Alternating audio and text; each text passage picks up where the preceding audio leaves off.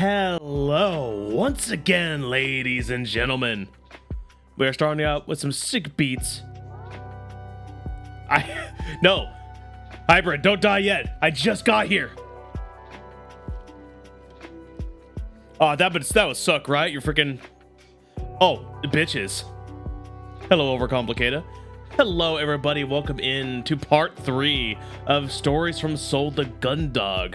But you may be thinking, Lance, that's not the Gundog. That's just nothing but sweet jams. Why am I here? Well, that's because we have a couple main items to talk about tonight before we get started with our space journey. Because if someone would be so kind as to hit ! Donate in the chat, you will have a link that describes a little bit about what we're doing on Saturday.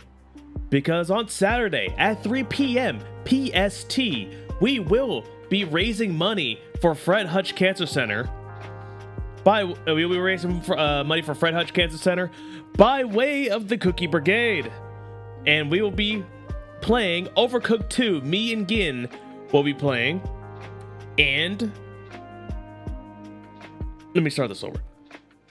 We'll be doing a charity stream tomorrow at 3 p.m. raising money for Fred Hutch Cancer Center in order to help keep the pantries full for cancer patients currently undergoing treatment. Me and Gin will be playing Overcooked 2. Me and Gin will be playing Overcooked 2 for a few hours in order to help raise money for that. Our goal is $250. Why is it $250? I'll get there in a second. Before that, our first goal of the stream is going to be getting to $100. Because if we get to $100, then we start doing blind chef mode. What's blind chef mode, you may ask? Why, it's when one of us, either Lance or Gin, we may even switch off, have to be blindfolded and play Overcooked 2. How do you do that? Well, you have to listen to the chef. The other player, who is not wearing the blindfold, cannot touch the controls. They have to guide the blindfolded chef through a dinner service, and we're gonna have to try to get 3 stars. So you know you want to donate to see that. See us try to bully each other into getting past the level.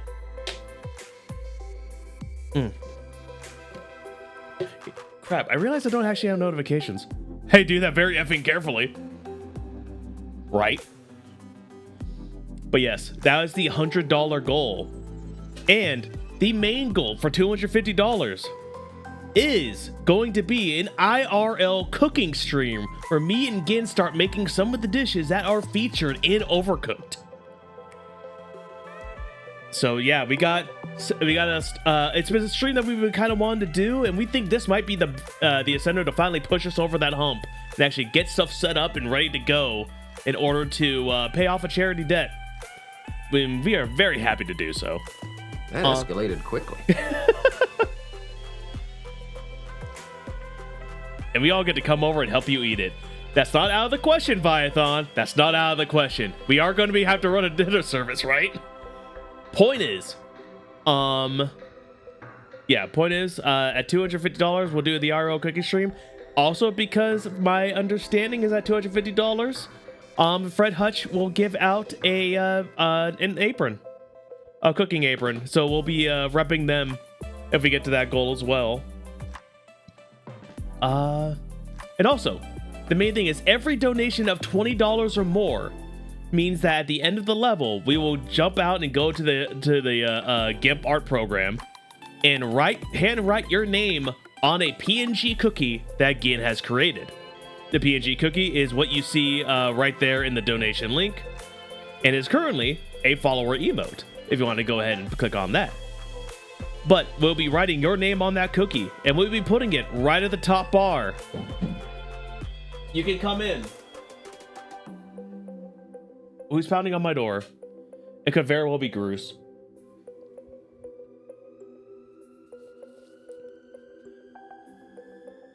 But yes, kill my trail of thought.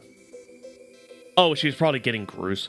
Okay, point is, at every donation of $20 or more, we'll handwrite your name on a PNG cookie and we'll put it over the top bar of the layout. And we currently have 2 people already set up for that. We'll keep that cookie up there for the duration of the charity stream. So if you want your name on a cookie displayed valiantly and exquisitely on top of the stream, this is your chance to do exactly that. And yes, you can donate now in order to unlock that at the very beginning of stream. We will literally be starting out the stream putting names on cookies. So keep that in mind, because we already have two $20 donations. We're looking to do more. But make sure you share the info with your friends, tell people to donate, and just all that good stuff. All of it. Because we are trying to do right by the Cookie Brigade, who are the wonderful people who sell cookies at PAX lines. Those of you who have been to PAX West probably know them, or have at least seen them giving out cookies. And also the Fred Hutch Cancer Center. They rule. Give us a gift, but only if it's money. Hi again.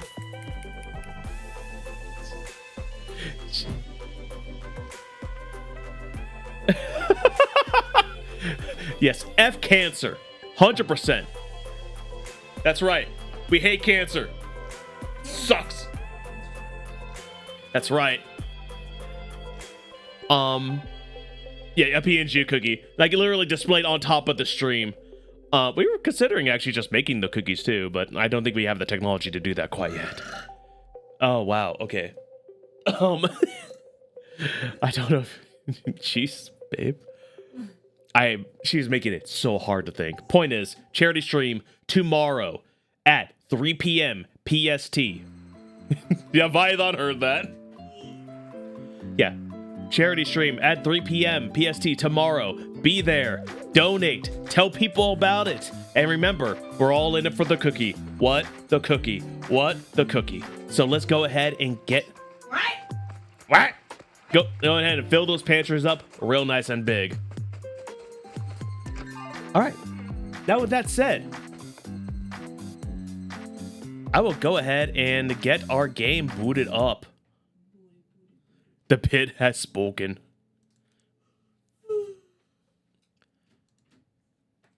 All right, come on, baby. Oh yes, Mia girl. That's immediately gone to mama. As is her way. That is her way. Ah, oh, come back.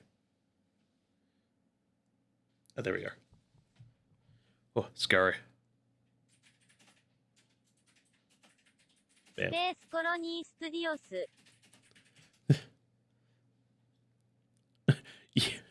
Yeah, Mia was all over her. Gin took the day off of work, and Mia was just like the happiest creature on earth that this occurred. She got to snuggle with her mama all freaking day. Yes, welcome back to Stories from Soul the Gundog. In last time on Gundog Z, we went to the O'Brien. Some crap went down. It turns out everybody over there had a bad case of the dead. And also when we went to the hangar bay, there was like this big giant robot there was not happy to see us, not one little bit. It took everything of my complaining and Hanson's skill in order to finally quell the beast. All we could really do, though, is trap it in some foam, and now it's just sitting in the hangar bay being just a problem. Yeah, just being a problem. So now we have to go through the Gundog and secure it as well as the security officer. Do our normal patrol to make sure everybody's doing okay. And now that we're back on the Gundog, you know, everything's fine. Right? Right? Let's find out.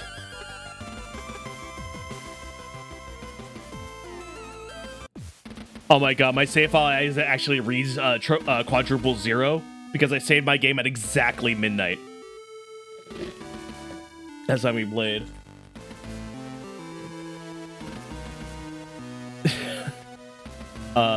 Snuggling cats is mission accomplished always. Now for a feature presentation. Treacherous bitches out of airlocks! Yes, maybe this is the day we commemorate the Vanessa Lord Memorial Airlock. for only the most deserving of lieutenants.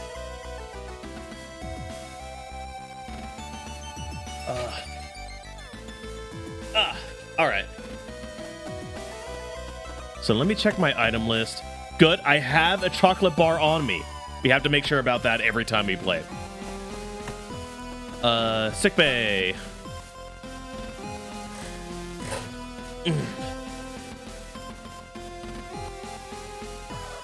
Even before the elevator's doors open, your hand is raised to preempt the harsh brightness of the sick bay's lighting. The powerful aroma of disinfectant wafts into the elevator as the door slides open. Bless you. And the light shines brightly through the widening gap. Accustomed to both these features of the sickbay, you're no longer bothered by them. As always, everything appears in order, although you quickly notice that the doctor isn't at his desk. Hyper says kazoo tight. Looking to the left of the room, you see a light illuminate above the doorway leading to the surgery wing, with this large gallery window having taken on a frosted effect, obscuring the view of the inside beyond some vague shapes. What? Orange kitty? Both cats are in here now. Prissy boy.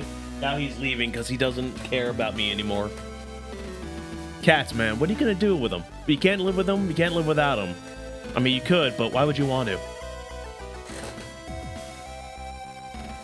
Mia has so many more pets than Garus. Oh my goodness.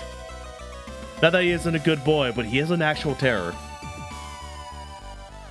Mia sonority, that's correct. Anyway. The doctor had been able to patch you up pretty quickly, leaving Hansen to wait for the necessary procedure that now seemed to be underway. Looking back to the beds, you see Cassie tossing and turning uncomfortably. She'd been fast asleep when you and Hansen were brought in, to the point where you wondered if she'd been sedated. The chat man a lot longer, that's correct. But now she was fidgeting and groaning, appearing in genuine discomfort. Cassie? Cassie? Is everything alright? You lay your hand on her shoulder and take her hand in yours.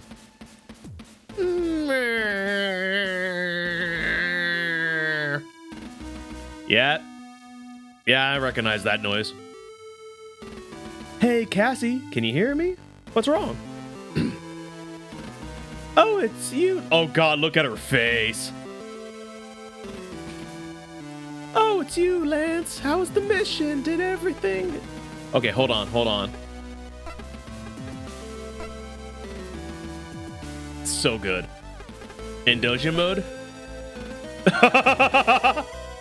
Oh my god, it's just like perfectly symmetrical eyes.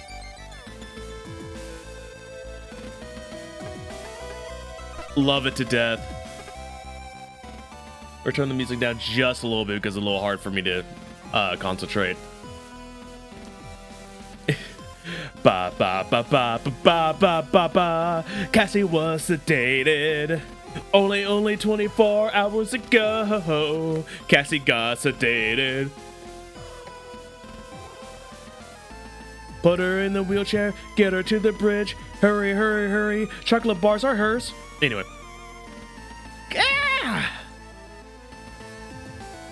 As she lets out a scream, Cassie yanks her hand away from yours, bringing it up to her head, using it alongside her free hand as trying to hold her head together. Nah! Completely overtaken by pain, Cassie thrashes around in the bed. It's all you could do to stop her from throwing herself off of it. Hey, Cassie, it's all right. It's gonna be okay. You look around in a panic, unsure of what to do. Your first instinct is to go to Dr. Rosarian, but he's in the middle of a surgical procedure. You don't think he'd be able to drop everything just to come to Cassie. Cassie, did the doctor leave you anything? Any instructions? Any tablets? Ah! Cassie, come on, anything? Pills on the counter. Ah! Without a moment's hesitation, you dash over to the countertop where you see a half-spent blister of tablets atop a box of more of the same. You grab a nearby glass, fill it with water from the hand washing station, and then take it over to the tablets over to Cassie. Bah. Hey, Cassie, wake up and take these. Come on. You slide your arm around Cassie's back and gently bring her up to an upright position, keeping your arm in place to prop her up. Oh, hey, honey. I want to be sedated. These are the tablets you mentioned, right? Cassandra, still in a daze, blinks at the water glass and pills you hold up to her, slowly reaching out to take the glass and then some tablets. Yeah. The doctor said they'd help with the headaches. Dreamily, she places two in her mouth and you help her with the glass of water. She drains it, and after you take it off her, you lower her back onto the bed. Thanks, sweetie. Bleh. Oh, Cassie. Maybe this... I gently inserted a chocolate bar directly into her mouth. You remain standing over Cassandra for a few minutes, but it looks like she's fallen into the same heavy slumber that she was in when you brought her down there earlier. You squeeze her hand before turning to leave, but before you can step away, you feel a slight grip on your wrist. Hey, come back in a bit. I want to hear about your day. Before she can finish the sentence, Cassie slumps back in the bed, releasing you. Oh, she just wants to know about our day. She's such a freaking, just adorable muffin. Sure thing, Cassie. Only two beds, and was Hanson on one and Cassie on the other. I had to make do with being propped up in the doctor's chair.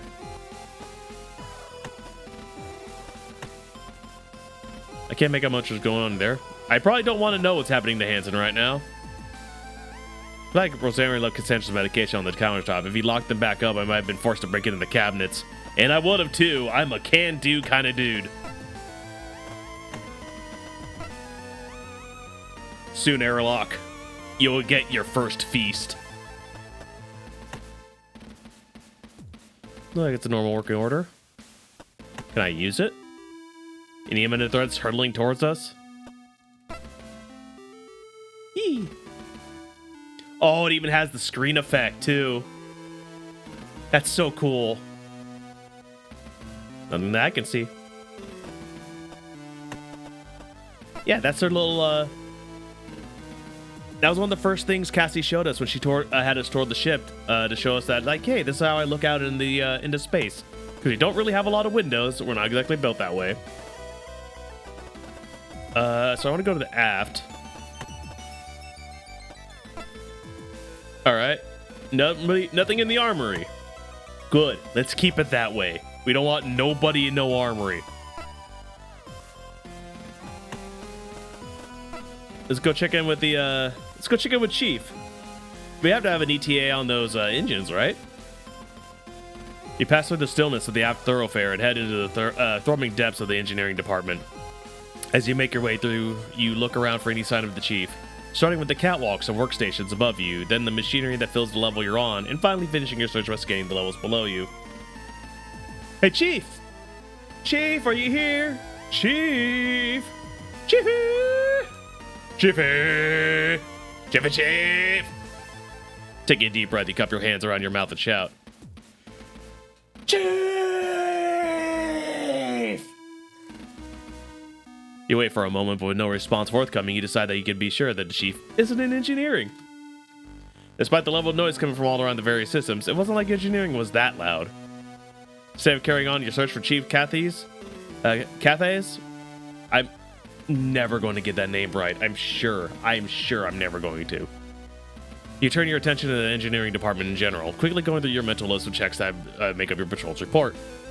So you can tell, everything's in order, leaving you without much to dwell on. That thing is, it's probably really important. Let's leave it at that. It's a beeping and a booping. That's all you need.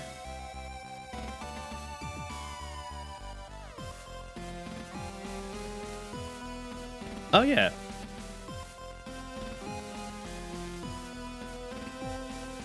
Oh, yeah, that's right. My terminal was doing it had like a weird flicker to it. And essentially like rebooted itself. It's almost like it was getting hacked.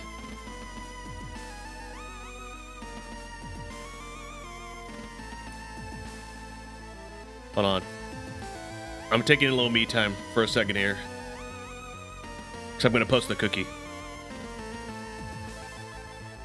I love the cookie.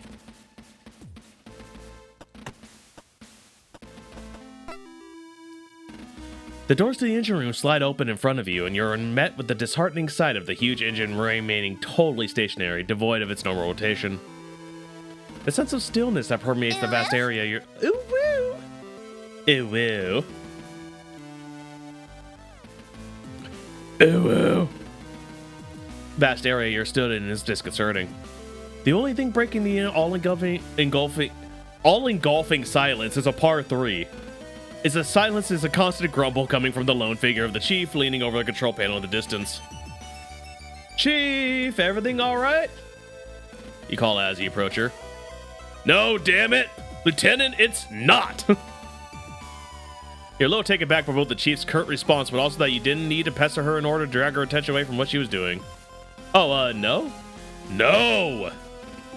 If I didn't know better, I'd call it sabotage. But no one else on this ship has to know how to do that kind of thing, so right now I look like an idiot who can't get the MPEs back online. Whoa, whoa, Chief, hold on. Sabotage? Security officer, let me know. It's not sabotage, Lieutenant. Like I said, one thing on this ship would know how to do is... No one on the ship would know how to do this kind of thing. But I've ruled out hardware issues. I've never seen the software do a full reset on the startup process before, so unless it's something I'm missing like an idiot, then... Chief, what's going on? I'd gone through the entire startup process and it was just about to fire up the MPEs when that machine crashed in the hangar and I had to go and secure it. The status of everything should have held at that point until I got back, but it would have been straightforward to just enter a few commands and restart the engines. But... Chief lashes out with her boot, striking the bomb in the casing of the control panel she'd been working on. By the way, that's a classic IT maneuver.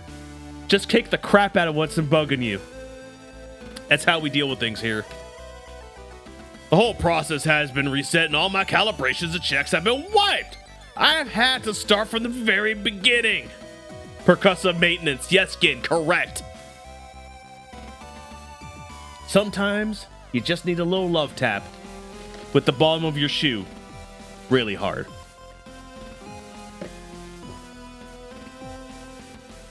Without the MPEs online, I can't even get the ship moving, let alone get the HFTD started. Until I can get the HFTD up and running, I'm stuck here instead of being in the hangar figuring out what's going on with that machine. It's killing me! I want to look at the cool robot! And every second I waste screwing around with the engines, another second we're adrift out here in the booties with God knows what in our hangar. Ah! That's correct, Viathon. Multiple computers have been confirmed to have restarted. So, yeah. You turn off. Yeah. Phone doing phone things. The chief strikes the base of the control panel again before leaning over and beginning to key in commands.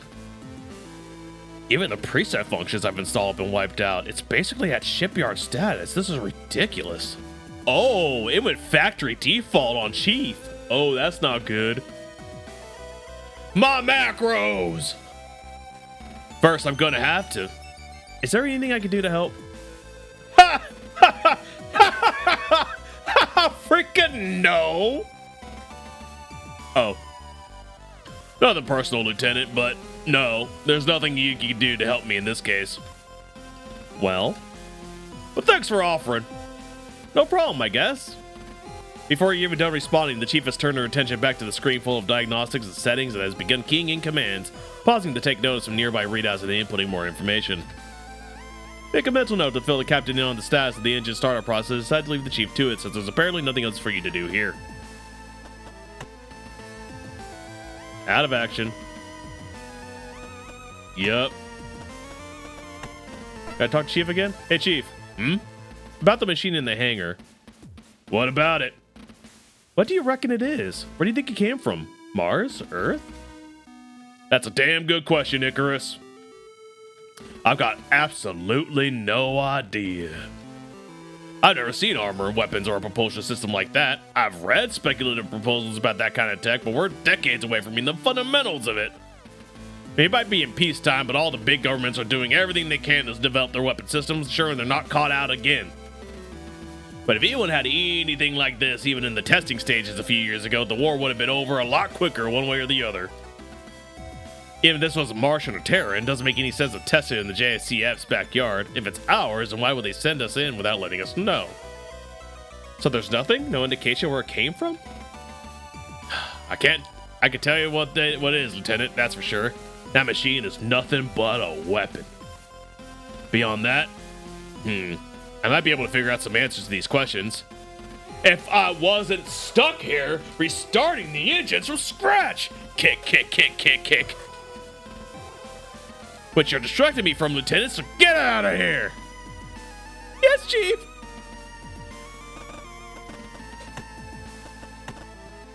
Chief, you need a candy bar? Well, I've looked everywhere I need to. I guess it's time to report to the captain, unless there's something I'm forgetting to check out. There might be something I missed. It's not like I'm on a schedule or anything, so I'll check a few more things out. Yeah, I'm not totally cool just stopping quite yet. Wait a minute.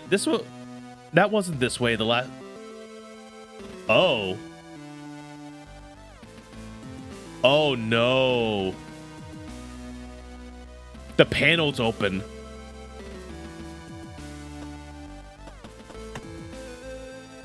Maybe Dalton didn't replace this correctly. It must have shaken loose during the battle. But it was definitely attached the last time I was here.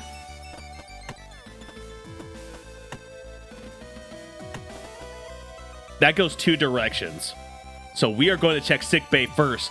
Because we see this. We see that nonsense happening over here. We are going to check on Cassie. She is the most important crew member. Cassie still there? All right. She's still there. Hanson's still getting worked on because he took a lot of damage.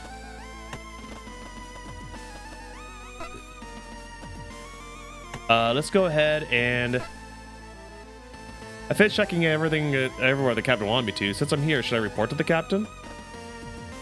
Oh, she's in her room. Wait, that changes some things.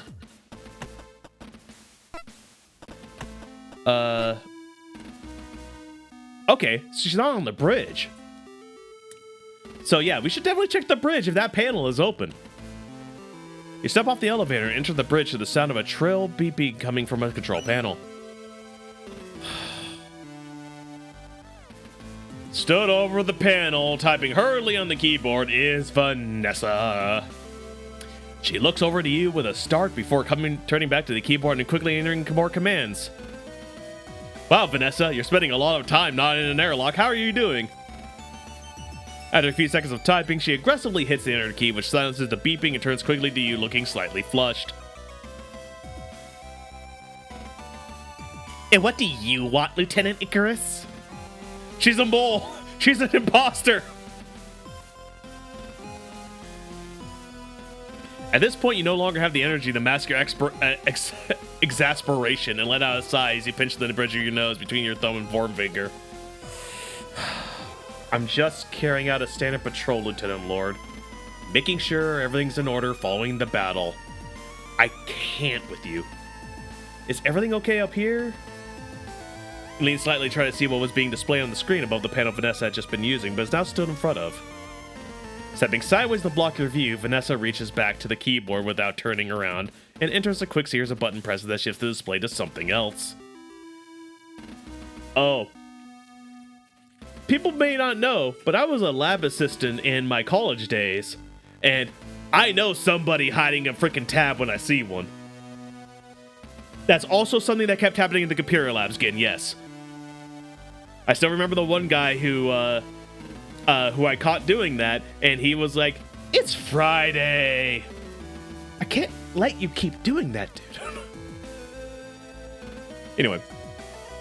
Of course you're on patrol. I suspected you wouldn't be here to give your post-mission report like you're supposed to. It'd be too much to expect the Gundog's hero, the dashing Lieutenant Icarus, to actually follow protocol for once. Oh, she called me dashing. She's probably writing fanfic about me. She's crazy, man.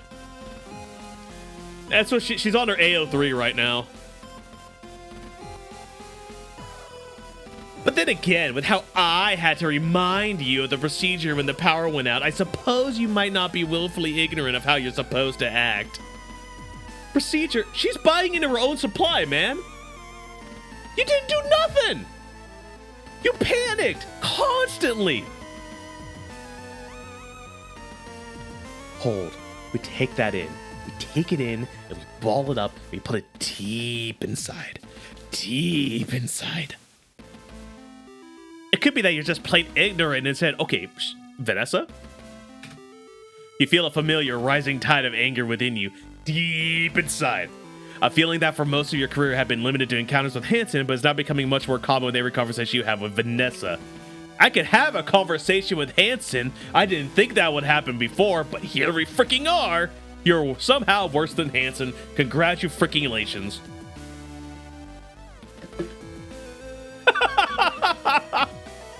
We put it in a little ball, we tighten it up, we make it nice and tight, and we throw it at him! We throw it at him on fire! Yeah! Yeah! If only my item button... I'm a little mad my item button doesn't work right now because I have a pistol just ready to zap. You do know you're supposed to report to the mission overseer immediately after you're dismissed from sickbay for debriefing, right? That wasn't the captain's order, but sure. What do you think stress balls are for? I mean, I thought they were just for squeezing, but tossing is a good one too. They're quite heavy. In your main desire, you had to check in on the bridge, and Lieutenant Lord was swiftly leaving you. Yes, Lieutenant, thank you. I am aware of the procedure, but I'm under direct orders from the captain. The captain? The one who outranks you, the captain, that one. To begin a constant patrol. Besides, I would have assumed that someone as capable as yourself would have been able to get the general picture of what had happened on the O'Brien without me needing to tell you. I would want to insult your intelligence on this one, Vanessa. Or was the battle outside the ship and the giant machine currently in our hangar not obvious enough? Bless your heart, Vanessa.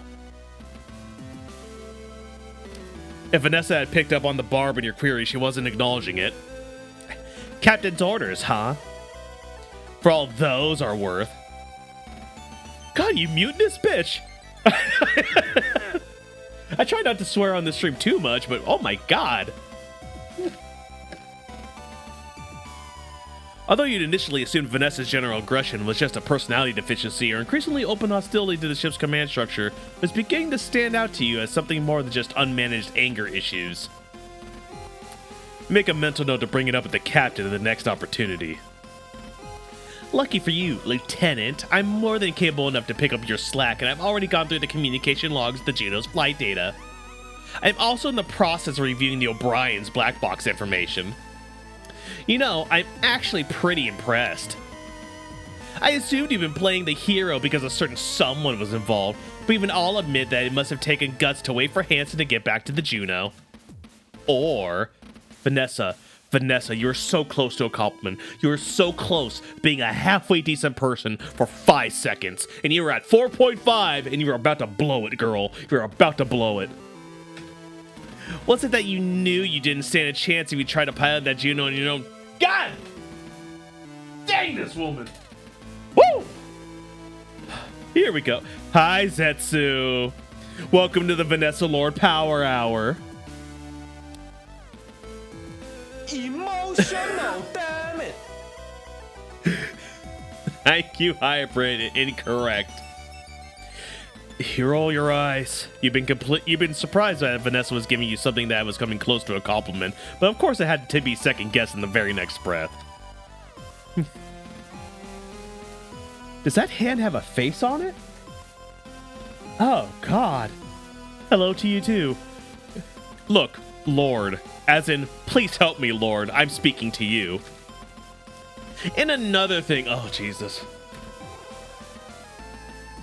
I've got to hand it to your quick thinking skills when it came to commanding its and cruises during that battle. Without your decision to get Cadet Grange involved, things might have turned out very differently for the Gundog. Hold on. There it is. Still... it's a lot easier to just sit back and tell people what to do than actually do it yourself, right? A lot less pressure. Vanessa! It's all you do. It's all you do. Vanessa. Vanessa. That's your entire lot in life. Is to tell people what to do from your little CD seat while you're just on freaking AO3 writing your fanfics in that other tab. I know about it. You're playing Galaga. I know you are. You have to freaking deal with the fact that I'm doing everything, you're doing nothing, and you want all the credit. Vanessa. Vanessa. Please allow me the opportunity to narc on you. This is how you keep getting kicked off ships, Vanessa. You make sure with laser pinpoint precision that nobody likes you. Vanessa, I can't believe I thought you were a cutie when I got on board this ship, because you are not a cutie, you are actually a patootie, and that means that's actually the sound a butt makes. You're what a butt makes. I hate you, Vanessa. You're about to snap back at Vanessa, but your exhaustion wins out against your anger, and you swallow your words. Oh, I should put that clip function in there. Unfortunately, full patootie. Correct. She's definitely full of something.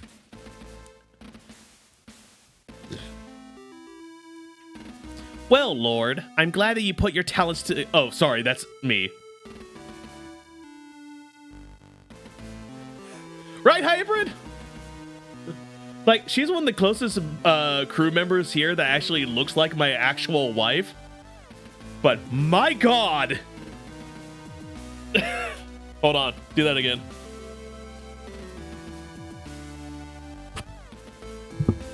Look at the wife. Like, she's not far off.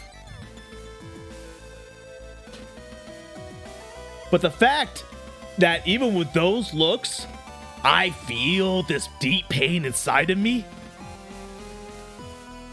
Good writing is the nicest word I'll say about that. Well, Lord, I'm glad that you put your talents to good use and managed to get the assessment done without me. I've got orders to carry out, so if you don't mind, I'll be leaving. Oh, not at all, Lieutenant. I wouldn't want to keep you from your important work. Keep it up. I'm sure your commitment to your duty will be rewarded very soon. Unwilling to put up with Vanessa's consistent contempt for much longer, you mumble a vague goodbye and turn back towards the elevators. Vanessa was acting pretty weird earlier. I wonder what she was doing at that station. Wait. Hold on. She's been in here working non-stop on the computer. It did not mention anything about a computer restart.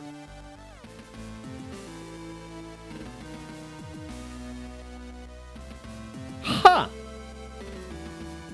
I wonder. Maybe she doesn't exactly want us to leave. Airlock. Airlock is the only solution. Airlock, airlock, airlock. Lieutenant Lord. You haven't noticed any strange activity recently, have you? This is exactly why I talked to her again. I want her dead to freaking rights. Like what, Lieutenant? Like our entire ship losing power? Even the backup systems? Or how we lost contact with the ship that we were supposed to rendezvous with? Lieutenant? Or the sudden attack by a completely unknown machine? Lord, could I? Or how about... Lord! Give me a chance to talk for 2 seconds. Bah! Now you listen to me, Lieutenant. Not giving Vanessa the chance to launch in another tirade, you instead to talk over her. I found the panel for the maintenance crawlway in the central hub on the floor. I'm just checking that nothing's out of the ordinary has happened. Oh, is that all? He placed her hand on... No, I have not seen anything unusual going on. And it was her that stopped the chief from fixing their engines originally. You're correct, Viathon. Airlock! Airlock candidate number 1. Airlock, airlock, airlock, airlock. And I think at this point, I might be able to get a majority of crew in on this. That idiot cadet must have put it back in incorrectly. Tell him that... All right, thank you, Lieutenant Lord. With the answer that you've been after obtained, you quickly shut down the conversation before your patience can run out. That shows what had been down during the battle, but I guess that she used. Vanessa was acting pretty weird. Captain Mare's chair is in her quarters right now. I bet Vanessa relishes every moment she gets to spend in this chair.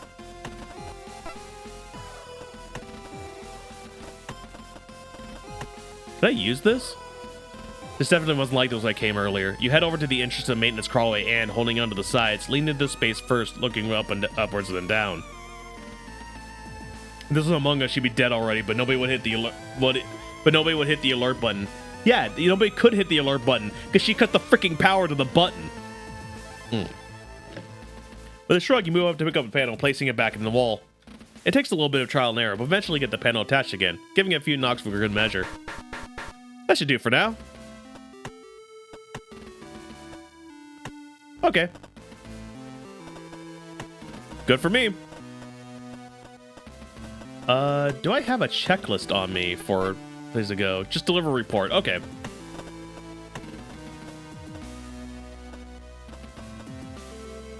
Let's see. Can I do anything in here? If I use my computer again, it's working fine now. Maybe the central computer deactivating earlier has messed up some of the systems. Oh wait, hold on. I want to use the door here because it makes a cool animation. Check it out.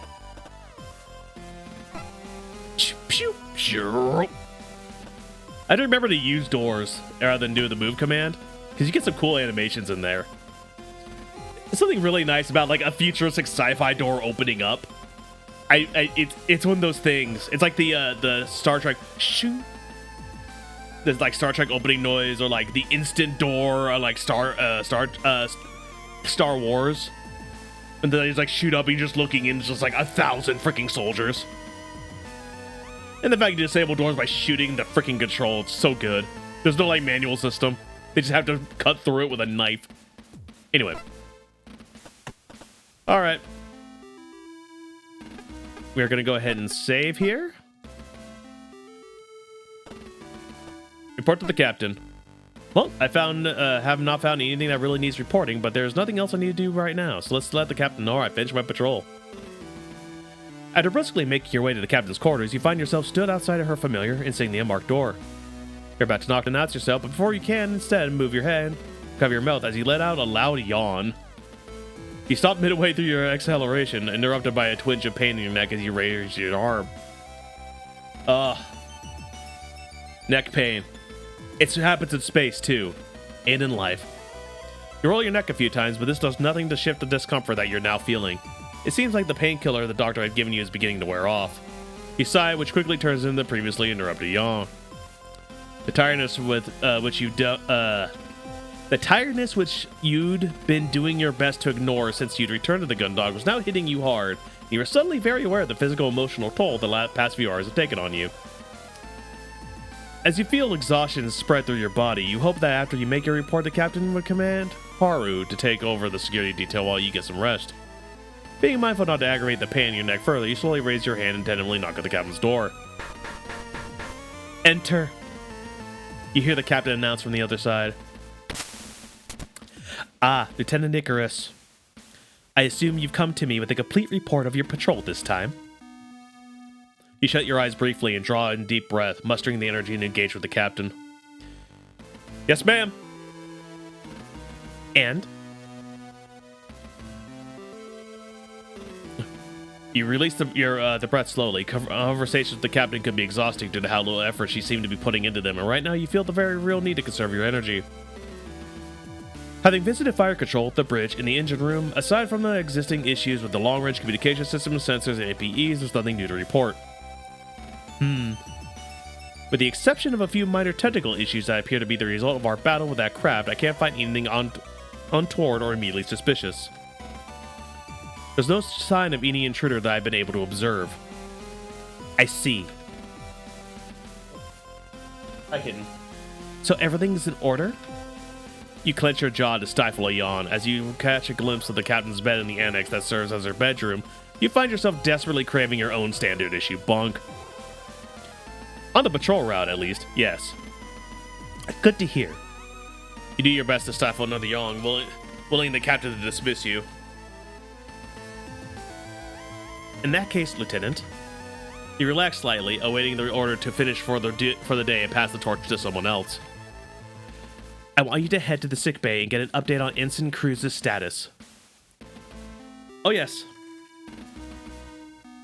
Hi, Cruz. Bruce, buddy. It's a cat.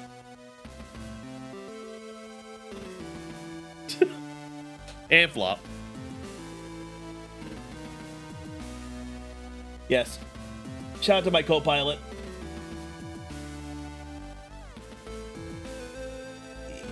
Yep. There we are.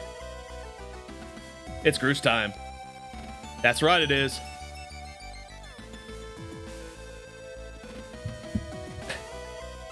The Groose is loose. The Groose emote is also a follower emote. FYI. You tense up again, the prospect of immediate rest now pulled out from under you. Ensign Cruz, ma'am? Yes, Lieutenant. When I'd previously spoken to Dr. Rosarium, he'd advised that the procedure should have been finished some time ago, and Ensign Cruz should be ready to resume duty shortly after. I need to brief Ensign Cruz on his new responsibilities, but I'm yet to hear anything from the doctor. So, Lieutenant, I need you to head to sickbay and find out what the delay is. Understood? You allowed your weirdness to creep over you, but you had been bearable because of the expectation that once you reported to the captain, your duties would be done. Now, though, with another task foisted upon you, it felt almost overwhelming. With a Herculean effort that you hide from the captain, you throw a swift salute to acknowledge your present new task.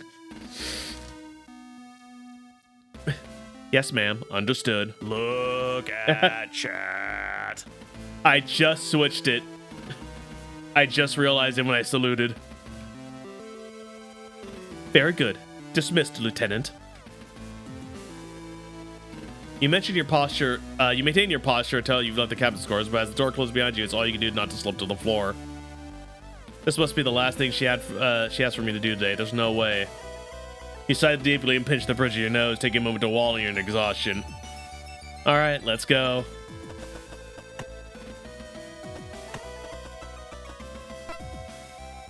And hands for the captain and rest.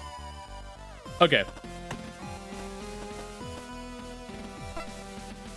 Okay, I'm going to have to go to Hanson, so I'm going to guess some crap's about to happen.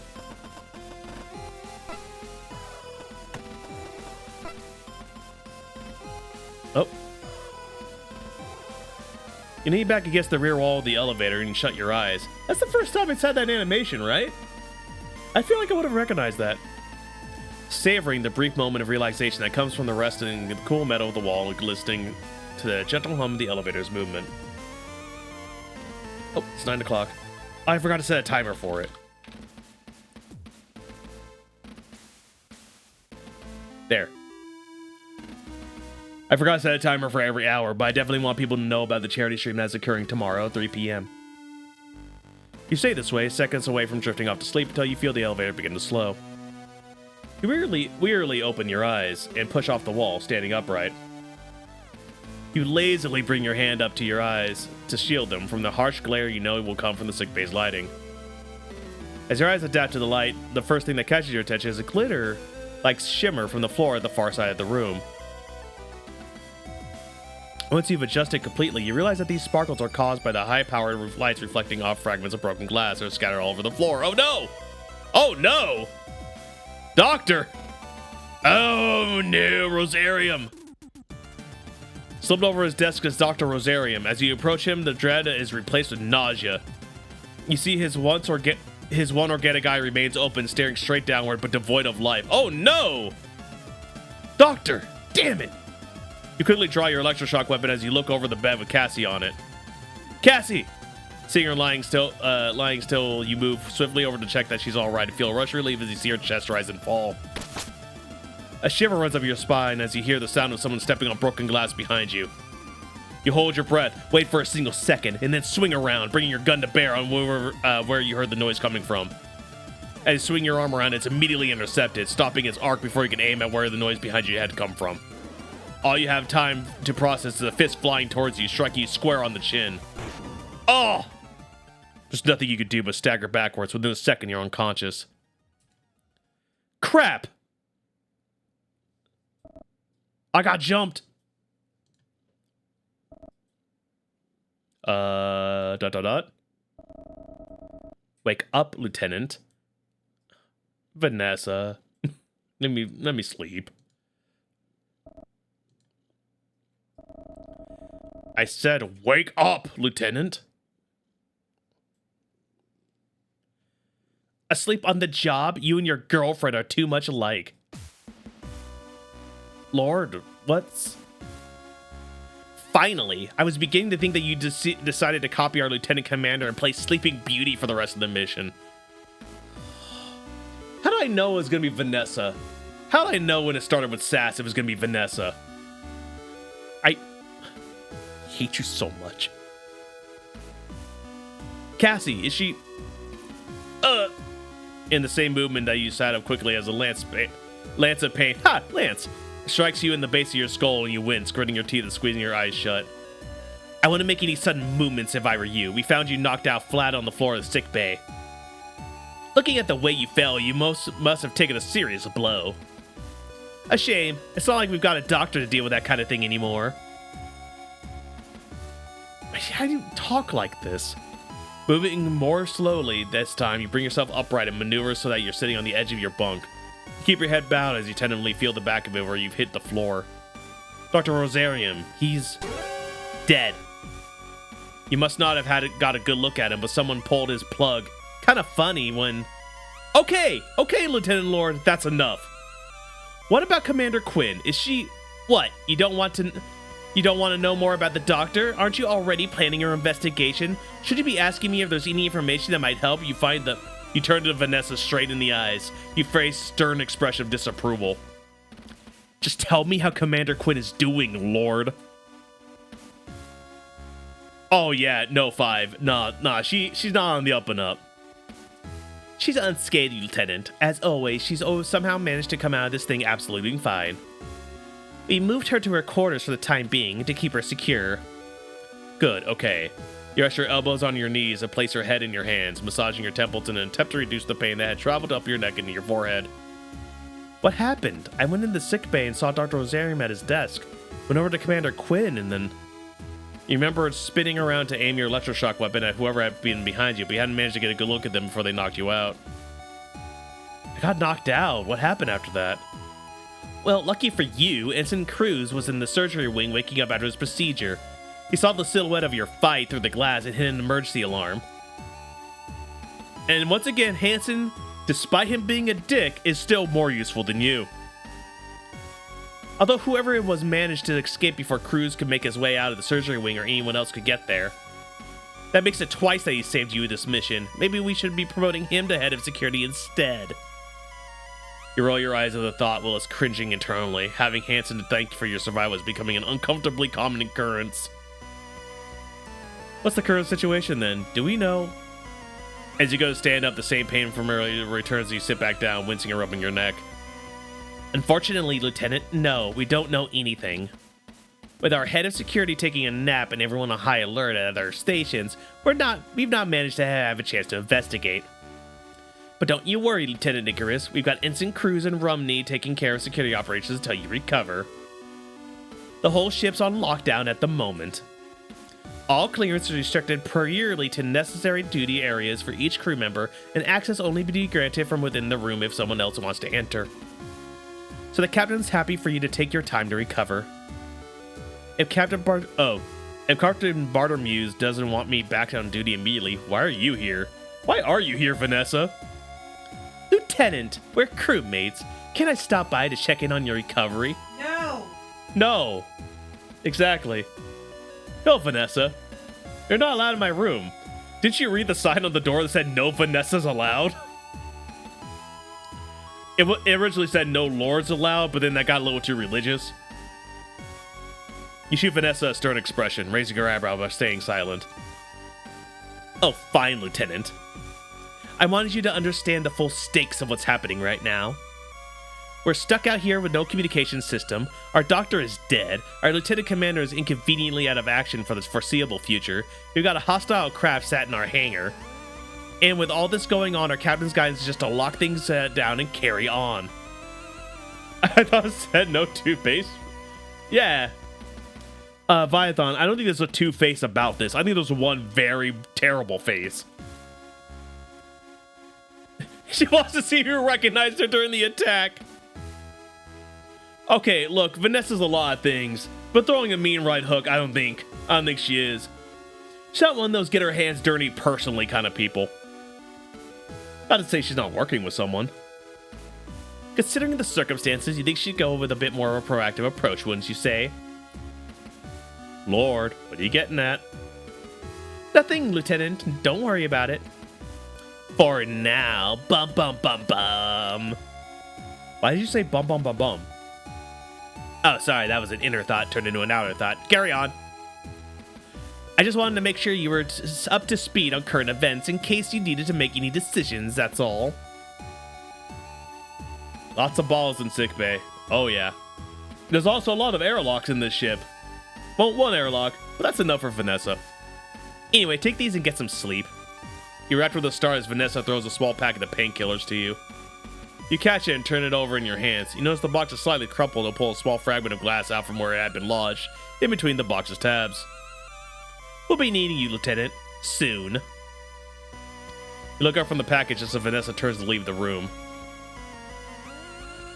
Without saying anything else, she exits your room and steps in the corridor beyond, the door hissing shut behind her soon after. Freaking go! Once Vanessa is gone, you take the opportunity to look over the packet again before placing it down next to you in the bunk. Make another attempt to stand up, although you're more cautious about it this time. I got effed up. Oh, bye, Kitty. Kitty did not like my noise. Despite how gingerly you'd risen to your feet, the pain in your neck had still reappeared before you were even upright. With a sigh of defeat, you open the box Vanessa had given you and extract 2 tablets from the packaging, quickly tossing them in your mouth and swallowing. Don't mind the brain damage. The brain damage. The brain damage. You slowly lie back down in the bunk, resting your head on your pillow. As you lie there, you go over what Vanessa had told you. Dr. Rosarian was dead, but Cassandra was fine. Whoever had been responsible had been apprehended, and the whole ship was on high alert. You began to think over who the assailant could be. You couldn't think of a motivation for a single crew member to attack the doctor. Although, now that you think about it, the disarray in the sickbay was very similar to what you saw in the O'Brien. Was what happened there happening here? Plus, what was Vanessa talking about making decisions for? Your mind slows as the medication kicks in and your thoughts lazily drift from one subject to another. Although you do your best to keep thinking about the dramatic shift in circumstances, you feel yourself beginning to slip out of consciousness and back into the exhausted slumber that Vanessa had interrupted. Always interrupting. Last thing you remember before drifting off to sleep is that as soon as you were awake, you knew the first thing you'd be doing was visiting Cassandra. Giving her this chocolate bar that's been melting in my pocket for the last couple hours. Leisurely to the left. April 24th. After recovering from the attack, Lieutenant Icarus awakens in their quarters a full 24 hours later to find that they are yet to receive any instructions. With no pending orders, they decide to check in with Lieutenant Commander Quinn to see if they have recovered from their affliction. Jovian Space, Lieutenant Icarus's quarters, the Jovian patrol ship JFS Gondog.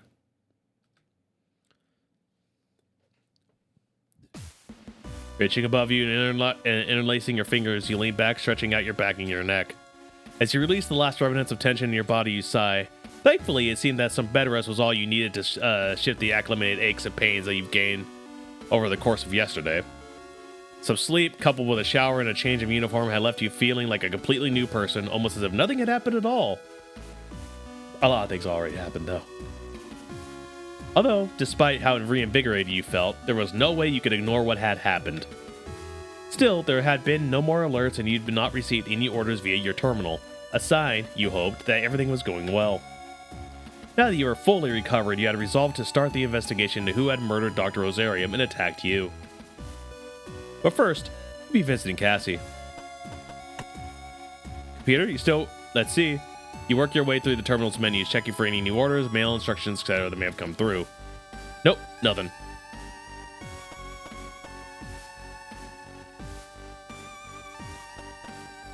Alright, let's move on out. Finally getting some freaking sleep on this dang ship. Stepping out in the corridor beyond your quarters, you barely make it halfway to the four-side thoroughfare before an announcement sounds over the loudspeakers. You instantly recognize as Vanessa despite the slight distortion caused of this. How many times do I have to hear this woman today? Attention all hands. I repeat, attention all hands. This is Lieutenant Vanessa Lord. All members of the crew are to assemble on the bridge for an emergency debriefing. Attention all hands. I repeat, attention all hands. The announcement is made a few more times until eventually hear the subtle pop of the speakers indicating that Vanessa stopped broadcasting. Emergency briefing? Someone push the alarm button. It's time to eject someone out of the airlock. Let's go! You quickly make it through the ship toward the bridge, only stopping once you're outside the elevator. You run your keycard through the reader and wait a little longer than usual. You can only assume that whoever is on the bridge is taking a few seconds to authenticate your ID to grant you permission.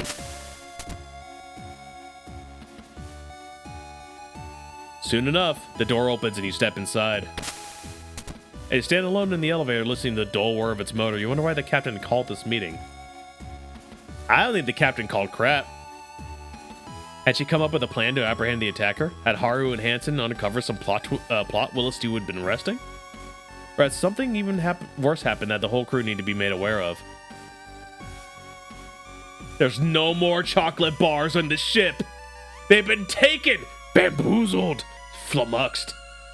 After a short wait, the door slides open and you step out on the bridge. We expected to see the captain, you instead see Vanessa. I freaking knew it. Sat in the captain's chair and flanked by Haru and Hansen. Lieutenant Icarus, glad to see you're so enthusiastic. Please wait until the rest of the crew join us. What's this about, Vanessa? Where's the captain? I'll address that once everyone else is here, Lieutenant. Vanessa, this is no time for screwing around. What's going? Take it easy, Lieutenant. Ensign Rumney swaggers up to you, placing their hand on your shoulder before moving around behind you. Lieutenant Lord just needs you to be patient and wait for a few minutes until the big announcement. Your posture stiffens as you feel something blunt thrust into the small of your back. You're confident enough that, unlike Sandra's prank when you first came aboard, this isn't a pen. You better listen to what Ensign Rumney tells you, Lieutenant. They like to be in charge and don't take kindly to people who try to get on top of them. You feel the blunt object slide around your back to your side as Haru steps around you, keeping their arms draped over your shoulders. Crap, it's a mutiny. That's why nobody wants you on the ship, Lord. Crew should know he's speaking from experience. You glance down and see that protruding out from underneath the jacket they're always carrying around is the muzzle of a large handgun. Yay! I'm being mugged! Not an electroshock gun like yours, but a lethal weapon. Wait, how'd you get that? Vanessa let you in the armory, didn't she? Vanessa, what the hell are you? She told you to wait, sir. You'd gone to step forward towards Vanessa, but Haru emphasizes their point by thrusting the gun deeper into the side. You quickly stop, letting them draw you back to where you stood. There we go. Good choice, Lieutenant. Just let me look after you. We'll both have a good time. Before you can respond, there's a small electronic chirp that sounds from the captain's chair. Vanessa looks down at the control panel and enters a quick series of commands. You hear the whir of the elevator after a few seconds, the doors open, revealing Dalton, who nervously steps onto the bridge. I heard the announcement and That's good, Cadet. Thank you for being so prompt. Do me a favor and stand over by the lieutenant, would you? Oh, yes, ma'am, will do. As the cadet makes his way over to your side, you look at Lieutenant Lord staring at her with a silent fury. All you get is as a response to a sly grin. As much as you love to wipe that look from her face, you know that Hansen would be on top of you the moment you tried to disarm Haru. I'm outnumbered. I don't like it, but that's what's happening. You couldn't rely on Dalton to remain calm in that kind of situation either. There was a good chance he would get caught in any crossfire. Hate this woman. Hate her. Instead, he just remained silent. It's good you're feeling better, Lieutenant. I was really worried I heard about what happened to you in the sick bay. Thanks, Dalton. With her smirk looking increasingly sinister, Vanessa shakes her head at you, causing you to stop your response midway through. Sir? Oh? You haven't had much time to resent Vanessa's subtle malice when you hear the same electronic cheer up as earlier. First, she would need to crack some skulls. After Vanessa repeats the previous process, Dylan soon appears. Well, great atmosphere in here, huh? Dylan looks to all of you, but receives no response. He brings his headphones up to his ears and reaches in his jacket pocket. Oh, yeah. I wish I could just do that. You hear the click of his cassette player and watch enviously as he drifts off into his music. Doesn't take long after that for the chief to arrive. Much like Dylan, she takes stock of the silence and doesn't interrupt it, instead standing silently by one of the control panels. You all stand in this awkward silence with no one either daring or willing to break the quiet that fills the bridge. You, Hybrid. It is absolutely you. 100%. Although you notice a few furtive glances from the chief as she surveys the room, and some looks shared between Haru and Hansa as they keep the rest of the crew under close surveillance, everyone remains relatively still. Looking back into the chair and crossing her legs, Vanessa positions her elbow on one of the armrests and rests her head on her hand. She's doing the Conan thing? God, this... Oh! Don't worry, everyone. We're just waiting for the captain to arrive and then things can begin. This freaking woman. There's a round of uncomfortable looks that pass between Dylan, the chief, and Dalton. After a moment, the chief steps forward to say something. Lieutenant Lord, what are... Wait for the Oh, there's gonna be a lot of voice in this one. Wait for the captain to get here, Chief. It'll make sense then. You can see the chief mull over this response, and although it takes a few seconds, she steps back, taking her previous position by the control panels. I think Chief knows something's up, and she's gonna be by the machinery when it happens. The silence on the bridge, which had clearly never been designed to hold this many people at once, continues to drag on until it's eventually broken by the now familiar chirp of an access request. And here she is now. Lieutenant Lord, what are you doing calling an unauthorized all hands? And what are you doing in the captain's seat? The level of tension that was already present suddenly explodes, suspense saturating the air. You feel the hairs on the back of your neck stand up as the realization of what Vanessa is planning hits you. Just like the chief, Dalton and Dylan, your eyes flick from the captain to Vanessa. Well, it is my seat after all. Mutiny! Who could have seen this coming except anybody who talked to Vanessa? What did you just say? Striding forward with intensity and purpose, the captain raises her right hand across her body and swings to strike Vanessa. Careful, Bartermuse. You don't want to get written up for striking a superior officer, do you? Oh, the airlock. The airlock is strong. Oh, the airlock, it calls. I can hear its dulcet tones over the freaking intercoms. At the last moment, Hansen's arm had reached out, viper quick, and he grabbed the captain by the wrist before she could bring back her hand down to Vanessa. Cruz, you release me immediately. Cruz, you idiot. Hey, how about everyone calms down for a moment, huh? There's the big old gunny gun. Stepping away from you, Haru reveals the handgun they've been hiding under their jacket and waves it around lazily before walking over to stand on the opposite side of Vanessa from Hansen. Now that we all understand who's in charge here, this is mutiny! Yanking her arm back from Hansen, the captain turns to face you while is pointing at Vanessa. Lieutenant Icarus, detain these three immediately! You move your hand towards her holstered electroshock weapon, but find yourself hesitating for a brief instant. Oh! We are saving, ladies and gentlemen, because there's only one. There's not even gonna be a Poland chat, baby, because we are not ever listening to anything Vanessa does. We are shooting people. It is time for gun talk. You grab your weapon, but before you've drawn it halfway out of your holster, both Haru and Hansen are pointing their guns right at you. Aw, crap, Hansen has one too. Admirable, Lieutenant, but you're not that stupid, are you? Don't worry, I know you're just following orders like any good member of the JCF would, so I won't hold it against you. If you holster that weapon right now. You glance from Vanessa to Hansen and Haru, whose weapons are both trained on you. Although Haru's expression is hard to read due to their shades, you can see a steely coolness in Hansen's eyes, telling you that he'd have no hesitation to pull the trigger of Vanessa's order. He doesn't really have any hesitation in wanting to shoot me, of all people.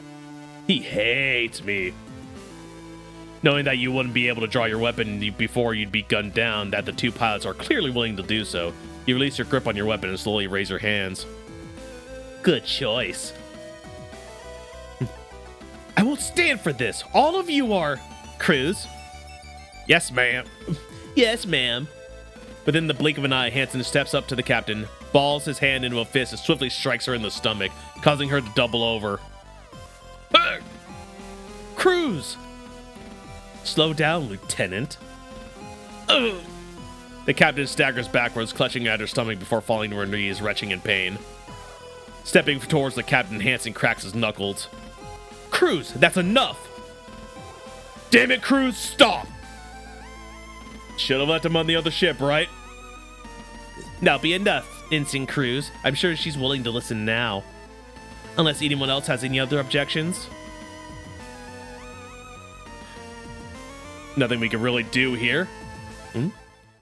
That's what I thought. Uncrossing her legs and rising from the captain's chair, Vanessa takes on a formal posture and walks into the middle of the bridge. I, Lieutenant Vanessa Lord, as of 1700 Jovian Standard Time, April 24th, Planetary Calendar 214, in accordance with the Jovian Colony Fleet Convention, Section 16, Article 7, announce myself the new captain of the JFS Gundog. I justify my announcement through Section 16, Article 9 on the grounds that neither the captain nor her second-in-command are fit for duty based on medical circumstances. As we don't currently have a doctor on board, I am forced to make this assessment based on my own discretion. In addition to this, under Jovian Colony Fleet Convention Section 16, Article 12, I am limiting both the previous captain and lieutenant commander to their quarters on suspicion of treason. Lord, what the hell are you? You spring forward to grab Vanessa, your hand's already in your electroshock weapon. Before you can get to her, you're immediately stopped by Haru, whose pistol is crammed deep in your stomach. There's only so many times I'm going to tell you to stay cool, Lieutenant.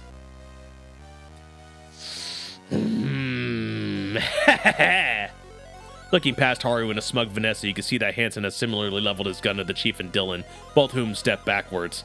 Now they're holding the rest of the crew hostage on me. Yeah, people are gonna freaking die if I do anything. I hope it starts with freaking Vanessa. If you'd care to let me explain, we are currently in the middle of a situation that goes beyond negligence and incompatibility.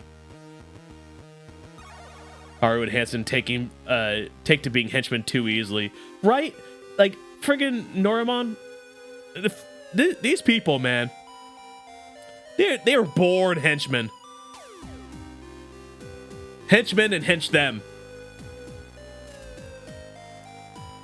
The captain hisses, staggering to her feet with one arm over her stomach. You stop this now, or... Ugh.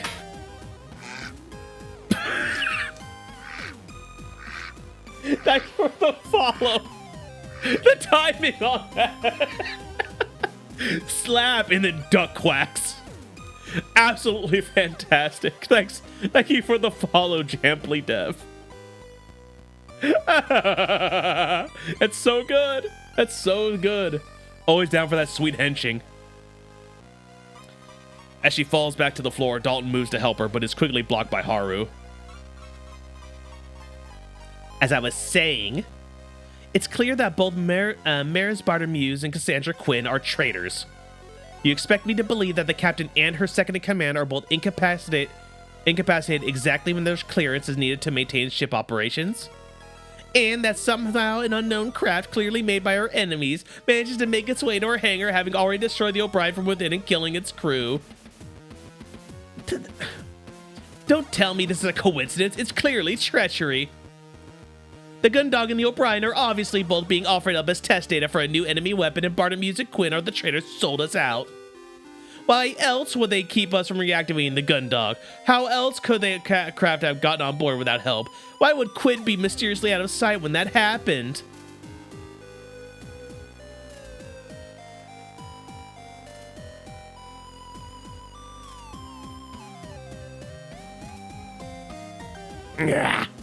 And then Dr. Rosario ends up dead when she's in his care. What did he find out? Did she decide he knew too much? Not only is Quinn a traitor, she's a murderer too. Lord, that's insane. How the hell could... You want to be careful, Lieutenant. I'm giving you the benefit of the doubt since you were the one that brought the gun dog back online and were with Instant Cruise during that attack. But your close association with Lieutenant Commander Quinn means that I've had my eyes on you for a while, and I'm by no means confident that you're nothing to do with this. After all, Instant Cruise didn't see anyone else in the sickbay after the doctor's murder except for you and Quinn. How could I have... Oh, very suspicious. Still, for now, it seems like I can trust you. So, as per Section 16, Article 12, I'm announcing that all crew present, with the exception of Mayor's Bertermuse, have the choice as to whether they wish to continue to serve under my rightfully mandated authority, or if they'd like to maintain their allegiance to a traitor and be treated as co-conspirators when we get back to Europa Colony. An agonizing silence fills the room as Vanessa stands proudly amongst the crew, who shift nervously. As both Hansen and Haru keep their guns trained on the crew on each side of the room, compounding the uneasy quiet. There's no choice. I hate this.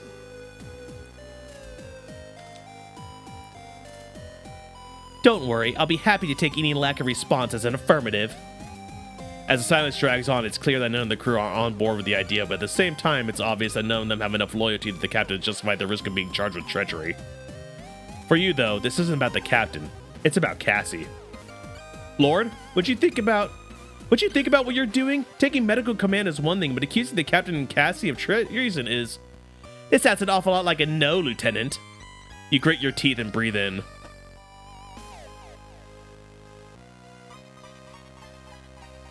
Oh, ladies and gentlemen.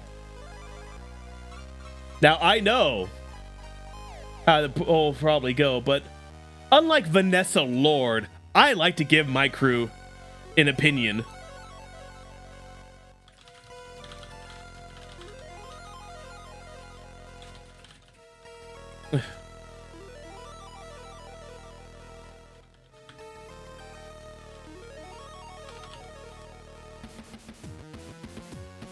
There's the poll. What do we tell Vanessa? Do we tell her, yes, ma'am? Or do we tell her to shove it? Make sure to check Twitch chat now. We actually have a vote for yes, ma'am? Oh my. When's the last time you saved? Just now.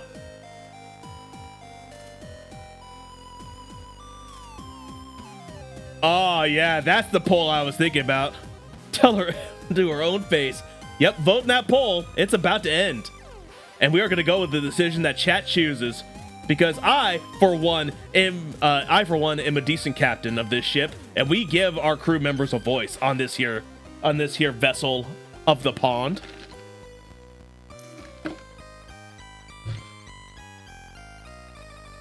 All right. It looks like the result of the poll is that we are going to tell Vanessa to shove it with 6 votes to 1. I think that one was Hansen. I think Hansen is in the chat right now. They think they can tame her. Nothing can tame that. There's no way I join in with your scheme. This is nothing but your personal grudge. You saw a chance and you took it. There's no way the JCF will take your side on this. That's a shame, Lieutenant. I really thought you had more sense than that. But I suppose this is no surprise. At least it resolves matters. Cruz? Nothing personal, Icarus. Orders are orders. Shifting his weapon's focus from the Chief and Dalton to you, Hansen walks across the room, stopping only to sweep an arm out from underneath the slowly recovering captain, who is again attempting to return to her feet, sending her back to the floor. Make life easy for both of us, huh, Lieutenant? Turning on her heels, Vanessa returns to the captain's chair, sitting down with a smug expression on her face. Chief Engineer Cathy's, Cadet Grange, I want those engines online now. As soon as they're operational, we'll be heading back to Europa Colony. Warrant Officer Dees, I want you back in fire control and to remain on high alert. We're going to assume that we're in enemy territory, and I want you to look out for any hostile activity. Understood? Yes, ma'am. Yes, ma'am. What's that, Chief Engineer Cathays? Yes, Captain. You're all dismissed. With that, the 3 crew members quickly depart from the bridge in a single elevator, leaving you with Vanessa, the 2 pilots, and the captain. Ensign Rumney, you take care of Miss Bartomuse. Sure thing, Captain. Shoving their gun in the back of their waistband, Haru walks over to the captain and lackadaisically delivers a kick into the captain's stomach, causing her to heave and curl into a fetal position. Come on, Bartomuse, let's get going. Dragging the captain upright, Haru holds onto her until she's able to stand, shoving her towards the elevator as soon as she can stagger forwards.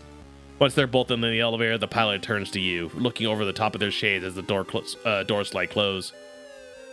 You made a bad choice, Icarus. As soon as the doors of the elevator containing Haru and the captain are closed, the doors on the other open and you feel the muzzle of Hansen's gun as it thrusts into your back. One more thing. Keeping his gun firmly pressed in the small of your back, Hansen leans around to his side and draws your electroshock weapon from its holster.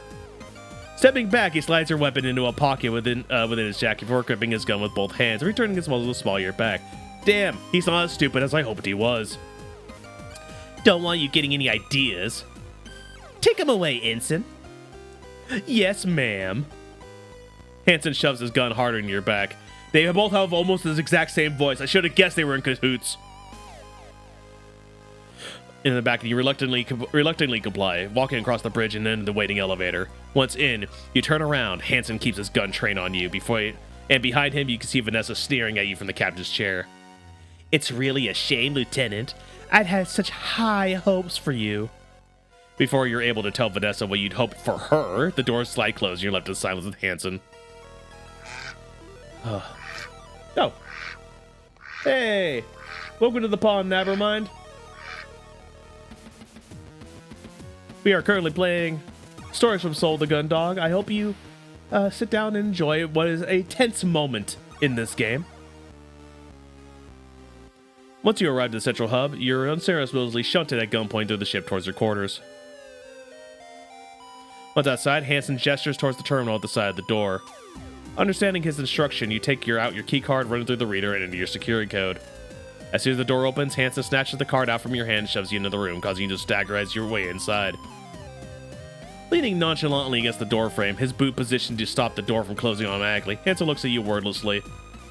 He remains silent for a few short seconds before a ruminative expression on his face until you manage to stand back up and turn to face him. Once you've regained your composure, he straightens up and angles the gun towards you. You know, Icarus, I was beginning to come around on you. What's that supposed to mean? Hansen smirks. The stuff you've done. You're actually kind of alright. You might not be the coward you were back on the K-Lake anymore. Thanks. Good to know I've changed your mind. Hey, don't get too ahead of yourself, Icarus. You might not be a coward, but you're still an idiot. You should have gone with the rest of the crew and sided with Lord. Now you, Bartomuse, and your girlfriend are going to get piled up on treason. There's no way the JCF's going to believe her, you, Lord, Rumney, where you're all going to get court-martialed for mutiny. Oh, that's me talking to him. Bleh, I'm getting confused. I don't know about that, Icarus. Lord's got some pretty serious evidence. She's got it all figured out. This is how it ends, Lieutenant. You're going down with some third-rate captain and your airhead girlfriend. Hope it's worth it. It's a shame. I was kind of looking forward to grabbing a drink with you and Rumney back on Europa. No, you weren't. One name for that bot.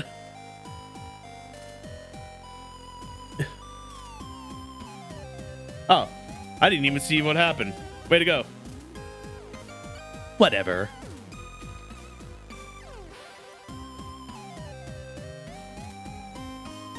Oh, gross. Thank you for getting that, Gin.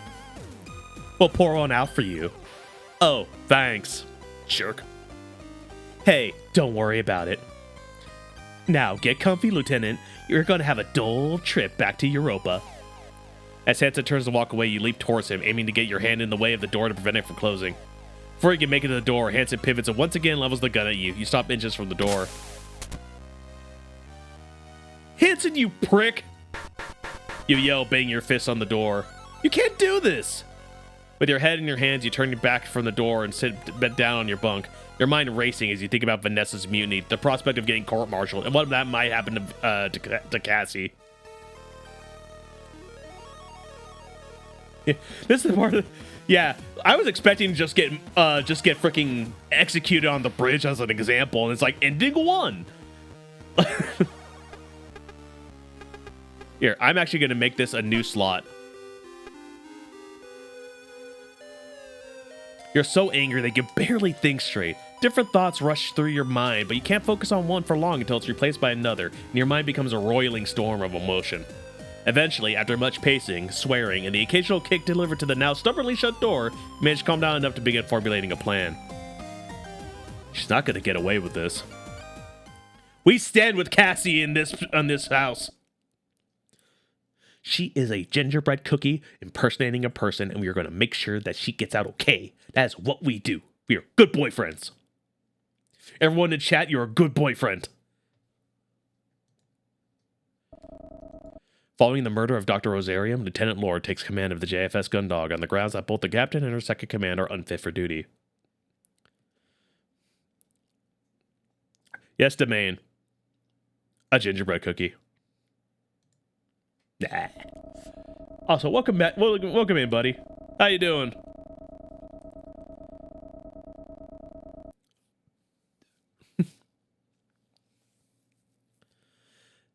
As our first act, Captain Lord has amused Barnameus and Lieutenant Commander Quinn confined to their quarters on suspicion of treason.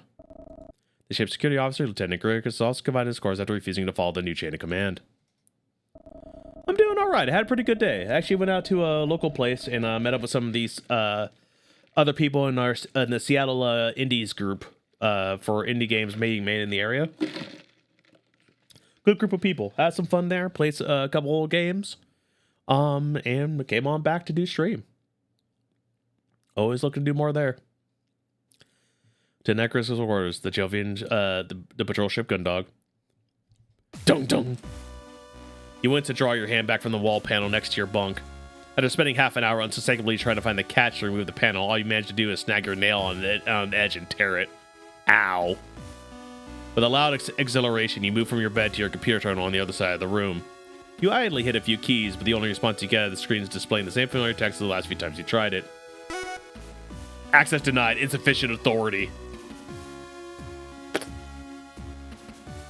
As easy as it was to hate her, you had to give Vanessa credit. Her machinations had clearly been well thought through.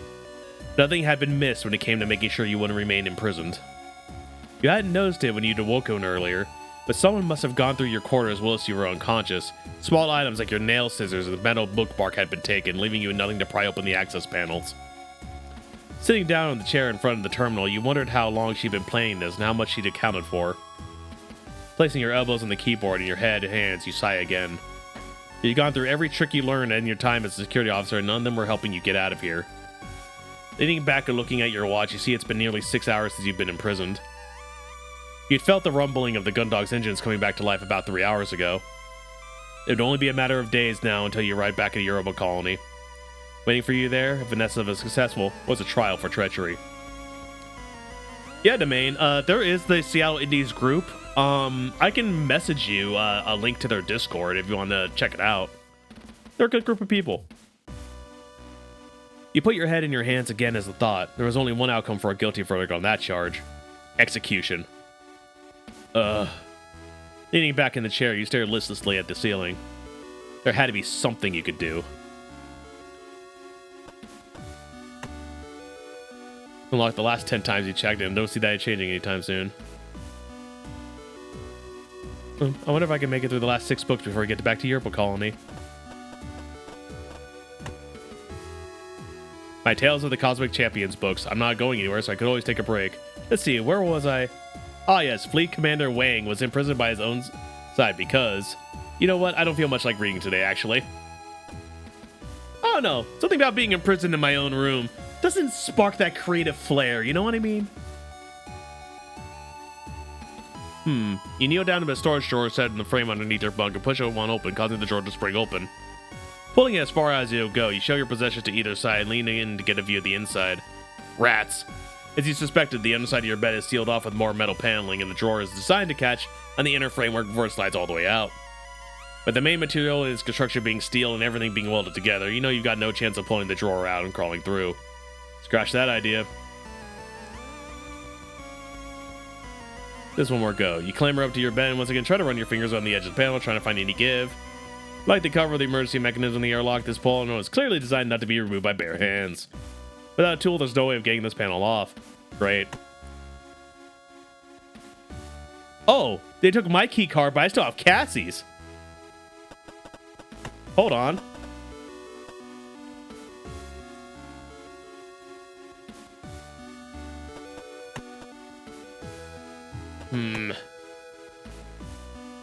It's probably been deactivated, obviously, but...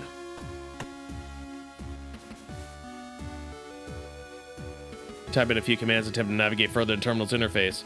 If every action you carry out is met with the same response. Denied. Running your hands through your hair, wondering if there's anything left for you to try. You're about to make another attempt at levering the panel next to your bunk off the wall when someone knocks loudly on your door. Step back from the door, Icarus. What do you want, Romney? Just shut up and do it. With a sigh, you move back to the far side of your quarters. You moved? Yeah. Now just stay there, Icarus. You roll your eyes. What do you think? What did they think you were going to do? You're lucky the captain's so generous. You get room service. As Haru steps back, Dylan comes around the corner carrying a tray of food from the vendor in the mess hall. Poor Dylan, man. He doesn't want to do this crap. Haru literally just freaking deputizing other people to do their work. What a jerk. This whole freaking thing's just bothering me. How dare I be upset over a mutiny? Hey, Lieutenant, how's it? Whoa, let's chat there, D's. Tray on the ground and walk away. Yeah, chill out, Romney, whatever. Muttering under his breath, Dylan lays the tray on the ground halfway between you and the door and walks out the room with Haru keeping their gun training the entire time. Looking down at the tray, you see its fairly standard meal. Burger, fries, and a soda from one of the vending machines. You had to assume that Dylan had chosen this for you, as you couldn't imagine either of the pilots being so generous. Now stay where you are. With their free hand, Haru reaches for the control panel on the opposite side of the door. Within a second, the door slides shut and you hear the click of its lock. Borgor will help. You sigh to yourself. You weren't happy about the situation you were in, but at least they were feeding you. Look upon Borgor. And a reinforced recyclable cardboard tray. They probably given me a cardboard tray instead of a steel one to make sure I couldn't use a tool or weapon. All hail Borgor! Borgor will get us out of this situation. Borgors don't stand for mutiny. I think I might be going mad in this room. Once you finish eating the food, all this tray is going to be good for is nutrition if they forget to feed me for the rest of the journey. Might as well use it. Take the meal tray over to the terminal and sit down in the chair, bouncing your food on the keyboard in order to make it a makeshift table. At least Vanessa was feeding you. You've been starting to worry that you'd been left locked in your quarters the entire journey back to Europa Colony with no one bothering to check in. After picking out a few fries, you raise the burger to your mouth and bite down. What the hell? You place the burger back on the tray and run your hand over your teeth. You bend down on something hard. Putting back the top of the button to investigate, you find an entirely unexpected ingredient. Ha! Dylan, yes! Rested between the imitation lettuce and beef is a small pocket screwdriver, just short enough to be hidden within the hamburger. Dylan, you're the best. I knew Toonski Bro was my freaking bro. Grabbing it with a napkin, you inspect it. Not only is it small enough to wedge between the gaps of the panels that make up the ship's ceilings, walls, and floors, but it's also got the right size head to unscrew any fixtures it may come across. Oh, this is perfect. Game on. You stand up to put it to use, but your stomach immediately roars in protest. Okay. First we eat Borgor, then we end the mutiny. You place the screwdriver in your pocket and pick the burger back up, to quickly devouring both it and the fries. Alright, now it's time to end the mutiny. Thank you, Borgor. Borgor provides. Borgor always provide.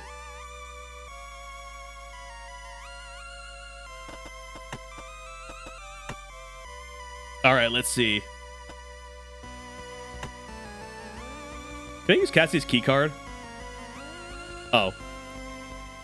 Taking the screwdriver out of your pocket and working in the small gaps between the panel and the surrounding wall. You slowly running around along this parting for a few inches until you feel a catch on something. Following some careful movements, you hear the sound of a latch undoing. That's one. Read this action a few more times along different parts of the panel. Eventually, the final latch is undone. The whole thing falls towards you. Nice, let's go. By the way, Noramon, in your playthrough, did you actually tell Lord to shove it on your initial playthrough, or did you actually acquiesce? Assuming, of course, that you're going to find a way to take the ship back over. I'm curious.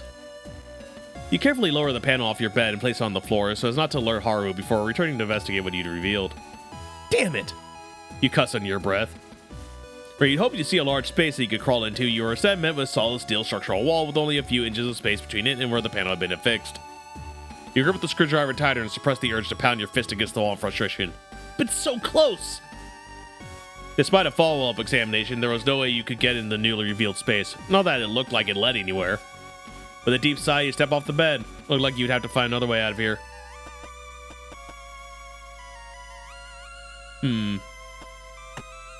The drawers, on the other hand. Taking out the screwdriver, you trace along every seam and edge with the drawer but low the underside you can access. Unfortunately, you realize everything's welded together. There's no way you're taking this apart with just a screwdriver. There's got to be some other way out of here. I know those crawlways are all over the ship.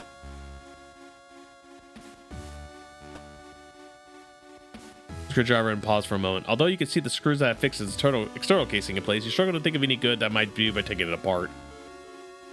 Maybe I'm not a computer technician by trade, per se.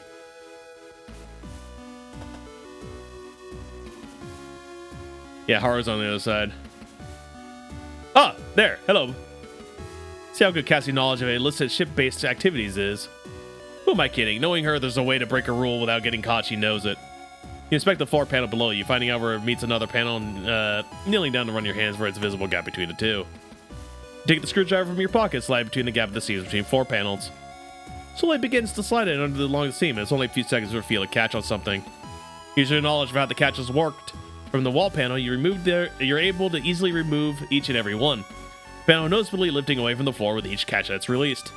After a few minutes of work, you undo the last catch.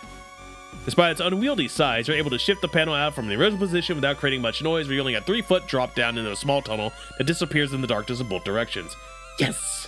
Let's go! Wiping the sweat from your brow, you dust off your hands as you look over the passageway you revealed.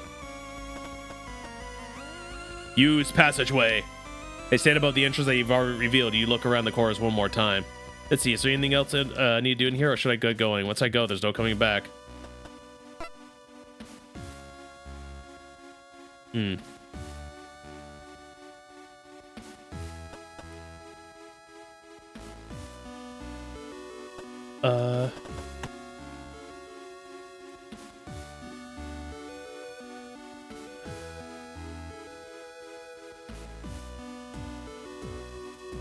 Alright, I guess there's nothing else I can do. Alright, everybody into the hole.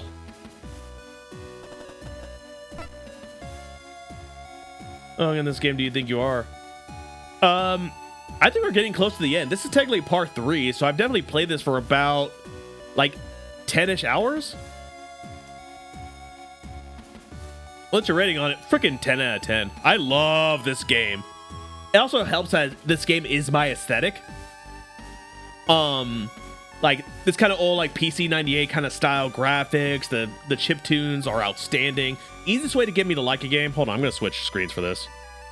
The easiest way to get me to like a game is to have great music.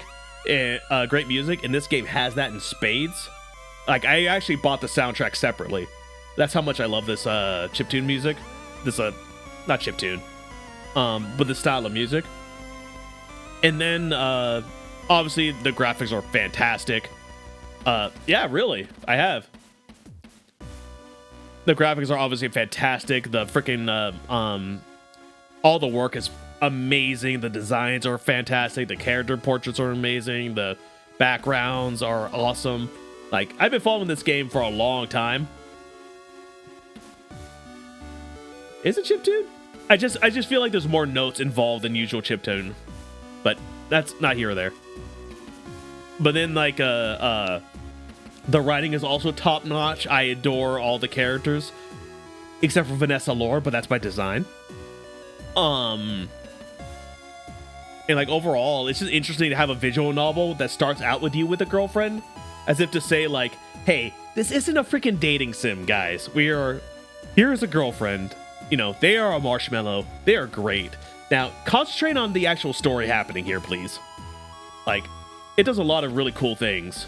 Like right off the bat. And again, like, we've gone through this game as a chat, but also we have but also there's so many decisions we haven't made, which is a great reason to go pick up the game for yourself and go down the paths we did not travel on this stream.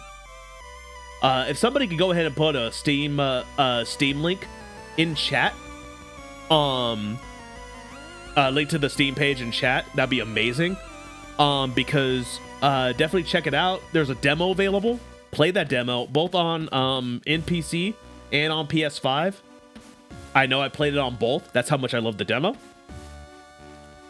And yeah, thank you, Viathon. I would, but I'm not on my... Yeah, Viathon's got us. Yeah, definitely check that out. Fantastic little game. But yeah, and I'm very interested to see how this ends. So let's get going. Into the hole. It's time to go. You prepared for your escape. To prepare for your escape, you return the panel that you'd removed from the wall to its original position, making sure that all the catches are reconnected to the mounting points. Then you prepare to do the same with the floor panel, sliding it into a position where you'll be able to replace it once you're in the crawlway. Once it's in place, you lower yourself down in the space underneath the floor, kneel down, and slowly drag the panel over above you. Takes you a few attempts to get it into the correct position, but eventually you have it, and all the mounts slide neatly back in the catches that have secured it in place. Now in absolute darkness, you drop to your knees and reach out to your one hand, groping at the darkness. You got no idea what lies ahead, but you begin to crawl forward. Chocolate bar half melted in your pocket. Ready to do this. The absolute darkness of the crawlway leaves you disoriented as you fumble your way forwards. Every now and again you hit a corner, a drop or a rise that adjusts your trajectory. Hearing nothing but the gentle hum of the ship's systems or your own awkward shuffling, and unable to make out anything except for a dry, musty scent that has replaced the sterile smell that permeates the gun dog, you quickly lose your sense of distance and location. With nowhere to go but onward, you continue slowly. You have no idea how long it's taken you, but you just realize that you're able to distinguish the vague features of your surroundings. Sharp edges are now ever so slightly visible, and the seams and bolts that make up the inside of the crawlways have faded into view. Renewed by the potential that light coming from somewhere must mean there's an opening leading to some accessible part of the ship, up ahead you speed up, taking advantage of your restored vision to make your way forward without incident. You turn a corner and are met with a shaft of light that is broken up by the slow and lazy rotation of an overhead fan. Finally! As you continue towards the light, you see that your singular path is now divided with new routes branching off in different directions, albeit with no indication of where they might lead. Oh, we getting sneaky funky right now.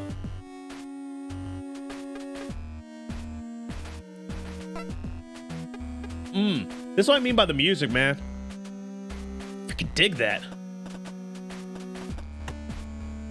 Not talk. As you do twist to change your position in order to examine one of the new crawlways you found, you lay your hand on the wall and notice a slight but constant vibration. Running your hand along the paneling, you feel the occasional pulse of a more powerful, regular vibration. So one thing on the ship that creates vibrations like that, that's probably where this crawlway leads. So that's the engine room. As you approach the crawlway that stretches out ahead of you, your nose twitches. The entire time you've been crawling away from your quarters, you all smelled that has been a stale musk. Not unpleasant, but a clear indicator that these crawlways were not used regularly, and certainly weren't as well ventilated as the rest of the ship. Now, though, you can pick up the slight hint of something new, but also familiar. You pause to sniff the air, trying to identify the light hints of fragrance that drift your way. Taking a few deep breaths, you picked up the notes of something sweet, but also slightly with a spurting tang, topped off with a chemical tinge. I think I know where this leads. That's probably sickbay. All right, C270, 278, what are you up? You're doing your best to make out anything that might indicate where it leads to. Despite your best efforts, all you can make out is pure darkness. There's no movement as air, sound, or smell that indicates where it leads. Sometimes it seems, you know you can't ignore it. You have to take every opportunity if you're going to free Cassie. Okay. Coming over the crawlway that branches off to your left, you notice almost imperceptible sounds echoing off in the distance. You hold your breath and angle your ear towards the darkness that they come from and focus, trying to identify them. It takes you some time to be able to distinguish the faint sounds properly from the general thrum of the Gumdog systems, but as you concentrate, you realize you make out the whir of motors, the sound of metal colliding with metal and tools being used. It's too quiet to be engineering, which means this way leads to the hangar. Alright, hangar, sickbay. Yeah, hangar, sickbay, and engine room. And that, probably the captain's quarters? Like, I don't know another place that would have its own vent like that. Yeah, obviously we save again. And a dull rumble, familiar aroma, complete silence, the sound of machinery. So I'm going to go towards the familiar aroma because we were here to save Cassie, dang it. Hopefully I'll be able to come back into the vents. Heading away from the illuminated section of the crawlways that you momentarily stopped at, you find yourself in complete darkness once again. You mutter in frustration as you awkwardly twist around another corner, the snaking tunnel and the lack of any way to meaningfully track down and you traveled, compounding your lack of awareness of where you might be on the ship. Regardless, you continue to slowly shuffle your way forward, hoping that wherever you might end up would be somewhere that could, in some way, be helpful to your efforts to prove Cassandra's innocence, Steve, Vanessa, Hansen, and Haru. As you're on another corner, you notice that the smell from earlier is much stronger now, the scent beginning to sting your nose and the back of your throat with every breath you take. I gotta be nearby now. Let's see. Reaching upwards, you run your hand along the ceiling of the crawlway, and sure enough, it passes for over you recognize it with touch speed and catch that secures the panel in place. It'll take some amount of fumbling to unclip it in the dark. You eventually succeed, going on to repeat the process with the others you find them. With the final catch released, you position near on the panels and raise it slightly, looking in to confirm your location. Oh, this is the captain's quarters. I thought this, because whenever they went into the sickbay, they always talked about the smell of antiseptic and the light. From your position, you're not able to see Captain Bartomew's. Mindful of doing your best not to alarm her and ensure that you not make any noise that might alert whoever is standing guard outside, slowly slide your panel just far enough to allow you to climb out of the tunnel and into the room. This was not where I expected to end up. I thought the dark area was going to be the spot to go. I totally misidentified. She's not in sickbay anymore, you're right. Damn. Ugh. You clearly draw your hand back in disgust and flick it away from you, only to realize that you had placed it in a puddle of liquid after the shock of the sensation subsides. Looking down at your hand, you take a tentative sniff. As you guess, it's the same smell you noticed in the crawlway. The burning sensation that fills your nostrils reminds you more of acetone than of a beverage, and is an unmistakable aroma of Captain's whiskey. Yeah, I'm pretty sure she got pretty crap-faced when she got mutinied. You shift position from where you just climbed out and move away from the slick of whiskey. Rising up to the room once far enough away, when you accidentally douse yourself with spillage. So you still over look around, you don't see the captain anywhere. Captain? You whisper as loudly as you dare, doing your best not to be heard beyond the confines of the quarters. Captain? You hiss, slightly louder this time. With no response forthcoming, you sigh and move away from the open panel further in the captain's quarters. Captain, where are you? No, it's Captain Medicine. It's still a type of sick bay, just a more, self-medicated version of it. Now finding yourself in an unpleasantly familiar situation, you head over to the annex to the right side of the room, lean in the doorway, look at the bed. Captain? Yep. You sigh, pitching the bridge of your nose with your thumb and forefinger. I guess I shouldn't be surprised. Not expecting much, you head over to the captain and crouch down by the bed, laying your hand on her shoulder and giving her a few gentle shoves. Though you begin to push her harder, you still haven't received a response. Captain, come on! At this point, you're all but Captain! Captain! Captain! Captain, please! Oh, sorry about that. I punched the microphone in my crazed state. Ugh. That's how it is, huh? With a deeply exasperated sigh, you stand up and look around on the captain. Although the air scrubbing system is now working, still make out the powerful musk of whiskey. Time to try somewhere else. I literally blackout drunk. There's no use trying. If you could wake her up, she'd be useless. She's not getting up anytime soon. I was thinking if I could go through her freaking desk. This desk is anything like last time. All the drawers are probably locked. I bet they took the captain's keyring. Let's see. Like I thought, all locked. I don't want to risk opening that.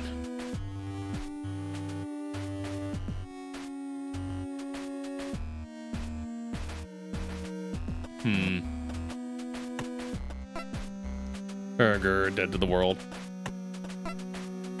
Yeah, okay. Nah, I tried to use the whiskey, which is how you usually kind of take things in this game, but it's empty. I can't take an empty bottle either. So, yeah, I think we're basically kind of screwed in here.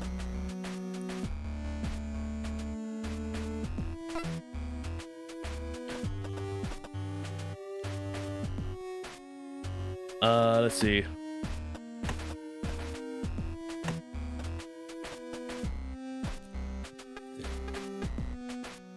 All right, well, that was a fun excursion.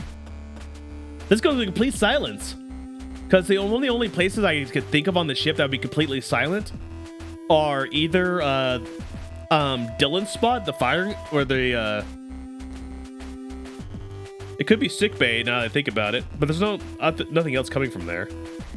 It could be Dylan's spot, the firing where the firing area is, or it could be Cassie's quarters, and I just got lucky. She'll literally crawl through the cramped passage, away from the light being cast downward from the shaft containing the large fan. It doesn't take long before it finds some complete darkness once again. As you work your way onwards, your hand stretched out in front of you, allowing you to tell the direction of the crawlway changes. You eventually find yourself what feels like a dead end. You run your hand to the right and left of the tunnel's terminus, but you can't tell where there's no alternate route to take. Maybe you missed a turn earlier? You start the awkward process of reorienting yourself to head back where you come from. You reach up, feeling up from the top of the crawlway to ensure that you didn't bang your head. Instead of the smooth handling you expected, the place your hand on your counter feels like a lever. Alright then, let's see what this does. Airlock, airlock, airlock, airlock, airlock, airlock, and... Crossing your fingers around when you're not supposed to open the hatch, just let in space, you grip the lever and push it. With surprising ease, the lever moves with you and you feel a mechanism slide from one position to another. The panel above you shifts slightly, revealing a thin crack of light. Okay, now where are we? Airlock! Hooray!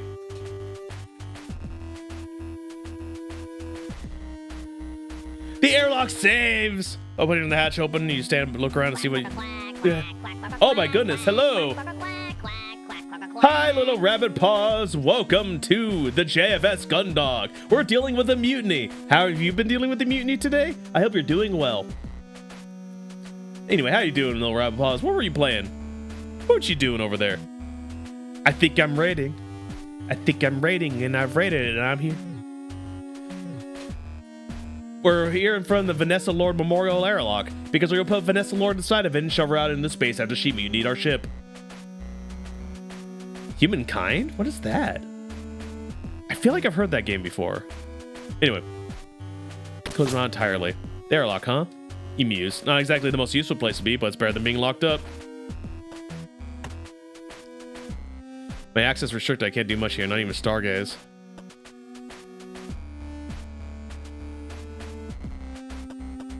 Can I use this? It's not even worth trying the radios. Who knows who'd pick up? It might be Vanessa if I'm really unlucky. But can I take their batteries? I found my bitch ass neighbor.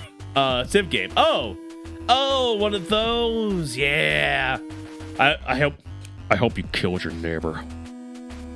I am a vengeful spirit. Cassie's card doesn't do anything. I'm sure he's my vassal now, where he belongs. Well, I shouldn't need to do any more Eva. I really, really hope so anyway.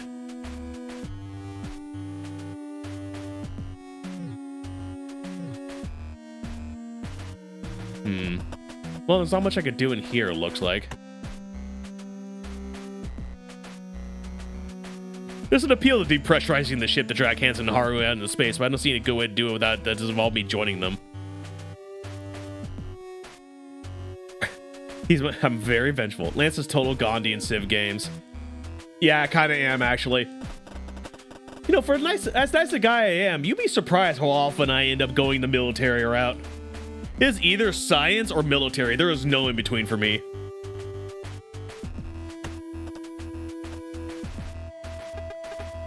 Okay, real fast. Can I go in the central hub?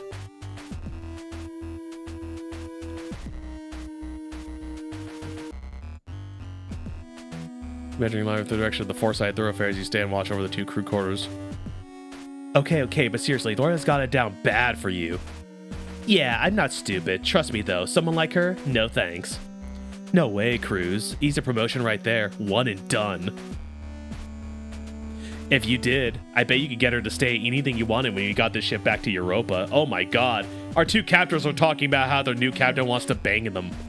God lord, this is the stupidest mutiny. No thanks, she's not even my type. Oh yeah, who is then? As if. The captain? Shut up, Rumney. Commander Quinn. Shut up, Rumney. The banter stops there and a silence follows. You can tell by their voice that they're both stood in the foreside thoroughfare, which gives them a clear line of sight straight through the central hub and towards the aft thoroughfare.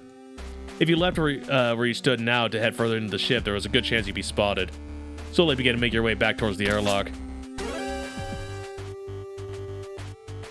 Oh! Looking back over your shoulder, you see that the panel covering the ladder leading to the bridge has come loose again, dropping from its mounts on the floor. Hey, what was that? Man, I don't know. Sounded like something in the hub. Stay here. I'll check it out. You swear under your breath as you try to move as silently as possible back towards the airlock as quickly as you can. Once there, you pull open the hatch leading in the crawlway and drop down inside, quickly pulling it shut on top of you. At least you attempt to. As you try to pull the hatch all the way closed, you find it catching on something just before it shuts.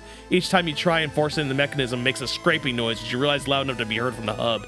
Hey, someone there? It's instantly apparent that the crawlway runs under the route from the central hub to the airlock as you hear Hansen's footfall echoing through the crawlway, growing closer. With one heave, you yank the hatch with all your strength and manage to pull it shut, swinging the lever into its original position as you do so. Okay, the fact that it went open all the way was a bit scary. Darkness, hold your breath. Piece of junk ship falling apart. Wait until Hansen's steps have completely faded away until exhaling in relief. You remain in the darkness for a few minutes, waiting until all signs of activity from the central hub disappear and you tentatively reemerge from the airlock. I should probably stay away from the central hub for the time being. Well, barely got away with that. Anyway, central hub. They catch me and they probably lock me up backing in or worse.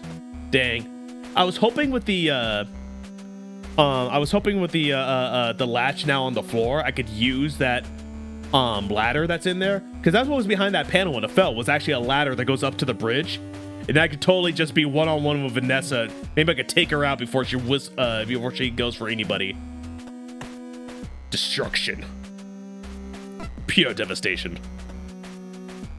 Anyway. Well, that's 2 rooms down. We found the captain. She's pissed drunk and passed out. We found the airlock. Unfortunately, no Vanessa Lord to shove out of it, so not yet.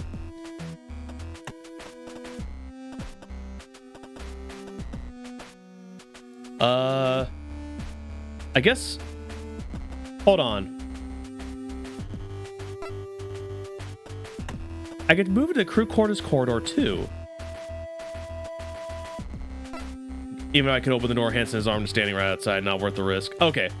I was really curious if I could actually go out there, because if I get out in there, I can get to Cassie's room and check in on her, because she is our girlfriend and she is a sweetheart and we want to make sure she's good all the time.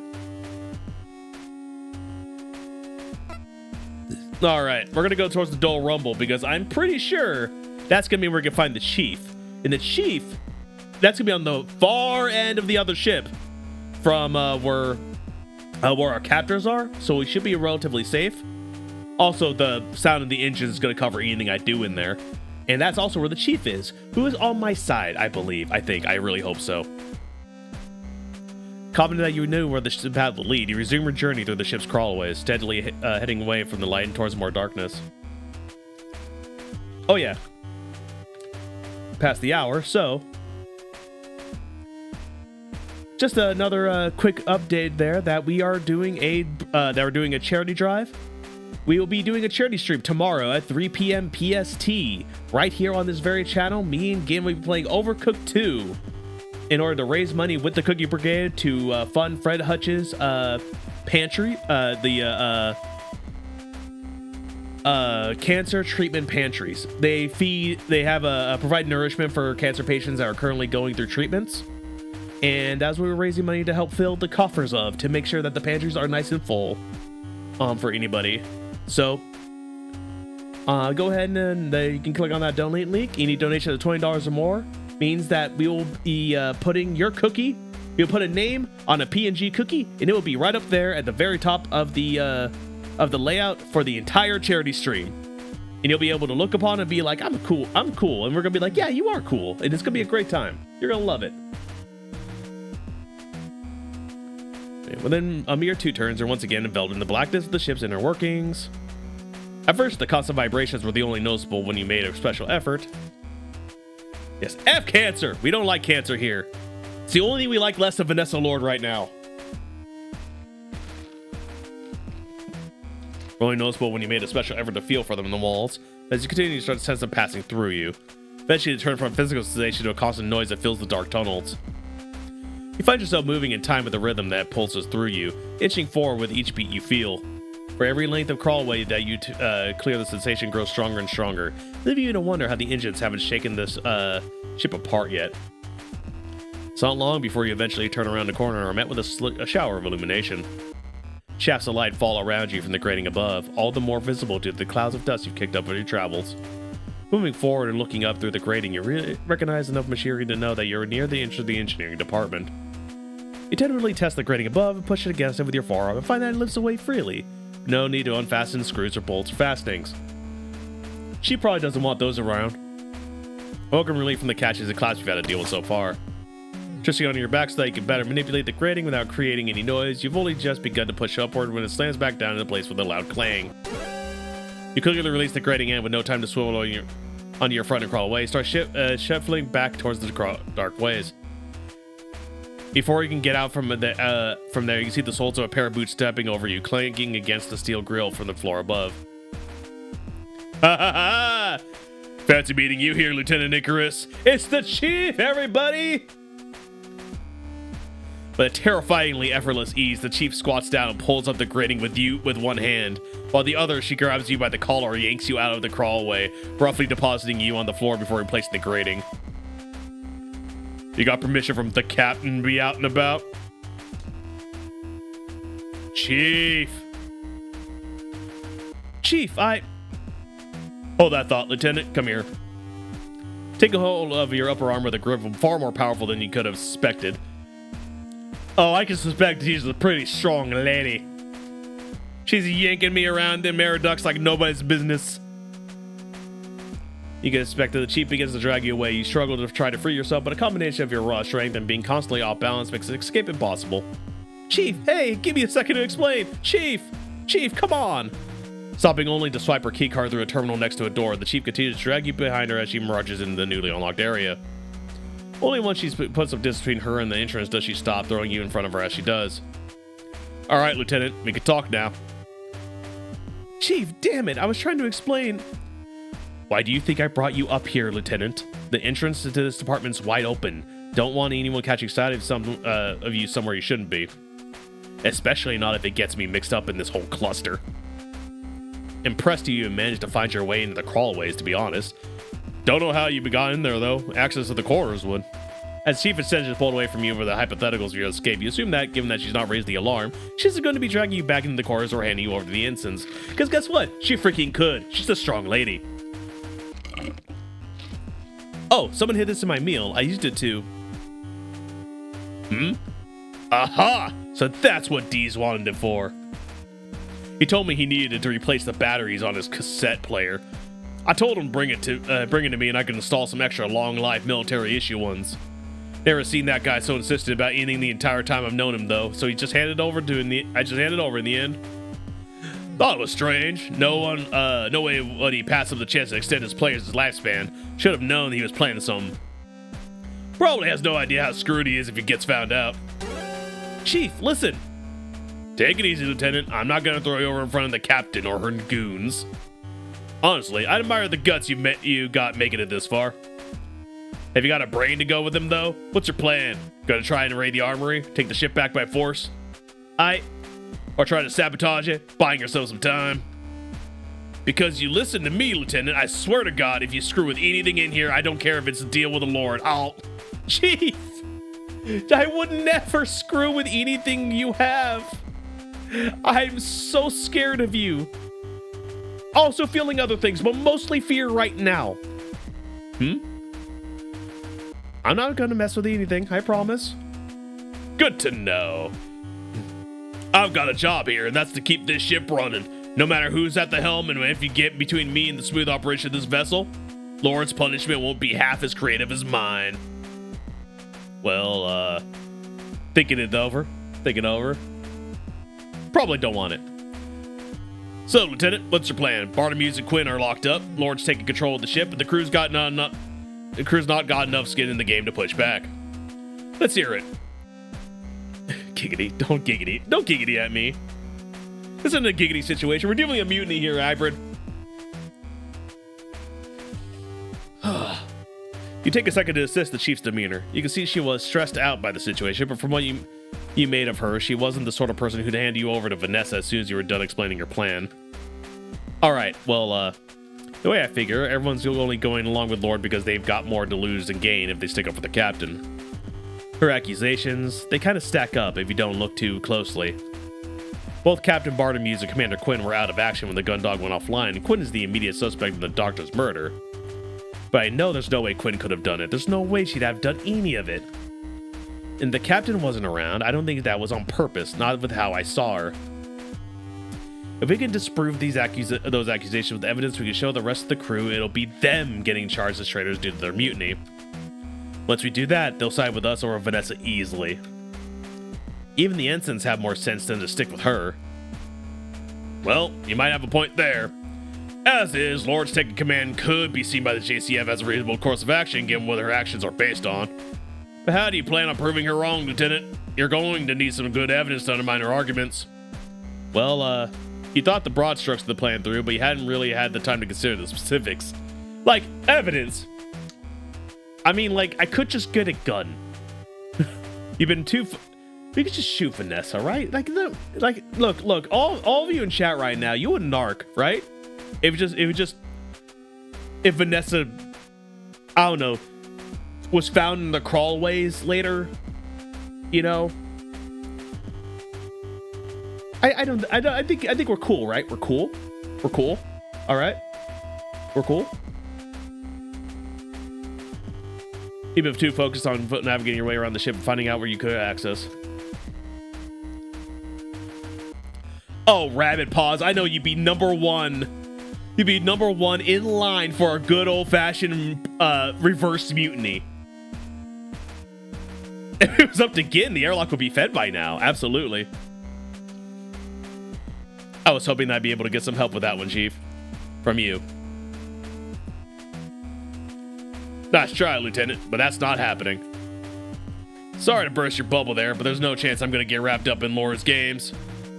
If you want help, you're going to need someone else. Right now, I've got to make sure these engines keep ticking over. If I'm lucky, I can find the chance to get the long-range communication system back up and running before we get to Europa. Chief, wait! Without giving you a chance to even try and convince her otherwise, the Chief has already turned her back to you and is striding out the door. Chief! You chase after her, following her through the doorway and grabbing her by the unyielding muscle of her upper arm. Ooh, that's a lot of muscle. Chief, wait, just hear me out.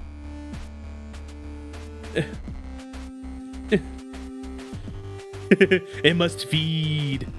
Rabbit, don't dot me. You know I'm right. Faulty airlock system. What are you gonna do? In an instant, the Chief grabs her wrist, pulling your hand off her and angling your forearm away from you in a way that almost sends you to your feet.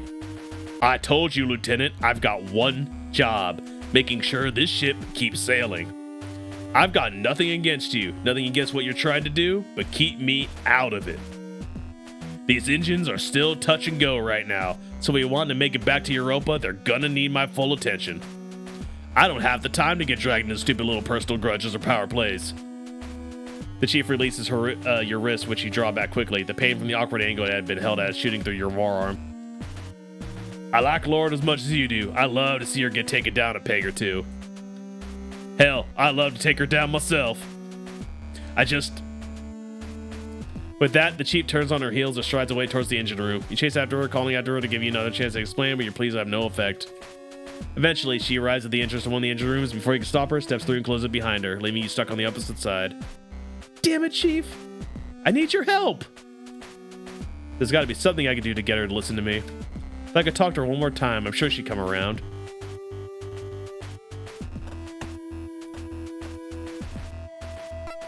Central computer. If I'm going to prove Cassie innocent, I bet there's something important information on there that'll help me do it. Alright, can we get in the freaking computer room that has like all the ship information on there? And yeah, I don't blame Chief for not wanting to get like involved in this, but I don't think she really understands how involved she actually is. You approach the door that leads to the computer room to stop. You immediately reached in your pocket, take out your key card before remembering the handset, taking it from music before you go to your quarters. No, you get in through. The door was sealed shut, and the only way was a terminal just side. However, hang on. You reach in your jacket pocket, feel the hard thin edge of a key card. You knew that handset had taken yours, so this must be. You almost yell out when Vanessa.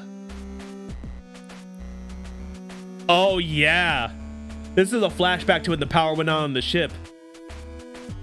The central computer can only be accessed by the captain and members of operations. Good luck getting in there without this. Vanessa herself handed me Cassie's key card during the emergency and has forgotten to take it back.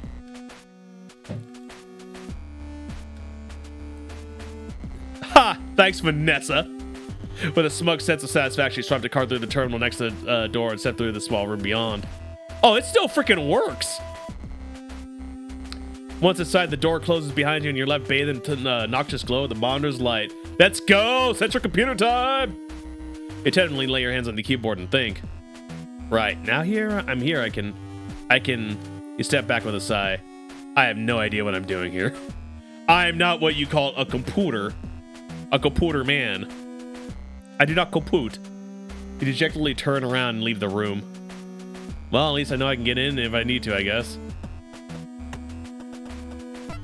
Although it's almost redundant given how noisy it is nearby machinery, not mention the constant background noise, you approach the door quietly. Still smug at how Vanessa had handed you the means to get around your imprisonment, you swipe the card through the terminal next to the door and stepped into the engine room. About the vast size of the area, it doesn't take you long to spot the chief, so I have a large control panel. Alright, let's try again. We're gonna save her one more time before we talk to her, because I think she might just punch us out. Because she really doesn't want to be involved, but I am stubborn. Let's do it. You've been surprised how quickly the chief had dismissed you when you'd asked for help, although you assumed she'd taken a little bit of convincing. You were really expect her request like that. As you approach her, you take a few deep breaths, slow your breathing as you feel your apprehension glow. Grow, you knew how forceful her rejection had been, that this wouldn't be easy, but at the same time, you also knew that you need at least to try and convince her to help you. Without the chief's assistance, carrying out your plan would be much more difficult. Near the control panel that she stood at, you let out one final long exhalation.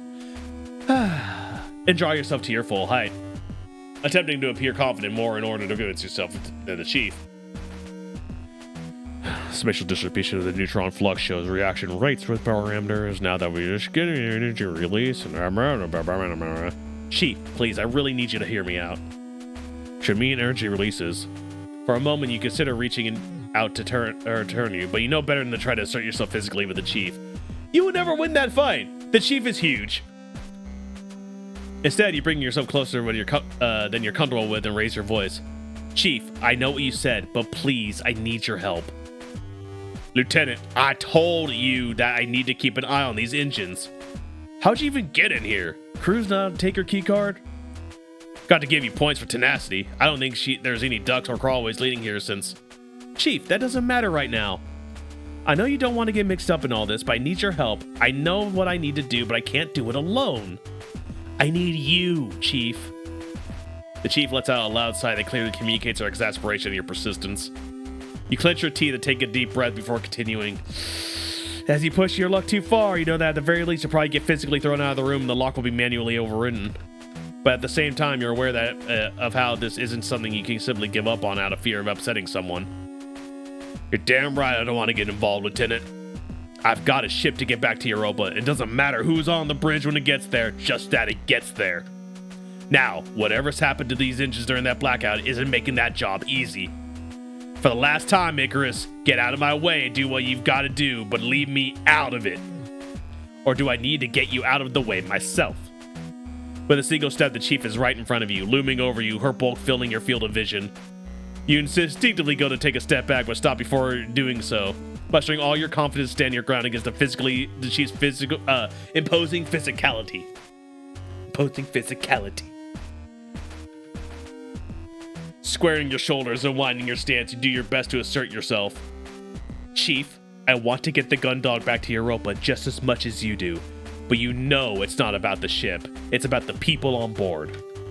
What good is getting us all back to Europa if half the crew is going to be put on trial for something they didn't do? What's the point in making sure the engines are working if the ship could be ripped apart by some enemy machine, all because our pilots are playing security guard and there's no one to stop it? You don't look after this ship for its own sake. You look after this ship because of the crew, Chief. You know that. For a moment, you feel a flutter of relief within your chest, but you focus, not wanting to get too far ahead of yourself.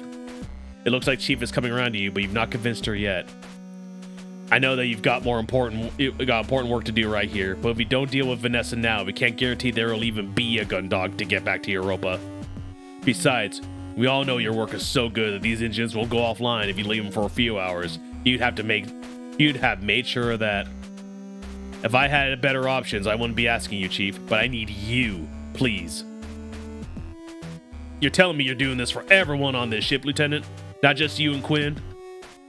That's right, Chief. Obviously, Commander Quinn's important to me, but I'm the ship's security officer. That's my job, to make sure everyone stays safe. I can't let them down like this. This is my ship, baby. I can't do it. Not again. Not the flashback. Chief inhales through closed teeth and furrows her brow. Everything's stable right now. No sign of unusual output. I could. Why do this now, Lieutenant? If you think Quinn and the captain can be proved innocent, why don't you just wait till we get back to Europa? Bring it up at the tribunal. Chief raises a good point. Your intent was to prove Cassie, the captain, and yourself innocent. By rights, the tribunal that would investigate this meeting would be the perfect place for that. But you knew it wouldn't be so simple. There's no way Vanessa is not building a freaking case. I get what you're saying, Chief, but Vanessa would have thought of that already. She wouldn't have done this if she didn't think she'd get away with it. It'll be like that time on the bridge earlier. You know that her story won't line up with what happened, and I bet you that she'll have adjusted the reports to support her case. That's why I need to find this evidence now. Even if I can't convince the rest of the crew to get Bartomeu back in the captain's seat, at least I'll have someone I can use at the tribunal. Something I can use at the tribunal. Not someone. Not you, Chief. I would never use you. You could toss me like a summer sausage down in the engine. The longer we wait, the more chance that evidence gets adjusted or deleted. Seeing the Chief taking her time to consider your points, you know you're onto something. Even if she doesn't, do you think they'll listen to someone who's been set up as a traitor? If Vanessa's story even seems like it holds water, they'll probably just write me off. But we don't need to let it get that far. I'm sure if we could show the rest of the crew that Vanessa's story will fall apart as soon as we get to Europa, they'll refuse to serve under her. Even Hansen and Haru won't stand up for her if they know it'll be their necks on the line. With everyone on side, we'll stand a chance if that thing reactivates. Otherwise, we might never make it back. Make some good points, Lieutenant. The elation you feel at that responsibility makes you giddy. A feeling you temper with pragmatism. I won the argument. Are you sure you want to be doing this? What? Of course, I need to. You're locked up now, but no one's gonna blame security for standing up for their captain, especially after everything you've done. You certain you want to be sticking your neck out like this? I wouldn't be here if I wasn't, Chief. I feel that way now, Icarus. But step away for a second. Give it some thought. Sometimes when you're trying to fix something, the real solution isn't obvious till you make some time to think it over. Might be other options, you know? I want you to make sure you're serious about doing this, Lieutenant. You're serious. You know that. Part of you wants to tell the Chief that here and now. But at the same time, you know that you don't want to risk pushing her too far. You've almost won her over, and if you look like you haven't thought this through, you might not undo all you've done to convince her. You breathe out and let your shoulders drop, letting some of the tension go that you built. Yeah, okay, Chief. I'll make sure that this is what I want to do. Thanks for hearing me out.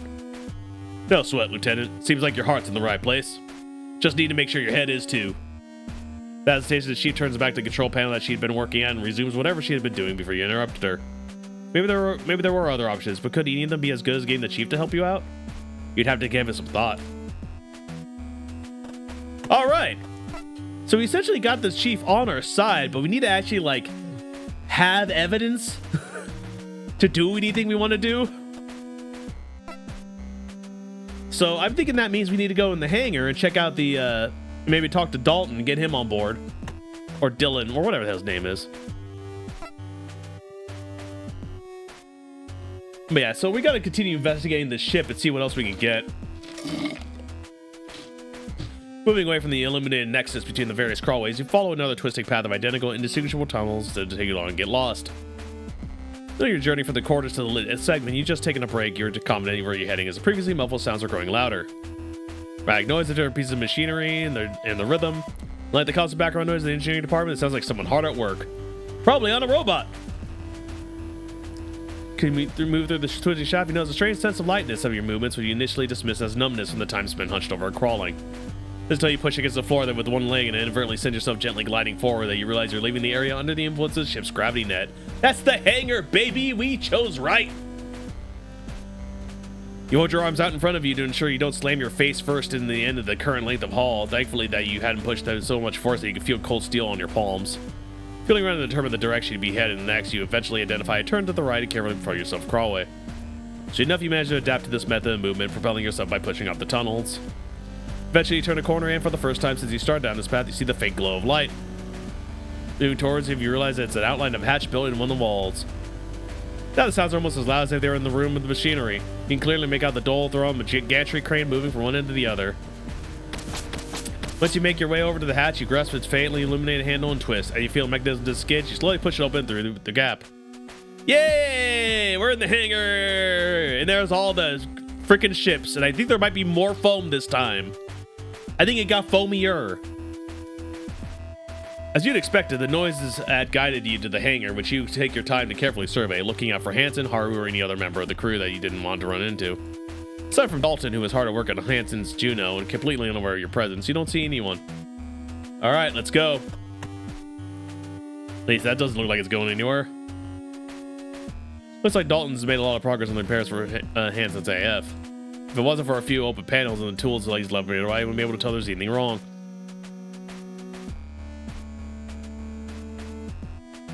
They've been recently used probably to help Dalton swap out the parts of Hansen's Juno. Okay. Let's talk to Dalton! You perform another quick scan of the hangar to ensure that it's still just you and the cadet who are around before kicking off a nearly wall towards Dalton. You can tell he's completely absorbed at his work until you lay your hand on his shoulder that he has any idea there's someone in the hangar with him. Oh, Chief! I was just finishing off the final recoupling of the bell nozzles. It was directional. Startled, Dalton swivels to face you. The look of terror on his face instantly replaced with one of pure confusion. Oh, it's you, Lieutenant, and Wait! What are you doing out of your quarters? You're supposed to be locked up until we get back to Europa. They said you were a traitor. Is this a breakout? You come to take me out. It's part of your conspiracy. Oh no! Help!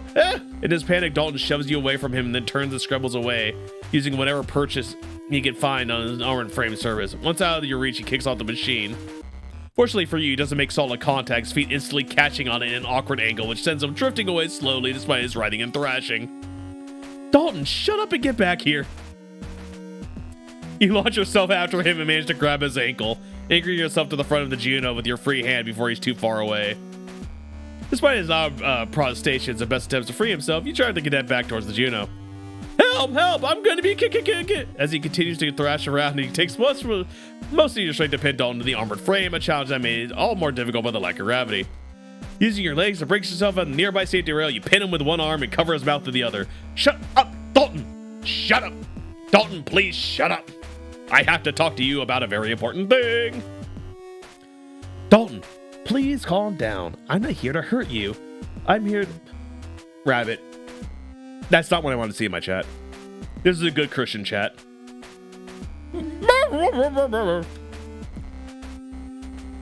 Cadet, get a hold of yourself. I'm not here to hurt you.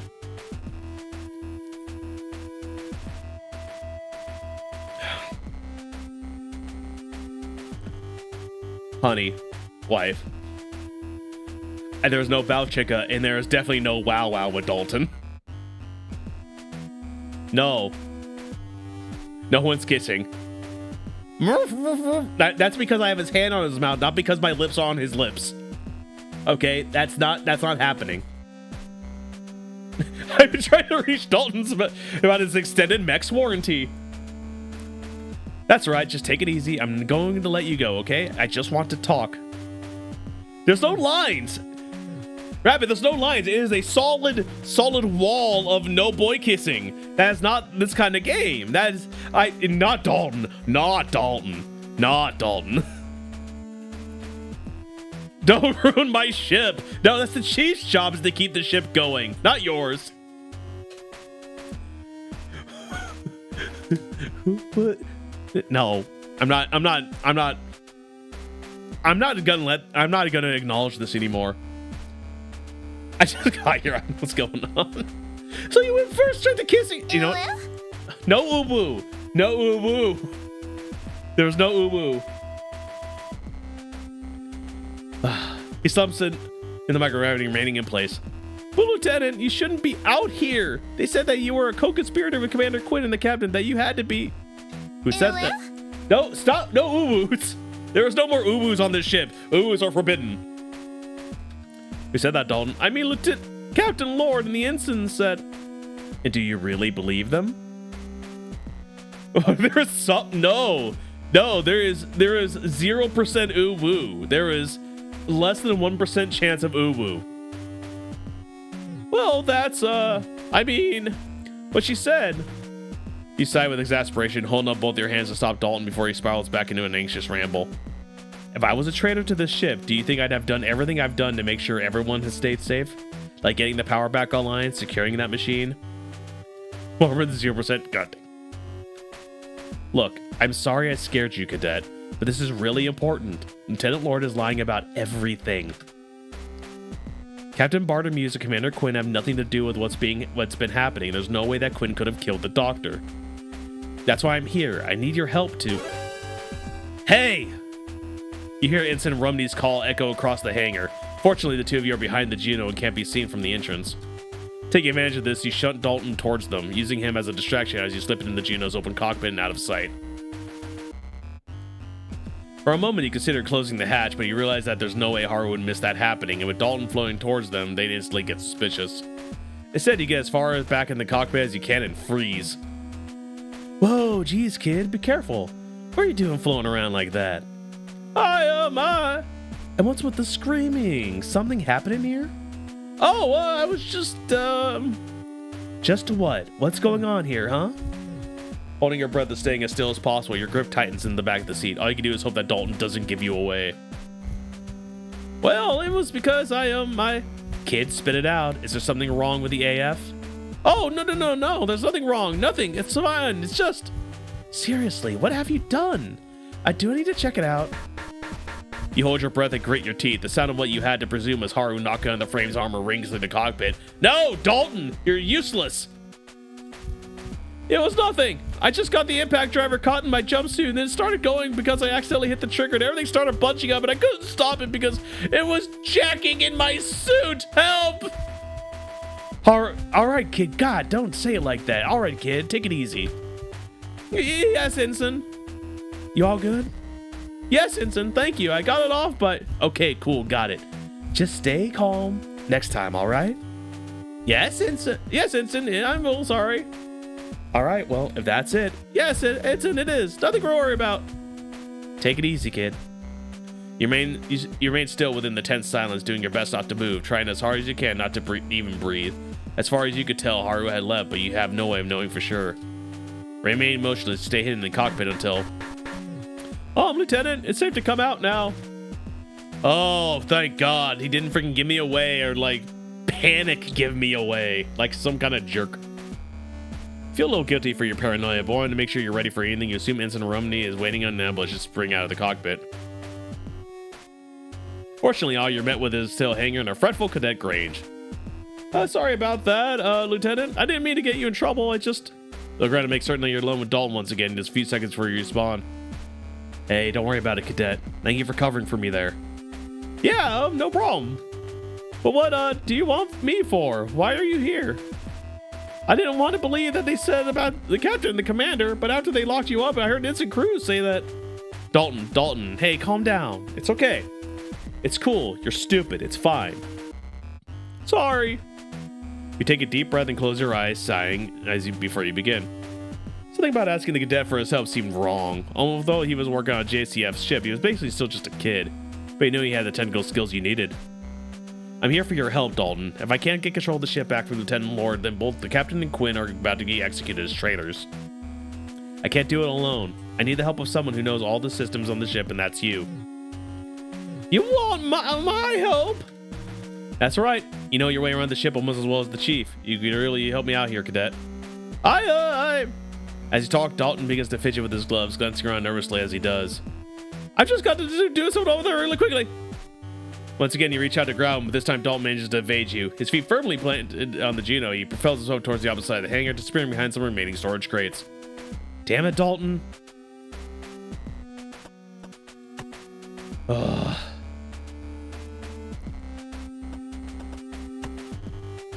You launch yourself towards the armored frame towards the far side of the hangar, stopping yourself in front of the first storage crate you arrive at. You quickly glance over the mess of containers, but aren't able to spot the young engineer. Quickly but quietly, begin moving from crate to crate, looking for any signs of the cadet amongst the disorganization. As you pass by an inconspicuous cluster of containers, you hear the rustle of a jumpsuit and the sharp intake of breath. You pause and turn your attention to some crates opposite to where you'd heard the noise come from, giving them a few seconds of fake investigation before launching yourself towards the nook that Dalton had hid himself in. Wah! You found me, sir! That's splendid work! Do you like this box? That's what I came here for, to show you. Dalton, please calm down. I just want to talk to you, okay?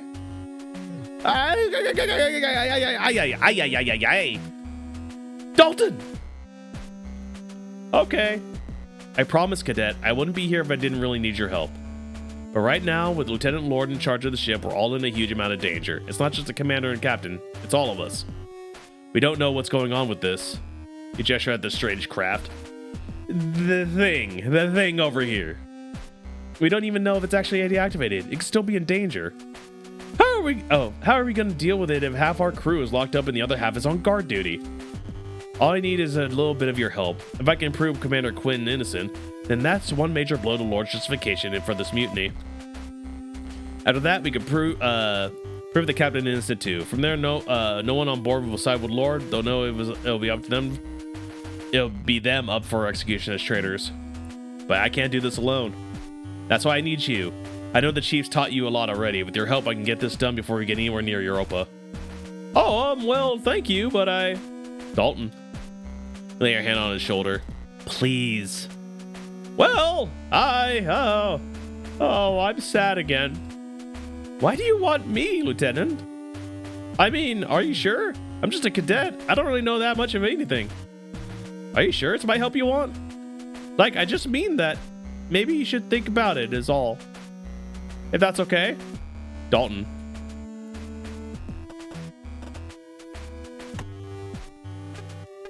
Okay, so I'm gonna save again because I don't want to accidentally have. Because it sounds like I might have to make a choice between Dalton and the chief on this. Dude, it's you again. Do you have still need my help? I mean, not that I won't help you if you need it. Just that maybe there's someone else who can help you. Someone who isn't me. I just think that I might not be who you want. I would though if you needed it. Dalton, you look at the cadet for a moment, his eyes watering, looking over, and you notice the slight trembling in his lower lip. I'm going to take a look at some other options, but hang on, okay? I might still need your help. Right, okay, Lieutenant. Maybe I should be putting this kind of pressure on the kid. There's other people I could go to. Even might be a bit trickier to convince them. Okay.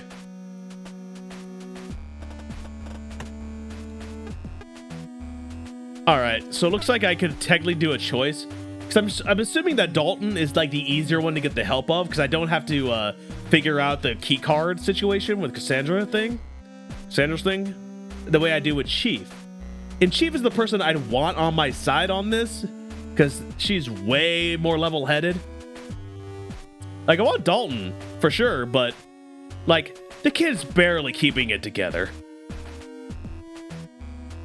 I do not want to put him through that kind of pressure.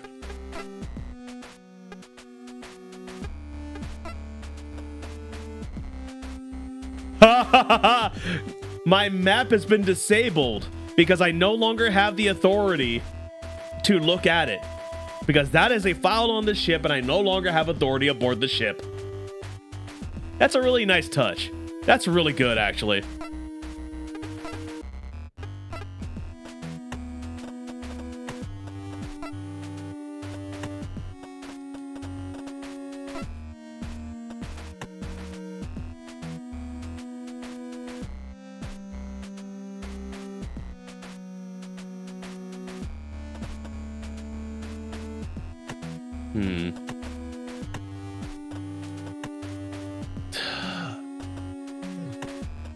All right.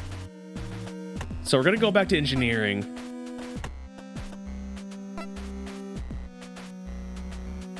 All right. So my move is I'm going to go back to talk to Chief. I'm going to get her help. My hope is that I can get her and Dalton at the same time. Not like that, Rabbit. That we can get help from both of them at the same time and be able to like split up our duties.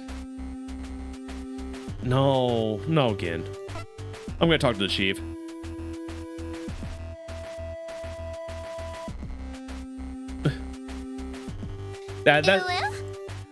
No woo woo, no woo woo. Stop it! No woo woo.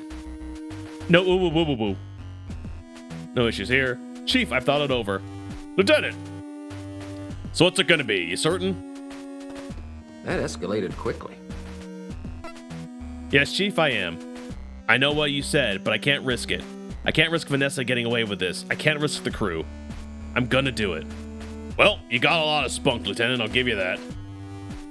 Everything's running fine here, so I guess it's you and me now. Word to you then, Icarus. You're buoyant with elation at the Chief's words. With her on your side, there's next to nothing on the ship that could stop you. First of all, we need to show that the captain and commander weren't intentionally absent when the blackout happened. We'll also need to prove Commander Quinn had nothing to do with killing the doctor, so we'll probably go to sickbay. Yeah, good idea. If we went there, we'd be able to. Yeah, that's right, Chief. But to get there, I'll need to head through the crawlways. Of course, can have you strolling down the thoroughfare when you're supposed to be locked up, even if. Where she'd been hesitant before, the Chief had clearly already switched her focus on problem-solving the ship's engines to your predicament. She is a laser beam of a freaking engineer. So, yeah, she thinks a lot like a freaking engineer. That makes a lot of sense. Unfortunately, it looks like they came with her predisposition for getting carried away and analyzing that problem from every perspective. Chief, the crawlways. Huh? Right, the crawlways. All right, Lieutenant. So due to the ship's construction, the crawlway system doesn't extend to the engine blocks. It's because of how the Swift class. Enthusiastically lecturing you, the Chief heads towards the entrance that leads back to the engineering room, giving you the detailed breakdown of the nature of the disconnect between the ship's hull and its HFDD engines. Sigh of acceptance and follow her. You didn't really want to become an expert on the idiosyncratic construction of the Swift class, but it was a small price to pay for saving the entire ship. It's because the fundamental framework was actually from intercluster small load transport. During the war, back in the war, they always pushed down all these boxes through the thoroughfares. Everything got clogged up. And there was that one time at the Tribbles. Oh, the Tribbles are trouble. Let me tell you that. It doesn't take long for you to both arrive at the spot in the engineering department where the Chief had first hoist you out for the crawlway. And that means that with minimal effort, the Chief pulls up the grating and tosses it to you, almost like you back over a guardrail. Swift class could theoretically be the easiest class in the fleet to upgrade if there's any further investment, says. You hurry to enter the crawlway and replace the grating above you as the Chief disappears in the darkness, continuing to rattle off more about the ship's engines than you could ever hope to remember. The great security, you quickly shuffle towards the ongoing spiel. The deluge of facts your guide. The darkness is as you head back to the bowels of the ship. Oh, you can't forget the bar fight with the Klingons, man. They were all over the place. Chief had to toss them to and fro. They got so mad when she beat them all in arm wrestling. So mad. Making your way through the crawlways as quickly as you can, you still find it difficult to keep up with the Chief as she moves through the cramped confines of the tunnels with surprising swiftness. She's the engineer. She knows these crawlways backwards and forwards because she's probably been in here half her freaking time. There are multiple times where you have to get her attention so that she'll slow down and not leave you stranded in the pitch dark network of passages. Despite your constant reminder, as soon as you reach her, the chief will often race ahead, leaving you desperately shuffling to keep up. You're finding it hard to move at its speed due to the limited room the crawlways offer, which made the chief's pace all the more impressive considering her height and build. Eventually, you reach a familiar illuminated area. Sweat dripping down your brow, you call out, "Chief, stop!" "What's that, Lieutenant?" "You got a few hundred meters of crawlway to get through if you want to reach the sick bay. No time for slacking." You hold your hand up as you do best to catch your breath. "Okay, yes, Chief. I want to reach the sick bay." As your breathing slows and you feel more capable of talking, you lower your palm, allowing you to pivot from your hands and knees to a sitting position. Lean back against the wall behind you, relishing the cool chill of the steel. But we need to go over the plan before we get there. If we just show up in the central hub and the instant see us, it'll all be over. You're right about that there aren't any crawlways leading directly to the block that the sickbay is built into, so we would need to use the elevators. Which means that in terms of access, Chief's eyes dart back and forth as she begins to go over different variables in her mind, and after a moment, she shifts from the crawling position she'd been in to sitting cross-legged on the floor. It's not a party, Hybrid. There's no party here. There's no uwus either. There's nothing of that here. It's just me and the Chief confined in a small space, sweating. We're gonna save the ship, all right? We're gonna save the ship. You let out a deep sigh of relief as her attention is completely taken by the logistics of accessing the sick bay without being seen. And now is the time for a crab rave. This is what we're doing in there, by the way.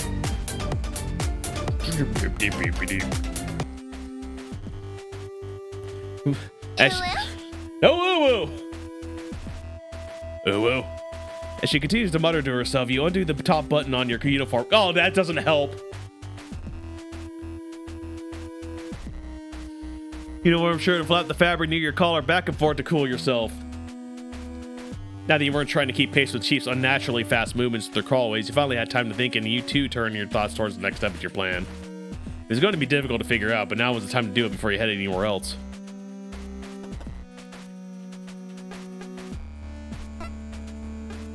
I'm curious. Can we move to, I should figure out what to do with my plan before I start roaming around the rest of the ship. Okay. Alright, Chief. Take off. I am getting so hot. I'm good. Nelly. No. Or is that Nelly? Cisco's the thong song. I don't know why I'm even thinking about this. Nothing's happening. Nothing's happening. You spend some time kneading the muscles in your legs and the balls of your hand. The balls of my hand! To work out the tension that accumulates as you crawl through the tunnels. As you work your way from one leg to the other, you listen to the Chief's mutterings as she considers different ways in which you'll be able to access the sickbay. You're relieved that she's putting so much thought into it, but from what you can tell, she's only thinking about how you'll get in, not what you'll do when you get there. Yeah, Hybrid, you got that freaking right. After a few more minutes with no indication that Chief will give up on this puzzle herself, you interrupt. Hey, Chief. But Lieutenant Nicholas wouldn't be able to access that area, so it brings us back to... Chief, hey! Lieutenant, I'm trying to figure out how to get us into sickbay. Give me a moment. Chief, I know we're going to need to get to sickbay to prove Quinn and the Captain innocent, but right now we need to figure out what we'll do when we get in there. My chat again. Descending into degeneracy. Y'all should be ashamed. We're here to save the ship. You out of here? No! No, you get back here. You deal with what you've done. You look upon what you wrought. No, you get back here, Rabbit. You get back here. No. You're gonna have to deal with what you freaking put on this chat. No, she left again. No, it couldn't be. No, I don't want to test that. Don't do that. There's 2 mutinies happening right now. Y'all, calm yourselves.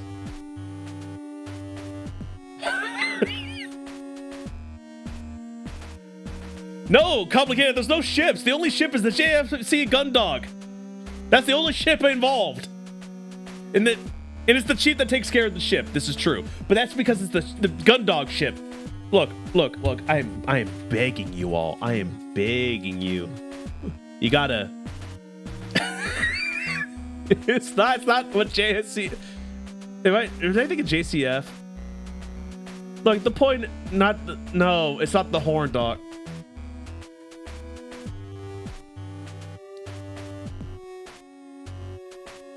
Oh, you're still freaking here. Oh. Look, okay. So, like, there's a lot happening right now. And I'm trying to save this ship. And you all are getting thirsty for the big muscle lady. And frankly, I don't really blame you, but we have more important things to do right now. And that involves saving the freaking ship. So you all gotta figure yourself out. You gotta check yourself in. Look, you know what? I'm ignoring you. We're gonna go save the ship. We're gonna save the actual ship, not your guys' ship. Your ship is different. Your ship is unclean. She's a very muscular woman, though. That is true. Anyway, right now, any part of the ship. On my planet, this is hilarious.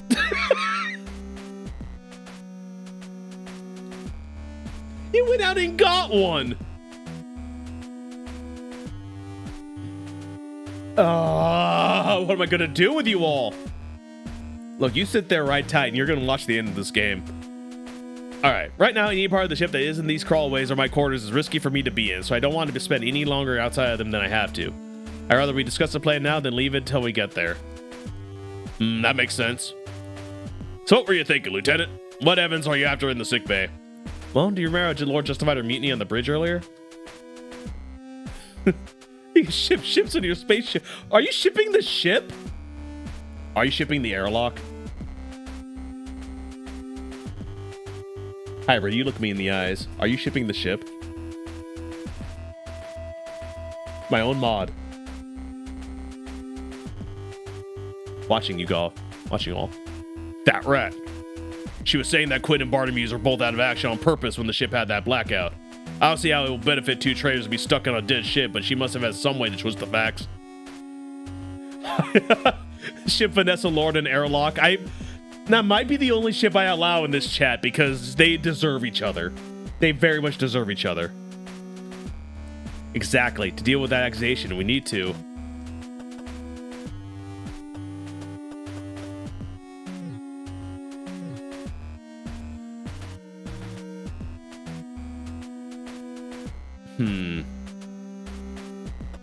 I'm proving their action on one doesn't really mean anything. So we have to show that they couldn't have survived. Show that there's no way they could have possibly survived the ship being out of power. It's just like you said. What good would it do to two traders to sabotage the ship they were on? There was no way they'd make it out alive, right? There's no other ships nearby aside from the O'Brien, so no one could have come and pick them up. The onboard emergency spaceships wouldn't have had enough oxygen to. I get what you're trying to say, Lieutenant. But don't you think that's kind of a tricky one? You're not proving that they didn't do it, just proving that they didn't know how that they get away with it. Whole absence of evidence is an evidence of absence thing. We're gonna need to show that they didn't do what the Lord said they'd done, right? You're running your hands through your hair before pitching the bridge of your nose. Chief was right. Now, this is what you need to be focusing on. Yeah, you're right. Erg, I know what I saw. I was right there for both of them. There's no way they could have faked what was going on. I even took Commander Quinn to the doctor for treatment. How could they have faked that? They couldn't. Not if Rosario had done a proper diagnosis. Hey, there you go. Brainstorming with the chief. You took them to Dr. Rosario and we treated them, right? Yeah, that's right, but you notice that tablet he's always carrying around? He logs everything on that. You're right. If he diagnosed both Captain Bartimeus and Commander Quinn, then he'd have to have made a record of it. He could use those to show that they weren't faking it. There's your evidence right there. Right, so we're going to need to get your hands on that. Easy. You shift from the sitting position back to your hands and knees and begin to crawl your way through the tunnels. My chat is all in on Vanessa X airlock. You know the Discord has a fanfic section, right? Putting it out there to all of you. Come on, Chief. We need to get to sickbay. You're forgetting something important, Lieutenant. What do you mean? Doctor's murder. With gritted teeth, you shift back to your sitting position. The excitement you thinking you had the solution to this whole problem, you've completely forgotten the doctor had directly accused Cassie of the doctor's murder. Even if you could prove that she had been unconscious at the time of the blackout, no one on the ship would take the side of a murder suspect. Do you know where they put the doctor's body, Chief? I was knocked out with that when that was being dealt with. Did they leave it in the sickbay? Of course! The surgery wing has a storage unit for them. Why? Then nothing's changed.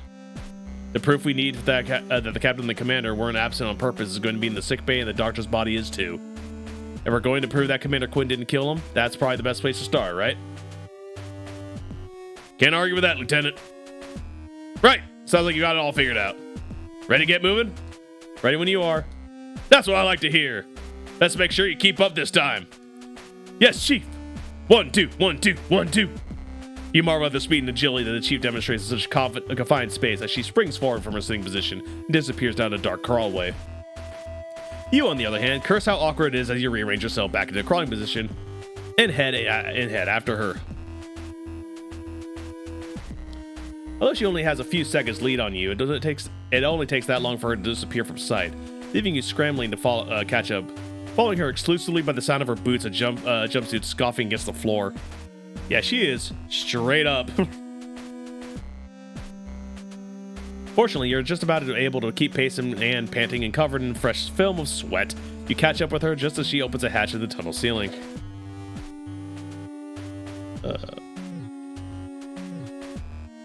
Give me 1 second. Whoop, there we go. I had to check something. The Chief's bolts out of this new exit, but you're a bit more careful, listening to the voice before approaching the hole slowly, peeking in the case if there's anything else in the airlock. The crew on the coast is clear. Climb out and shut the hatch behind you. Heck yeah! I said heck yeah, there we go. Not bad, Lieutenant. You kept a pretty good pace there. Maybe we'll get you into maintenance team standards yet. You smile and nod at the Chief. You like to respond, but you're breathing too heavily due to the exertion of keeping up with her, and the cool air of the airlock catches in your throat. Instead, you wipe the sweat from your forehead with the cuff of your shirt sleeve and lean against the main airlock hatch, trying to slow your breathing. So when it comes to the crawlways that you can access, the closest that the network we've been inside will take you to sickbay here, in the airlock. There's others that could take us right there, but none of the access points are places that could get you in without being seen by some other crew members, so... Again, you simply smile and nod, taking the opportunity to compose yourself as the Chief fills you in on all the different paths that the crawlways run through the ship. Eventually, you're ready to move on, but the Chief is deep in another lecture, growing increasingly absorbed by her own subject matter. Exhaling deeply, you stand in fully upright. If you want to get moving, you'll need to snap the Chief out of it. Hey, Chief. Now that you're ready to move on, you do your best to nudge the Chief out of her latest mental distraction. But think about that approach that doesn't consider. Chief! What is it, Lieutenant? I was just considering. Sorry to push you, Chief, but we really need to get to sickbay now. We've only got a few days until we're back to Europa. The sooner we deal with this, the better. Right. Okay then, Lieutenant, how are you going to get past the ensigns? The ensigns? You remember nearly being caught by Hanson the last time you were in the airlock, but in the brainstorm you said you had in the crawlways with the Chief, you completely forgot to factor them into your plans. You've been too concerned with where you need to be in order to prove Cassie innocent that you hadn't thought about how you'd get there. You got a plan for this, right? Of course. You lie as you run through some ideas in your head. I guess we're going to need a distraction. We need to figure out some way to get them away from the thoroughfare, ideally for a while. That's good thinking, Lieutenant. It's got to be easier to get them out of the way than it is for us to try and sneak past them or take them out. But I can't really think of anything we could do with that from here. Oh, I'm sure the Chief has a suggestion. Don't worry about that, Lieutenant. I got just the thing. I knew you had my back. You stay here and watch for the right moment. You'll know it when you see it. Okay, but without pausing to listen to your concerns, the Chief turns away from you and strides down the hallway towards the central hub. Unlike you... Joey! That... Yeah, right ear cup. It was in one ear. God dang it, Joey. Welcome to the stream. Not happy about it, but welcome to the freaking stream. Like you, she thought the freedom of the entire ship as long as no one realizes that you're both working together. You even got the mod. Hello, Joey. You watch as she walks nonchalantly into the hub and then turns right towards the aft thoroughfare. If the ensign knows her, there's no indication they care as she casually walks away. Anyway, welcome to stream, Joey. How you doing, man? How's your night been going? Nice to see you in here. You take a deep breath and crouch down by the corner of the airlock's exit. You don't want to miss the chief's signal, whatever it may be. Before you can even start to wonder what the chief will do, your question is answered. What is she? From your position, you see the chief storm back into the central hub and yell at the two ensigns gesturing towards the engineering department. Ensigns, I need you in engineering right now! You can't make out the response, but the chief's reply is loud and clear. If you don't get moving, there'll be no one left to guard. Now get down there! It doesn't take much to convince the ensigns. You see them sprint past the chief and towards the engineering department. Once they're out of sight, the chief looks to you and shoots a quick wink before turning to follow them. Get straight to engineering engines, crews. Those cores need to be realigned now. Once the chief is out of sight, you dart down the corridor towards the central hub. Check both thoroughfares and not seeing anyone, run over to the elevators. Come on, come on, come on. You repeatedly tap the button, thankful that due to its emergency nature, the sickbay doesn't need you to swipe your card to access it. Instead of relying on simply using a bioscanner to log whoever enters. Let's go already. Let's go. As the door begins to open, you immediately slip through the gap, hitting the door close button as soon as you're inside. With a sigh of relief, you lean back against the cool metal wall and feel yourself beginning to move downwards. To sick bay, baby. We're sick bay, baby. We're gonna investigate the doctor's body. Sick bay, baby. You know, there was no way the chief would have purposely created a real problem in the engineering department, so whatever she had lined up for the instance was probably pointless busy work. Still, had to be done. It had done the trick, and as long as it kept them occupied, it didn't matter what she'd done. As the elevator's rate of descent begins to slow, you step forward and shield your eyes before the doors open and expose you to the harsh glare of the sickbay lights. And you finally got here, your work could begin. When it happens, you don't know why. You know exists the pain, but startling you made me feel a little bit better. I'm glad I was able to help you, Joey. So happy with the knocking in the ear. But at least you're having a better day. Thank you. At first glance, you don't see any sign of the attacker who knocked you out last time you were here, but you're careful to check behind the doctor's desk as well as the blind spots within the room. Once you're confident there's no one else in here, your shoulders drop and you realize the tension that you've been carrying. Without any obvious threats, you take your time to look over the room. Of course, you're amused again. What?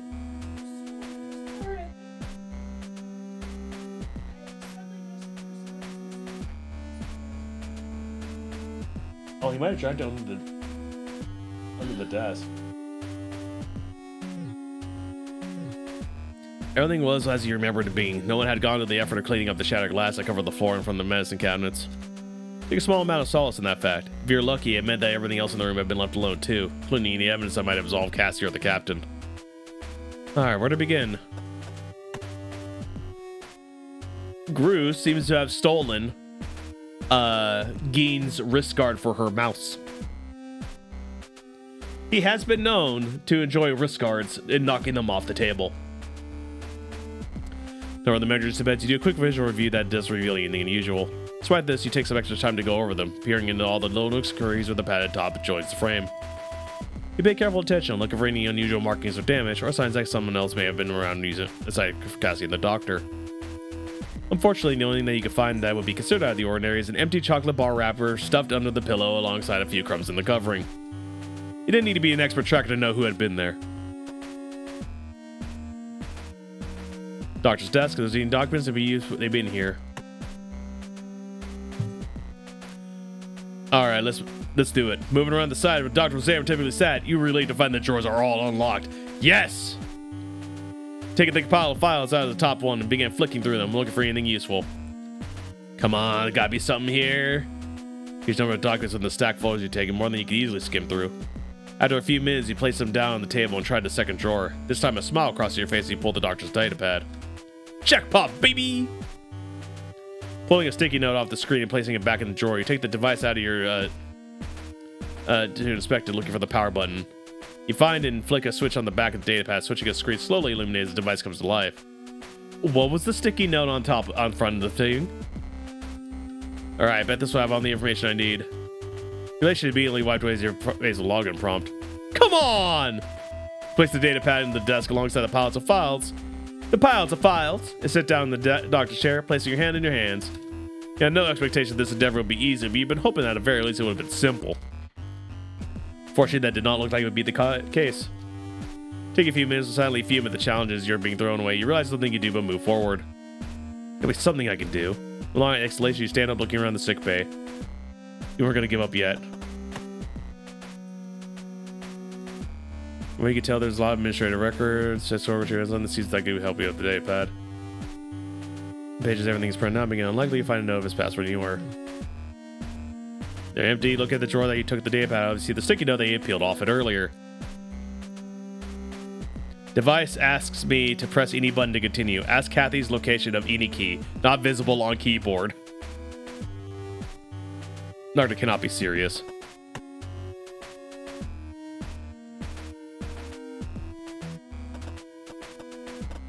No, I know what his freaking password is.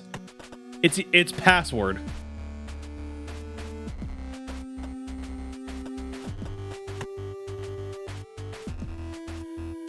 Place them on the counter. You review each one in turn, find them still completely sealed with no obvious relationship between them. This one's for blood pressure, these are sleeping pills, some of these are antidepressants. The only factor in common is that it looks like they were all yanked out to get what was behind them, which would be appeared in the back of the cupboard, where you see is an empty cardboard tray with the product name listed on it. NutriShake Max Nutritional Alternative. If someone wanted Miss Shake Mix, I'm sure they could have just asked. That was what was happening on the O'Brien too. Press F4 to continue. That's what was happening on the O'Brien too. There was also no NutriShake on there.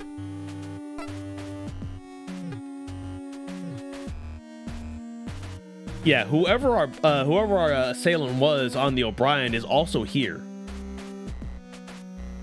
Next to the door leading to the surgery wing is a standard security door. Card reader, you get the glass to the door, a light tap with your knuckles in the dull knock that you hear lets you know the glass is extra thick, likely reinforced. It's got some serious firepower, there's no way you can get in there right now. Running hands through your hair, you're paced from one side of the room to the other. As far as you could tell, there is no obvious proof that Cassie had been the doctor's murderer, but you can't find any proof of the contrary either. Didn't Cassie get prescribed shakes for her diet? She did, didn't she? Well, I'm not sure what that means, but it's probably not good. Whatever that means. Someone desperately tried to... Yeah, Vanessa trying to not go through that just to make sure she's freaking healthy. That'd be hilarious. She's really tsundere towards Cassie. That's been the whole thing this entire time. At this rate, you want to be able to find anything if there was any every chance. And once you left Psycho Bay, the incidents would have returned to their positions outside the crew quarters. And you risked it all for nothing? Before you could dwell on that, though, you hear the elevator whir in life, letting you know that within the next few seconds, someone will be entering the room. We have time to spare, you decide to hide. Look around the room in desperation. The surgery wing locked and the emergency beds, nothing more than the suspended platforms, left with one option. As the door slides open, you dive behind the desk, trying to tuck yourself into what little space there is underneath it. Remaining as quiet as you can, you listen for the sound of footsteps crossing the room towards your position. Footsteps coming from the elevator towards the desk fall heavily to the floor, each one causing a resounding thud. Whoever's into the room stops right by you, and you hear a slight creak from the desk as if a great weight had been placed on it. Get out of there, Lieutenant, it's just me. The chief appears in front of you, squatting down with one hand still resting on top of the desk. She reaches out to you, and you take her hand, which yanks you out to your feet. No need to worry about Cruz or Rumney. I've got them realigning cores on a deactivated secondary drive coil. With the false readings I fed into it, they'll be there all day. Oh, Chief, you're the best. Remember when you got to the ship, Cassie mentioned Vanessa as her friend that always helped her out? Maybe Vanessa kept her around as an eventual fall girl. Maybe. Maybe this was all planned by Vanessa, and I was the only person that wasn't factored into that because Cassie snuck me onto the ship. Because she changed all the the crew stuff before Vanessa ever got a look at it. That's why she hates me so much. I'm not part of the plan. Told them that I'd be working on the main coil in the other engine room, so they shouldn't figure I'm gone for a while. Unless they realize the readouts they're getting are on loop, but with the 14 variations I plugged in. How's it going in here? You find what you need yet? Not yet, no. Just over the doctor's desk. I found Dr. Rosam's dairy pad, but I can't log in. The searcher wing's locked up, and there's no obvious evidence that points to anyone else being here aside from Quinn. Sounds like we're having a tough time, huh? Yeah. You run your hands back through your hair and lean back against the cool glass that separates you from the surgery wing. Ugh, I hope I'd be able to find something obvious, but there's nothing useful here. We can't get to the doctor's body or into his notes. Hey, don't worry about it, Lieutenant. You've got me here. You think this ship does anything but what I tell her? No chance. I'll get it sorted. Where do we want to start? Well, so the data pad works then. At least it wasn't damaged when it was attacked. True, but I've got no idea what his password might be. All I've been able to find was the sticky note. What's that, Lieutenant? Wordlessly, you pass her the note, and as her eyes scan the writing on it, a broad smile fills her face. She knows the password's probably password. I remember when he asked me about this. Laughed so much I scared the hell out of the cadet. I had to explain to the guy that the computer's instructions weren't as literal as he was treating them. Guess he just saw an instruction and followed it. Doctor did his best to be compliant, I'll give him that. Enter password. Password. That's what it is. It's freaking password. Let's go already. A little more relaxed. Yeah, but he wasn't exactly tech savvy. You don't know anything about the doctor that helped you to guess his password? Well, I guess extremely matter of fact, to the point, literal. I wonder. Alright, let's give this a try. Password. Yay! I was right. 10 years of tech support coming in handy. Let's go, baby. You cannot be, Dr. Rosario, you cannot be serious. We're lucky. He didn't go for the higher up version of the, he didn't go for higher security. Password 1. So what was it, Lieutenant? Password, as in enter password. A huge smile erupts to the chief's face as she laughs loudly, giving you such a hearty series of pats on the back, they almost launched the data pad across the room. Ha ha ha ha! Good old Rosario. Wiping a tear from the corner of her eye, the chief maintains her grin. we can always count on that guy to get straight to the point. Good work figuring out, Lieutenant. See if you can find something useful on that device. You do. Oh. Let's see. Legal department test. Chief, I've got something about Commander Quinn. Yeah, anything good? Maybe. Says she was getting resetted as a 21-22. It was around 21:30 when I came down and found the doctor dead before getting attacked. There's no way that she could have attacked him if she'd been sedated, let alone kill him. She wouldn't have been in the state to do much of anything. What about the captain? Anything there that helps her out? Nothing yet. I'll keep looking. Looks like it contains the medical records of everyone aboard the Gundog. If I go any further, I'll be looking at some really sensitive material, but there could be something in here that helps me. I need to make sure I don't look at what I need to.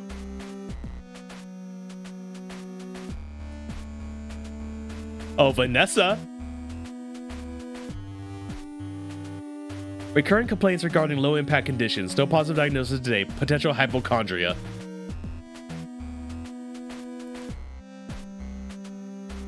Dalton. Generalized anxiety disorder. Ongoing treatment. SSRI. 50 milligrams. Ongoing counseling. Poor boy. I'm so glad I did not take him. Holy crap, he would not be able to handle anything. Oh. Dylan has a nut allergy. Good to know. I'll keep nuts away from him.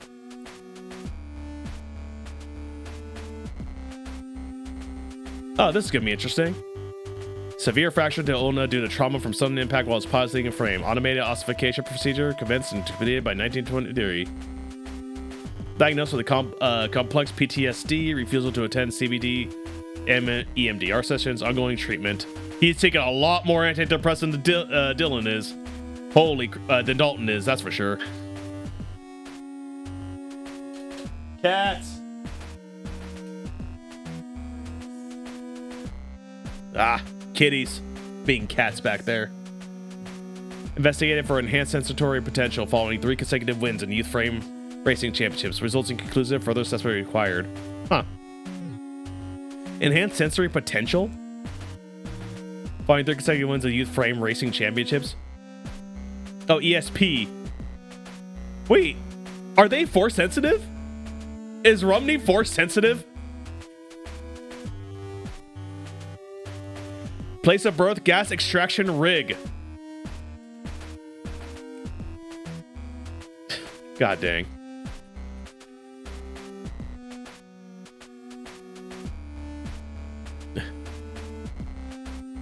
Left shoulder joint internally augmented. Ah, interesting. First Cassandra.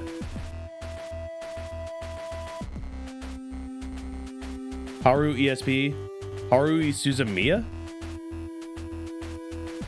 Our Lord Harui? Patient delivered with sick man unconscious. Recent updates. Sudden onset migraines, loss of consciousness. Because urine scans remain inconclusive. Indicate neurological condition. Regard escalation to see if the scan set 3 proves avenue for effective treatment. Diagnosis of gastric distress linked to synthetic ingredients on board food stores. Ongoing treatment, standard meals to be substituted for NutriShake powders. Yeah, you're right, Hybrid. Was definitely assigned NutriShakes. So there's definitely a weird connection between her and the stuff that's being taken. Anywho. Here we go, Chief. Tended to quarters following notification by crew member. Patient was discovered unresponsive due to alcohol-induced vestigia. Level of consumption indicates undiagnosed alcoholism. Yeah. Just found records for the captain. Says he found unresponsive due to, because of what? Something called vestigia. But it says she was unresponsive, so that should prove that she wasn't absent on purpose. Works for us. So we got the lieutenant commander being dosed up and said as the Bartolomew's having, what did the doctor call it? Vestigia? When the power was off. Undiagnosed. Yeah, no, I think she was well diagnosed and just didn't want to do anything about it. Looks like we got enough to prove that Lord's full of crap. Definitely, this would be really useful. Has refused antidepressant medications and counseling. Discretion to forego mandatory counseling provided by Admiral Bartolomew's. Chronic hypertension. She's got a lot on her plate.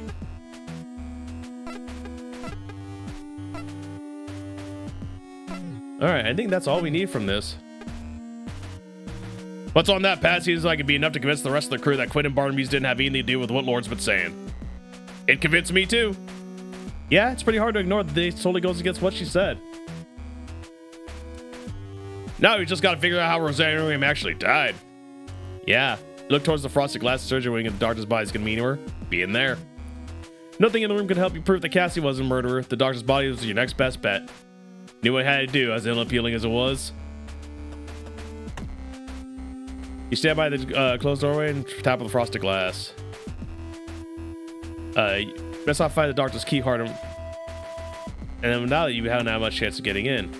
However, with a smug sense of satisfaction, you swipe the card through the terminal next to the door and wait for it to open. Instead, you're met with a harsh series of digital tones. Insufficient authority. I guess Cassie didn't have her own way in the surgery wing. Guess there's no reason she would. Here's linger on the terminal for a few more seconds as you think about everything you've gone through in the past few days, involving bypassing these devices with doors attached to them entirely. Oh! Another raid! Mega Retro Man, how you doing, man? Welcome, thank you for raiding. Ladies and gentlemen, thank you for coming in. My name is Lance Icarus. I am one half of Lance and Gin. I am currently enjoying stories from Soul the Gundog. We are essentially thinking like a late 90s, early 2000s style mecha anime with all the drama of the crew therein. We are dealing with a mutiny. It sucks, so we're going to counter mutiny. That's kind of what we're up to right now. Oh, new world record, yo! New world record on what? Which game? Which game? Are you talking about Ninja Warriors, the NES? What you got, boy? Don't leave me in suspense. Suspenseful. Campus challenge, you got it back. Way to go, dude. Also, for the new raiders in here, we are doing a charity stream tomorrow at 3 p.m. PST. There's the link if you want to make a donation. You can use that to help keep the you can use that to help the Fred Hutch feed cancer patients that are currently in treatment. It will help keep their pantries nice and full with small donations there. So thank you very much for taking a peek at that. Wanted to let you all know that that donation is going. Anyway. Oh, Megan, that wasn't the one that got taken. I thought one of your Nintendo Campus challenges got taken. Yeah, that by 10K, no one's touching that. Power Fest, that's the one I'm thinking of. You didn't bring the PST, did you, Chief? Nope, but it wouldn't do much good to us. If you haven't found Rosarium's car, then we can't get that door open with anyone else's. Only he had the authority.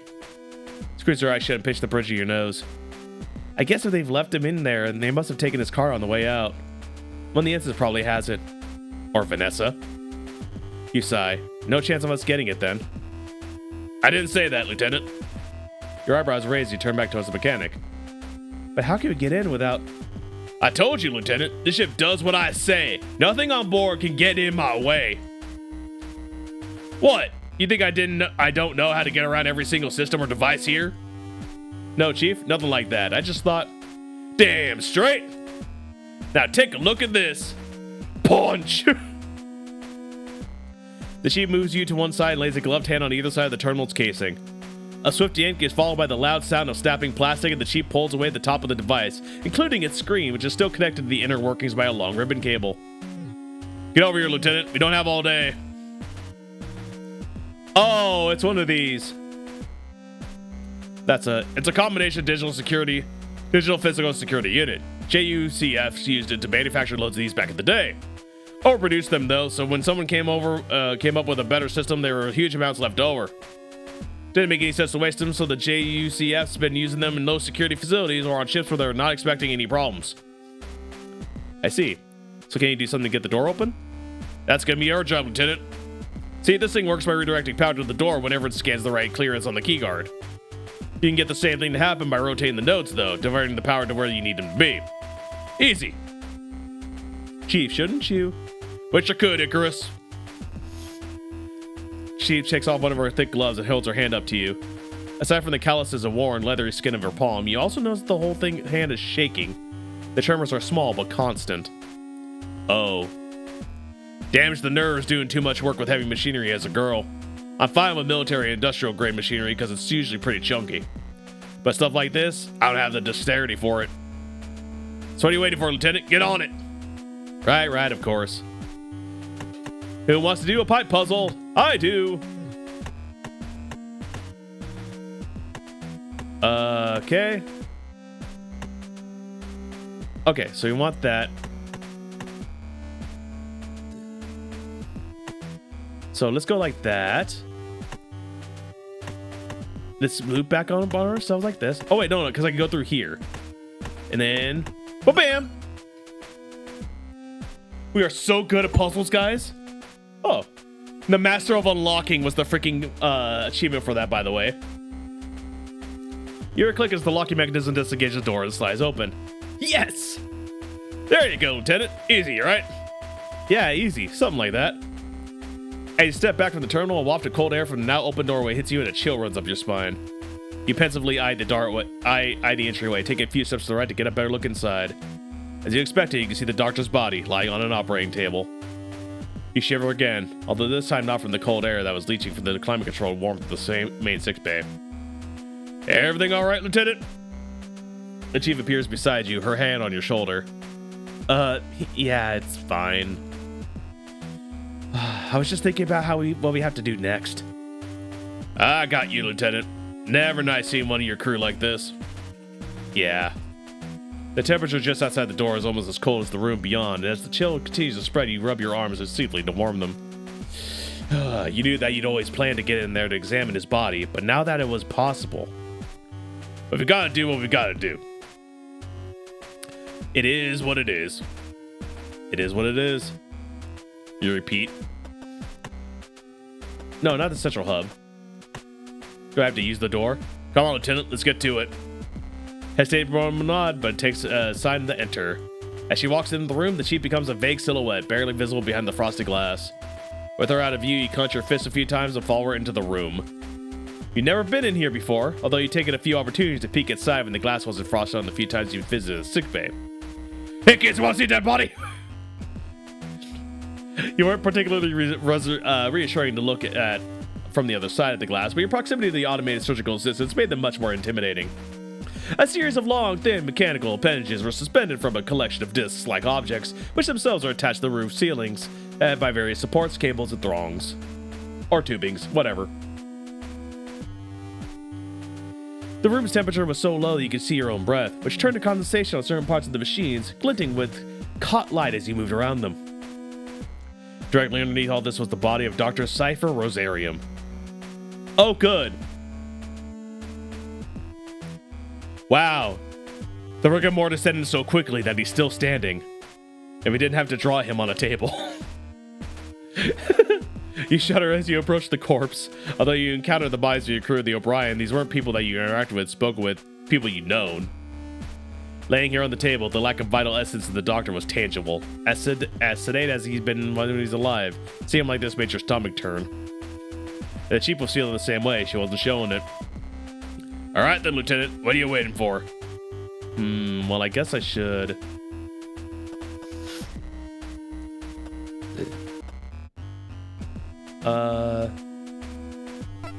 If we can figure out how he died, then we might be able to give an indication of who the killer was. Or at the least, it could show us that Cassie couldn't have done it. Sure, you're the security officer. Guess that makes you something like a detective, huh?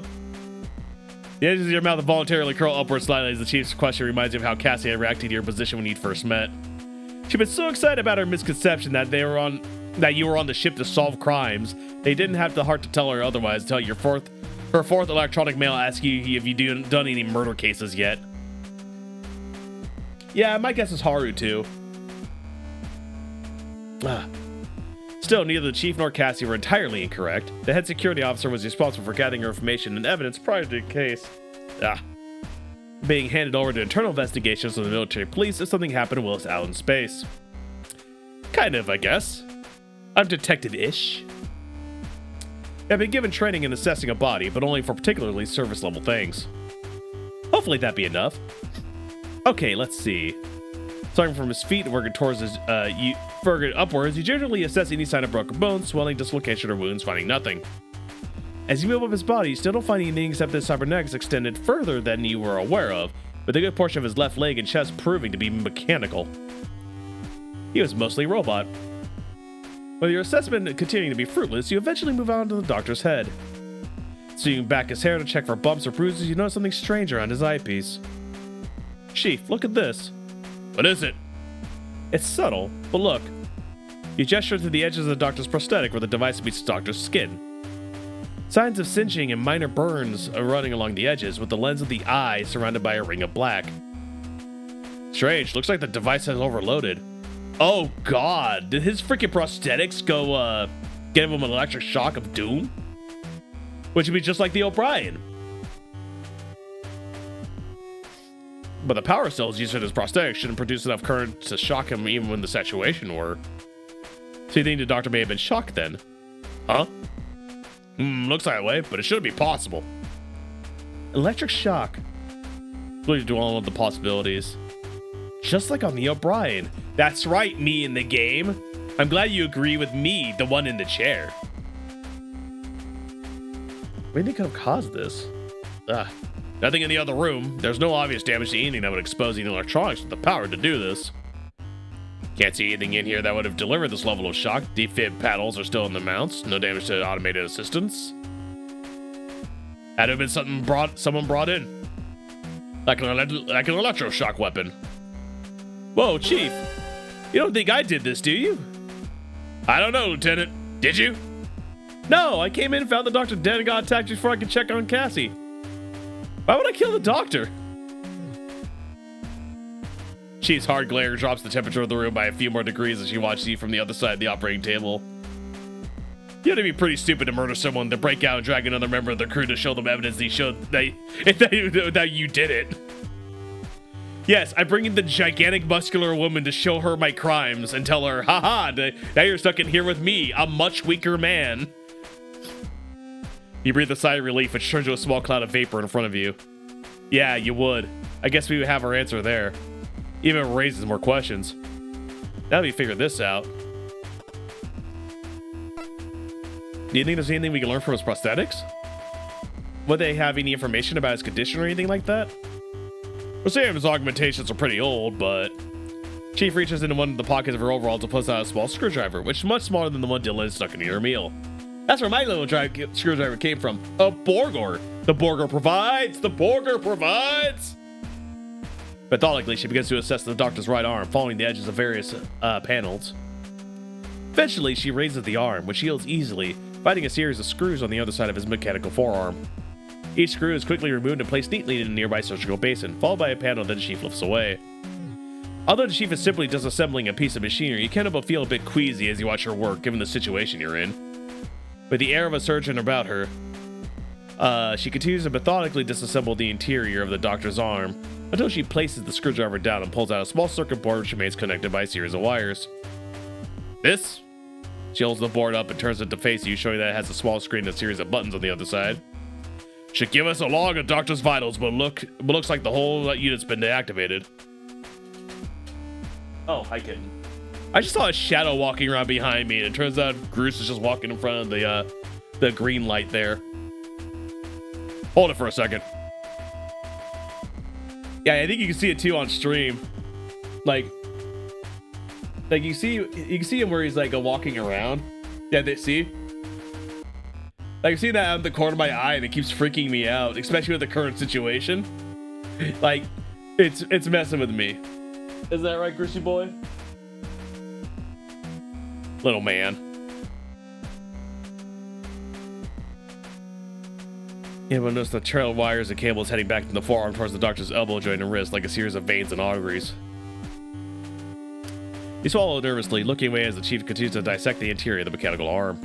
Unread by the procedure being carried out next to you, but still having to hold on to its components, close your eyes and steady your breathing.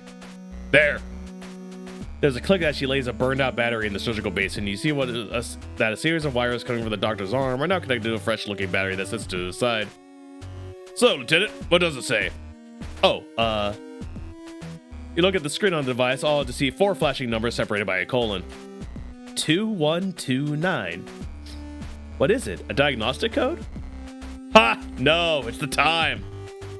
But it's not. You go to look at your wristwatch. Time the power of his prosthetic failed, Lieutenant. We literally have the actual murder time now. 2129. If that's when the power on his prosthetic failed, do you think that's when he died? Yeah, probably. These things run on power cells, but looks like whatever got him took them out too. Ken visit Commander Quinn just after 2130, so whoever killed the doctor must have got to him just before I arrived. The doctor's notes show that she had been sedated at 2122. There's no way she'd be in any shape to take out anyone after that. Now we know when he died, maybe we can cross-reference it against the ship's logs to see who was where and when, something like that. Not a bad idea, Lieutenant. Thanks, Chief. Alright, let's... Hold on. Chief takes a small circuit board off of you and returns it to the interior of the doctor's arm, carefully replacing the wiring before reattaching the panel with the screws she'd removed earlier. Didn't want to leave it in pieces, you know? Doesn't seem right. Yeah, of course. That would be weird. Okay, let's look for clues of the killer's identity. Hooray! Murder investigations! It's like Phoenix Wright all over again. There's nothing useful out of the main sickbay. I couldn't find any trace of anyone else being here but Commander Quinn. If we're lucky, there might be some evidence on the doctor that we can use. Though your training in handling what could be considered a crime scene or evidence was briefed, you hope that the small amount you've been taught might come in useful. You don't notice any obvious signs of bruising on the doctor indicating being grabbed, and there's no sign of a use of a weapon either. Looking at the fingernails on his left arm, not seeing any sign of skin or blood. You're about to give up when you check his mechanical hand. Chief, look at this. What is it? Here's the doctor's mechanical arm. Again! Twisting it slightly so you can see the back of his hand. As soon as she notices what you're pointing to, she takes the arm off you. Knuckle joints and tops of fingers, both crumpled. Augments military grade. You must have hit something hard for this to happen. What have you found, Chief? Take a look. Gently, the Chief extracts something from the joint between the index finger and the knuckle and then passes it to you. You carefully take the small fragment off her and hold it between your thumb and forefinger, bring it to your eye. Looks like a small metal chip. Maybe a piece of whatever he hit? You pass it back. Maybe, but there's nothing on the ship made using something like this. She pauses, her brow furrowing deeper into her scowl. Except that thing in the hangar. What? You think this has something to do with that? The pilot of the mech is now running loose in our freaking ship, killing doctors. Desperate for more neutral shake. Wrong place, wrong time. Poor man. The poor man. Chief walks over to the nearby hand washing station, takes a few sheets from a roll of disposable towels, wrapping the small fragment up before placing it in her pocket. Can't say for sure, but looks like it. Why the doctor, though? No idea. He pauses as you consider this new piece of information. It had given you a fresh perspective to consider, but if anything had just created more questions. Well, that's all I can see that looks useful. Now we found what we should. Leave the doctor in peace. He's not got anything left to tell us. Yeah, I'm with you there. But you can leave the corpse alone. Follow the chief out of the room, stopping by the terminal to reset the components and replace the screen. As you click the screen back into its mounting, the door hisses shut, stabbing the flow of cold air from the surgery wing into the sickbay. Shoop! Just before it closes, you catch one final glimpse of the doctor. All you can think about is as he disappears from your view is that if you had got here a few minutes earlier, maybe you could have done something. There we go, Lieutenant. I think that's it. Data pad shows that Quinn and Barnaby's were both out of action when the dead blackout happened. Then we got information on that pad, as well as what we found out from the doctor himself, that shows there's no way she could be the killer. Should be pretty good for convincing everyone, right? Yeah. What's up? Figured you'd be excited about the solid alibis we got for the Captain Commander. I was just thinking, we could show that it wasn't the captain, it wasn't Commander Quinn, but... But we still got no idea who it was, right? Someone on the ship is responsible for the doctor's murder. If we don't find out, they'll still be out there. Even if we get Captain Barnaby's back on the bridge, we're all targets, right? We need to figure out who it was. That's a good point, Lieutenant. But how are you gonna do it? Well, the datapad got me thinking. Doctor had his logs, right? Not that different from the whole ship. Almost everything is logged. So if we look at the records, we should be able to figure out who actually was by tracking who it actually was by tracking the crew's movements. But with Lord on the bridge, he'd have the instance on us before we got anywhere near the reports. Wouldn't surprise me if she's got a panic button all set up or something. Hey, no problem there. We don't need to go through the bridge. Everything on this ship goes through the central computer. We can get over the engineering, take a look at the records there. Easy. Want the instance notice? Don't worry about it. I've got them keeping busy in one of the engine rooms. I'll take a look to make sure the coast's clear too. Thanks, Chief. No problem. Let's get moving. Well, Chief leads you enter the elevator. Door closed behind you as you enter. At a short journey, we get into the central hub. Hooray! I'm back. We're out of the dead guy room. Hooray! No more dead guy. We are saving that. Just follow me, Icarus. If I see anyone around, make sure you get a heads up. You only manage to nod in response for the chief confidently strides out of the elevator and towards the thoroughfare, leaving you to follow her out. Although she makes her way towards the corridor with utmost confidence, you're more furtive, constantly looking over your shoulder and down the other corridors as you pass. As you head down towards the engineering department, you notice the terminal attached to the entrance in the armory, and how it's identical to the one that you've managed to hack in the sickbay. Chief, wait! What's going on, Lieutenant? Well...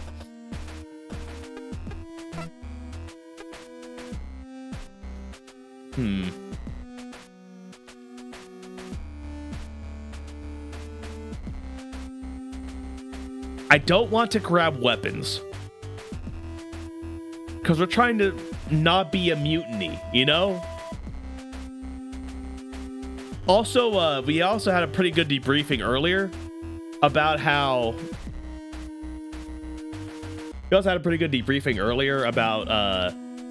not using guns in space because of horrific depressurization. People going through pinholes. I'm gonna say don't worry about it. Think about getting a weapon from the armory, something that would put you in the instance on a level playing field. It was appealing, would definitely help you make you more persuasive. But at the same time, you really don't want to resort to violence. Besides, there were two of them and one of you. You'd still be outnumbered and outgunned. Dismiss the idea. It'd be better to stick to the original plan of having the rest of the crew on your side. Yeah, it doesn't help the rest of the crew think that you're the good guy in the situation when you're waving guns around just like the other people you're trying to say are the bad guys. You know? Diplomacy is done without weapons most of the time. Some of the time. Don't worry about it, Chief. It's nothing. There's no time for daydream. Keep moving. Yes, ma'am. Follow Chief down the remaining thoroughfare and arrive in the engineering department. Pause for a moment, looks around with the same self-assured assuredness. Chooses her way to the central computer. You follow her along the series of catwalks that leads you there, keeping a constant watch towards the engine rooms in case one of the incidents were to emerge. Fortunately, your journeys are uneventful and you arrive at the door. What's the plan again, Lieutenant? Nothing complicated, Chief. We have Cassie's card. You pull Cassie's key card out of your pocket and present it to the engineer, who takes note of the name of the card. Not bad! Where'd you get that? Then in the blackout, Lord never took it off me, and you slide the card through the reader and the terminal and the door hisses open. Looks like since they've got the Lieutenant Commander locked up, they never thought to deactivate her access. Bruce! That Paul was getting real close to your power button. Rookie error for Lord, but it works for us. Get inside, Lieutenant. You follow the Chief's instruction and duck inside the small room with her behind you. As soon as you enter the room that houses the central computer, you know you're going to have problems. The room was small, barely larger than a small cupboard, and that's it. And there was just about enough room for one person to operate the computer, let alone... Hey, Lieutenant, move over, would you? I've got it. As the Chief muscles her way into the room, you're immediately pushed against the keyboard and monitor. As she continues to force her considerable heft inside, it's all you can do to squirm your way towards one of the corners to avoid being crushed.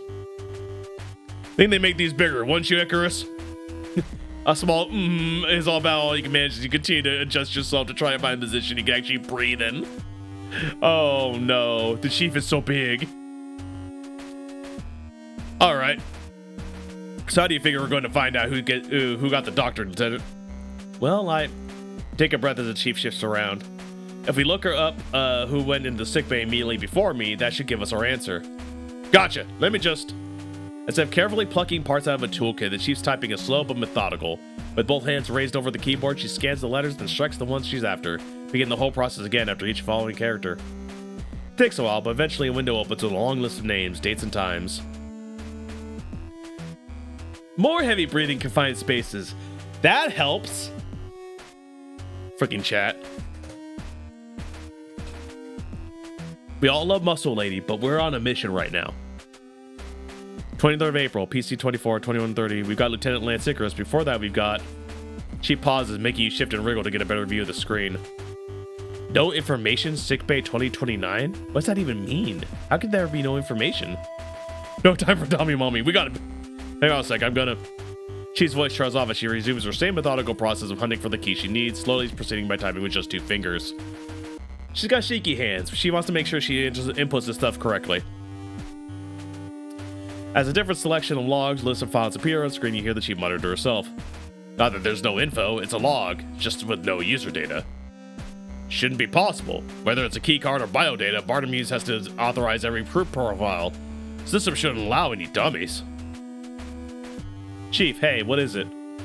Silently, the Chief places the tip of her finger on the screen, pointing to a set of entries. No information. No information. Sickbay 2029, just before I got there. Carry on working your way down the list. No information. Crew quarters 5/21/2002.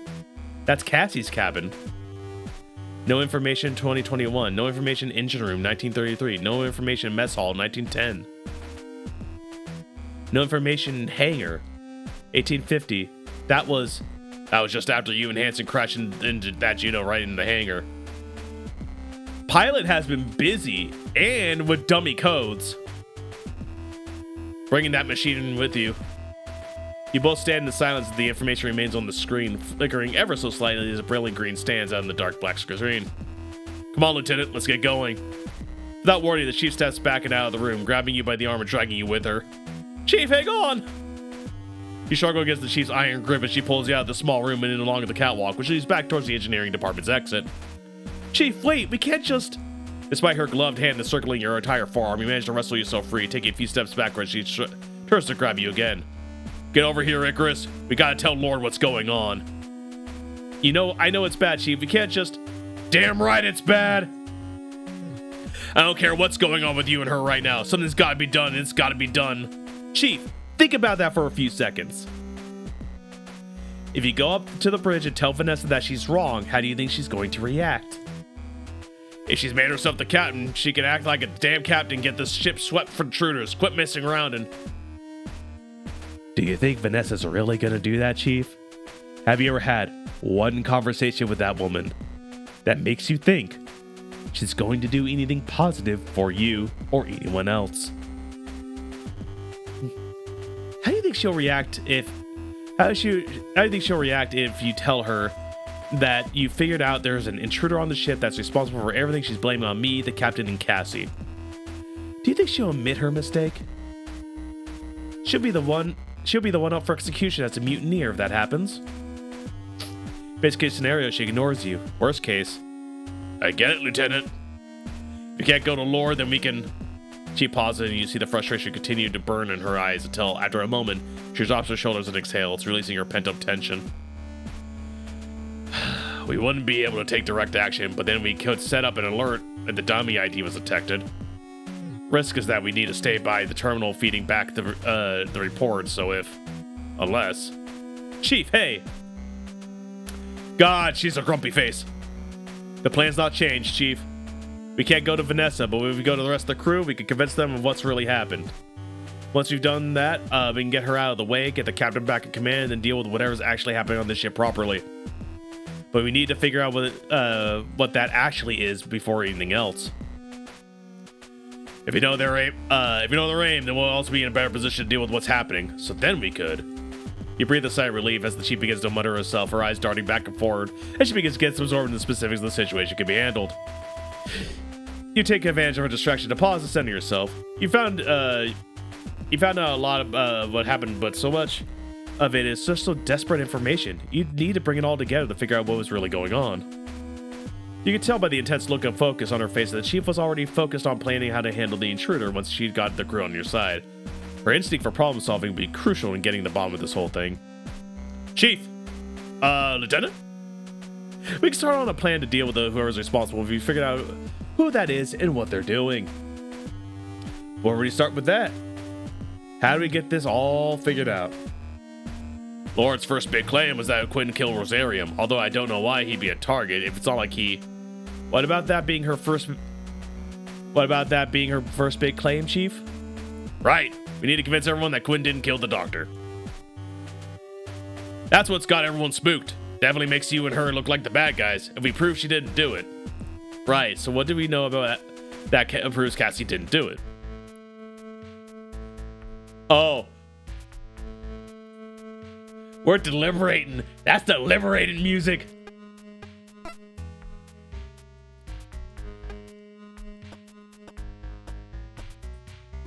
What ho, Eon Digital? Oh, this is the most Phoenix Wright ass music I've ever freaking heard. And that wasn't straight from that game. Love it. Love it. Objection. Take that. She'd have been completely knocked out when the murder happened. I arrived minutes after when his tablet showed she was sedated. The dosage, the timing, it's all there. She couldn't possibly have killed him. She was unconscious at the time it happened. That makes sense. The sedatives they use for onboard care are pretty fast acting. If Rosarium gave them to Quinn, she'd be out like a light. We've got his logs, a timestamp too. Hell, Rumney and I had to carry her to her quarters. Girl was dead to the world. Not bad, Lieutenant. Think you're onto something. Thanks, Chief. Makes sense to me. Quinn's locked out. There's no way she could kill anyone. Exactly. Now that we got that figured out, we can. But... Your stomach drops. You thought for a moment that you dealt with Vanessa's accusations toward Cassie, but the hesitant look in Chief's face said otherwise. What is it, Chief? Lord's not gonna let it be that easy. Quinn was sedated, sure, but those meds take a few minutes to be effective. What are you saying, Chief? We're gonna need to stay a few steps ahead of Lord, Lieutenant. Get in her head. Think how she'll argue back when she would deal with that. After insulting you for a solid 5 minutes, she'll probably have some thought up by then. Every time our Quinn was sedated when Rosarium died, she'd just come straight back with something like, how do you know she didn't kill him before the sedatives took effect? How do you know the sedatives didn't kill him? Ugh, you're right, she would. Those drugs act quickly, though. Cassie couldn't have been awake for long. Does it matter? If Laura sees an opening, she'll go for it. So you need to prove she didn't kill him before she fell unconscious, right? Well, she couldn't have because...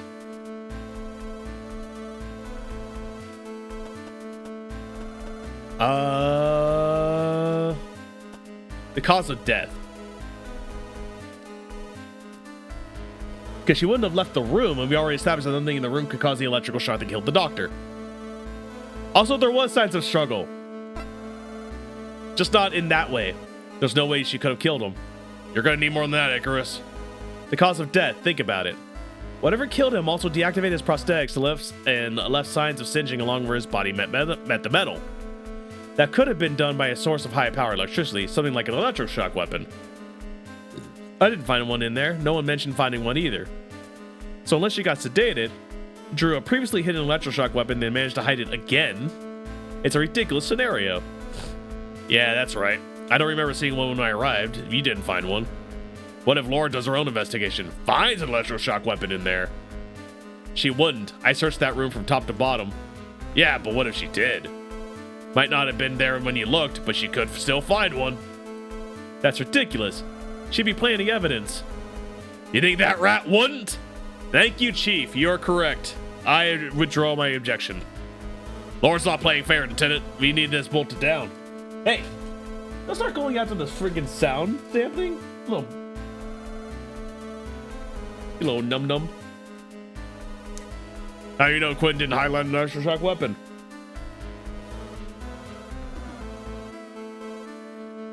Why couldn't Cassie have hidden a weapon? Well, I'm the only one who had a freaking pistol on me, and they took it from me, so I definitely had it on me. Which means no one else on the ship could have had the gun. That's simple. She couldn't have had an electroshock weapon in the first place. You sound pretty confident there, Icarus. You sure? Absolutely. She couldn't have one because she couldn't get in the armory. Only members of security have access to the armory, and it's the captain that grants authority to crew members to access it. If the captain never granted her access, she wouldn't be able to get into one. That's a big if. Well, I can prove it easy enough. Running this through the terminal outside the armory will show you that she couldn't get in. So if she never had access, she couldn't have gotten her hands on one, right? Yeah, that makes sense. Even without the car, the weapons that have been taken will show on the ship's logs. If you're right, the only electroshock weapon down is taken. It should be yours. Okay. As long as we have that log, because I just thought to myself, if I'm also a traitor in this scenario, if I'm also supposed to be a traitor in this scenario, I could just have let her in.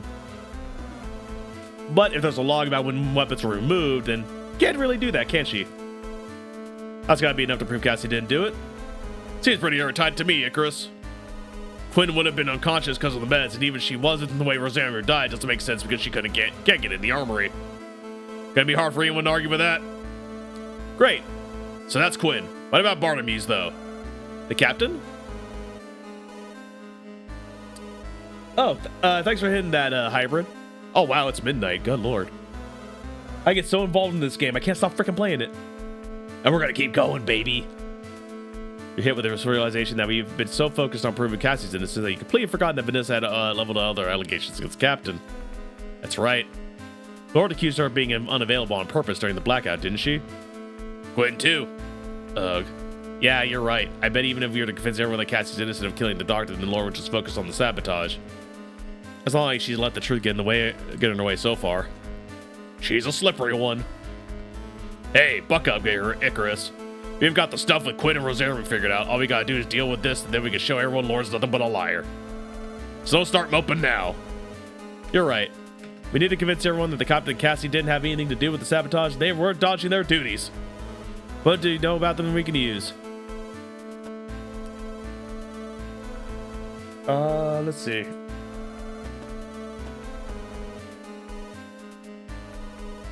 Well, they were both unwell. The captain was literally knocked out in her room. So Vanessa's argument is that they were both traitors throughout an activity, right? That was the choice? Basically it, yeah. But using the doctor's data pad, we can see both of them were unwell at the time the blackout happened. There was no choice about it. The doctor made note of what happened to the captain, as well as all the scans and treatments they gave Cassie. He wouldn't have done that unless he found cause too. That proves there was a genuine medical need. The doctor may have had his quirks, but you wouldn't think the crew would believe he was incompetent or a liar. Yeah, Rosario wouldn't have done all those scans on Quinn unless he'd found something wrong. The captain, too. He noted a condition and a treatment plan. I think you've got it, Lieutenant. That's it then. That's the captain and Cassie both in the clear. Took a while, but we got there. Hell, this convinced me. But, something bothering you? Even though we've got that figured out, it leaves us with needing to find out who's actually responsible. If he can't show who the real culprit was, then Vanessa will just worm her way out of it, saying that the captain and Cassie are still the most likely culprits. That's a good point. So then, you got any ideas who it was?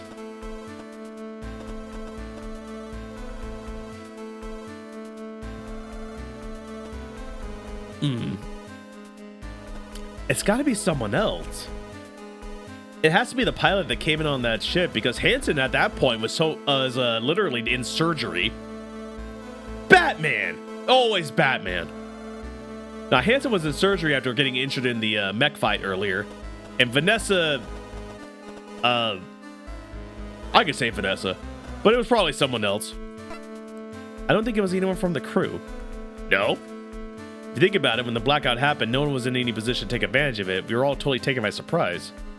It didn't seem like something that happened from within the ship either. You'd have to figure out what caused it. You'd have figured out what caused it otherwise. Yeah, I reviewed the diagnostics, and although there were some fluctuations in the main grid, that was... Plus, the same thing happened to the O'Brien. It wasn't just the power grid going on that affected the O'Brien either. The doctor was also killed. What? Yeah, the doctor on board the O'Brien. I found her dead, and unlike how Dr. Rosarium died, it was more like she was killed with physical force. But the sickbay was all smashed up. That was the same. Then we know that no one except myself had the means to kill the doctor in the way that we could see he died. But even then, the entry logs of the sickbay show that the bioscanner didn't pick up anyone from the crew going in. Just this no information. And we know when they first showed up. So you're saying that whoever was on board that thing when it arrived has done all this. It's the only way it all makes sense. Maybe they tried to take out both the O'Brien and us, but we were able to get the ship back online. Now they're trying a different approach.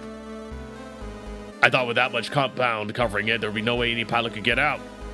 The machine didn't have any hatches, no service details to indicate an access point, nothing on the exposed parts. You might be right, Lieutenant. No one aboard has got all the skills needed to pull this off, even if they wanted to. Why'd they do it, though? That laser or whatever that machine has couldn't have torn the gun dog to pieces. If it's an enemy pilot, why would they do all this? Where they're getting out of this?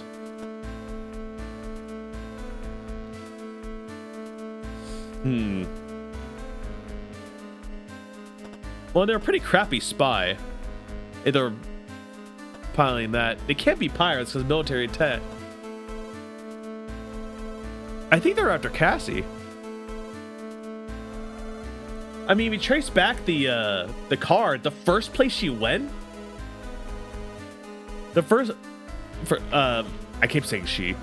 The first place they went is they went to they went into Cassie's room,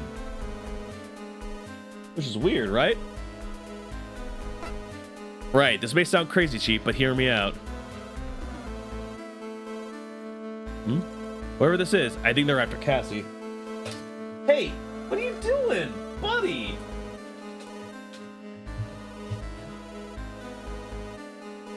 I think Bruce is getting mad I'm not in bed yet.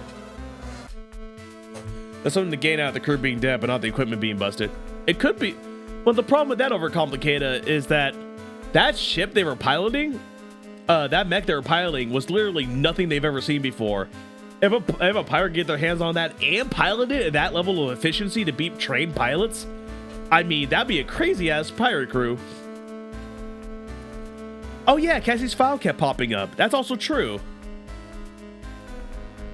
After Quinn, huh? I'm gonna need some explanation on that one. Well, there's a couple things. I might be wrong, but I think it's because...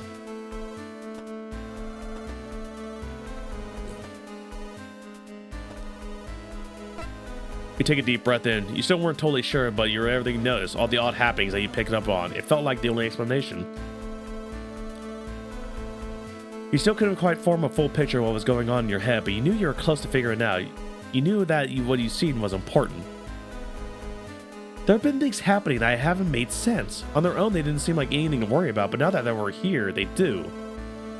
When I reactivated the Gundog's computer, I could hear the same signal that came over the bridge's columns just before the whole ship shut down and Cassie collapsed. The whole thing went haywire. Everyone's crew reports were flashing up on the screen, but the only one that stayed was hers. Then the whole thing shut down. At the time, I thought the computer had been damaged by the sun loss of power, but now I have to wonder. But the signal was coming from that machine when it was on the O'Brien. Why would it focus on Cassie's file? Then after I got back from the O'Brien, while I was on patrol, I stopped by Cassie's quarters. Someone had loaded up on her terminal. Back then, I figured she left it on, but the logs show that whoever no information is, they'd gone into her quarters. They didn't enter anyone else's. Why her? She blacked out when she heard that signal, too. She was the only crew member who seemed to be affected by it. It's her. Things keep happening to her. After Quinn, huh? I can't explain what you've seen, Lieutenant. The central computer shouldn't display any files on a fresh boot. Any previous session would have been lost when the power went off. Some of what you're saying, yeah, it kind of does look that way. Quinn's just a lieutenant commander, though. What makes you think someone would be after her? Well...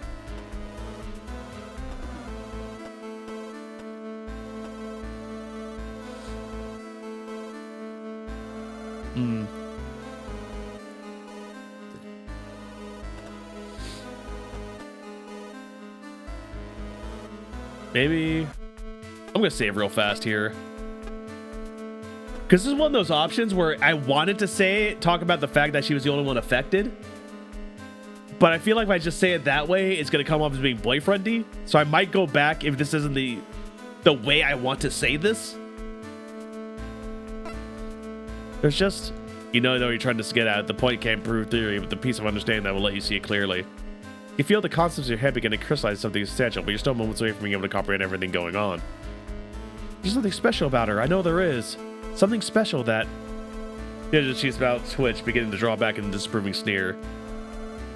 Oh, she's special because of how they left her alive. Look, I'm just going to reload that. That would have been my next one, is that they left her alive because they would have been alone in the room with them if she went in the quarters after she would have she would have been present with the intruder. They left her alive? That's right, in the sickbay. They didn't harm her. They harmed the doctor, but not her. When I got there, the doctor was already dead. I didn't see anyone head down in the sickbay before I did, so they must have gone down there with at least a few minutes ahead of me. They would have had plenty of time to kill her as well. But they did. They left her alive. You survived your encounter too, Lieutenant. Don't you think that maybe killing the doctor was an accident? That's only because Hansen raised the alarm before he noticed them attack me. I was lucky that blow didn't kill me. It easily could have, and if Hansen hadn't pulled the alarm, they'd have been able to finish me off just like the doctor. So they killed the doctor, they attacked me. Why was Cassie left unharmed? They wouldn't have left her alone unless they wanted her for something, right? The chief goes quiet as a pensive look crosses her face. This time, though, there's none of her usual mumbling, so she's completely silent. Notice her lip twitching slightly.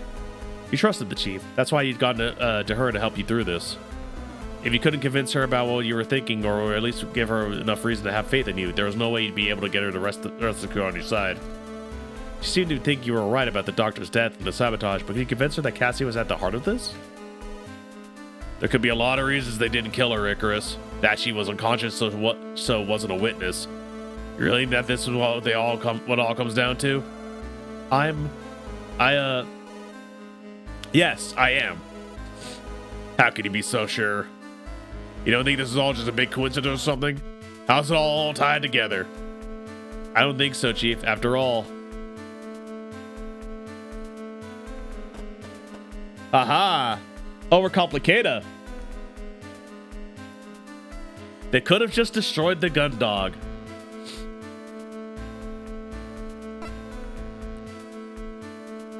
What about the fact that the gun dog is still in one piece? That craft, whatever it is, it ripped through the O'Brien like it was nothing and then made it all the way to the gun dog. Why didn't it just destroy the ship then and there? Hanson and I saw how powerful its beam weapon is. It sliced through the O'Brien's armor with ease. If we'd been caught by that beam on our Juno, then we'd have been vaporized in a second. Why didn't it destroy the ship when it had every chance to? Why did it go dead at the exact moment it did? Why, when we'd fly it right into our hangar? Why is the ship still online when that thing could have knocked it offline in a single signal? Why did all this happen, and why does everything keep coming back to Cassie? She stands silently in front of you, imposing and quiet. There was a passion, a fury in her amber eyes, something in her look that made you feel like you're being disassembled, like a machine being examined for faults. Had you gone too far in pushing your point? Was this the wrong direction to take? Had you missed something? I get it, Chief. I know it all sounds nuts, but with everything I've seen, it's really... You're onto something, Lieutenant. Chief? You think so? Gotta say, what you're putting forward, it tracks with everything that's happened. The timeline, what we've seen. With that in mind, seems like Quinn's definitely got herself caught up in something. Of course, if that's what's going on, then they're not gonna stop now that they're so close. Probably gonna try something else.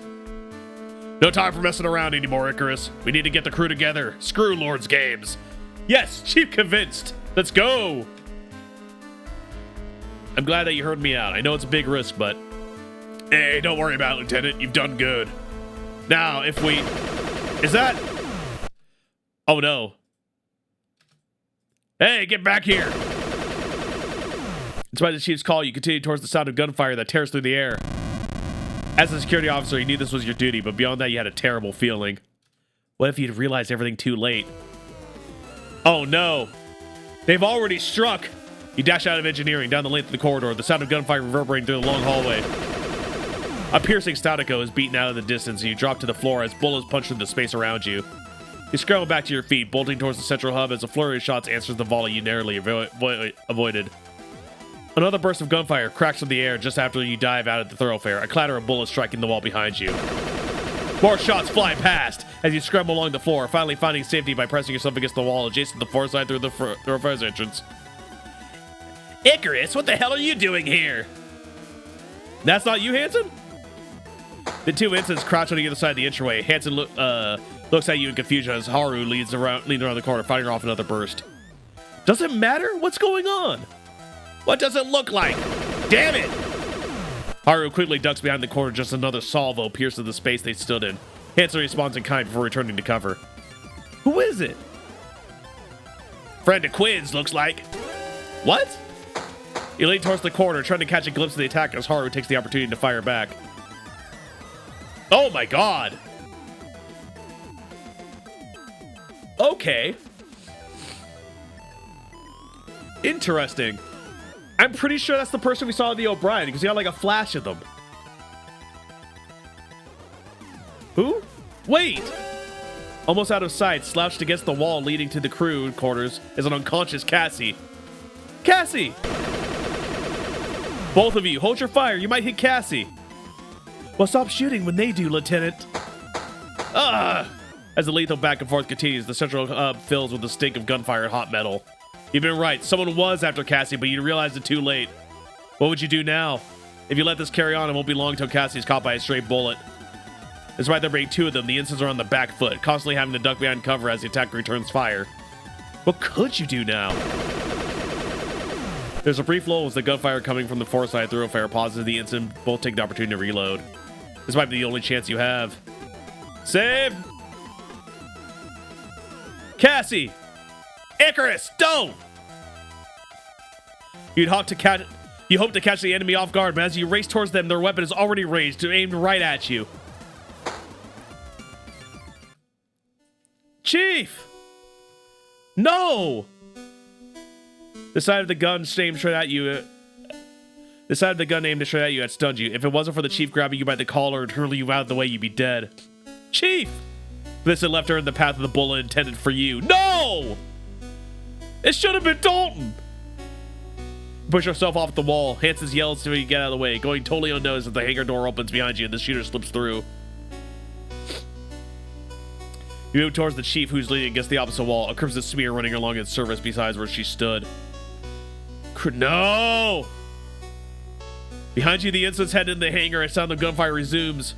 Chief, are you okay? Hang on, you'll be all right. I'm fine, Lieutenant. I've had worse. You You want to be getting into that hangar. Wherever that was, took Quinn with him. All that work convincing Chief. Oh, I had the chance to get a weapon when it came out of the armory. First, we've got to stop this bleeding. Put some pressure on. I'll use my jacket to. Hey, no time for screwing around with me. Go after Quinn. Seems you were right about her. Damn it. Why didn't we figure it out sooner? Chief, I can't leave you all alone like this. You trying to say I can't look after myself, Lieutenant? Don't be stupid. You need help. I told you, I'm fine. Ugh. I'm fine. Now for the last time, go after Quinn. Don't make me. If you don't, I'll go get her myself. You know how pissed I'll be if they get away and I get shot for nothing. Now get moving. Chief. Move! Next, save a new block in case Chief is lying. Yes, Chief. You're just stepping through the threshold in the stairwell that leads to the hangar when you hear a thud as she collapses to the floor. Chief! Chief, open your eyes! Chief, come on, get up! Chief! Chief!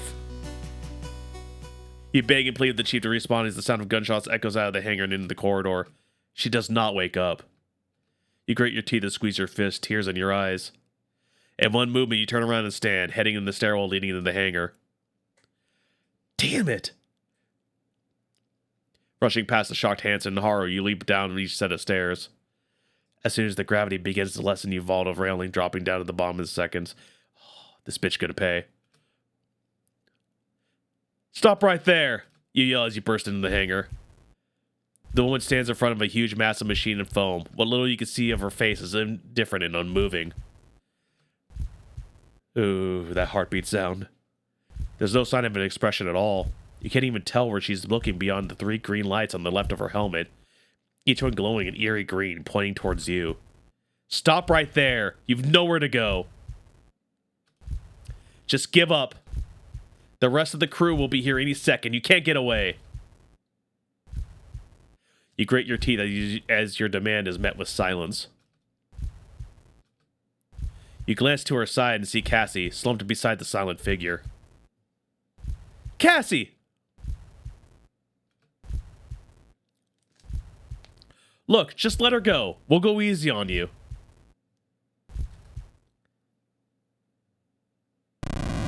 Oh, no. Oh, no! Fragments of foam cut through the air around you as the machine's prison is vaporized in an instant. The foam didn't do crap. It was all a diversion. Damn it! You're thrown back by the impact of its leg on the catwalk, only saving yourself from slamming in the hangar's rear wall by grabbing onto another nearby railing. Wait! Before you can recover, they grab Cassie, slip a mask over her face, and throw her over the shoulder before retreating up the machine's leg. Within seconds, the pair disappears inside a hatch atop the craft that closes as soon as they're through. You spring forward, kicking off the wall behind you when you feel a sudden rush all around you, drawing you forward. Oh, crap. You grab onto the catwalk's railing just in time.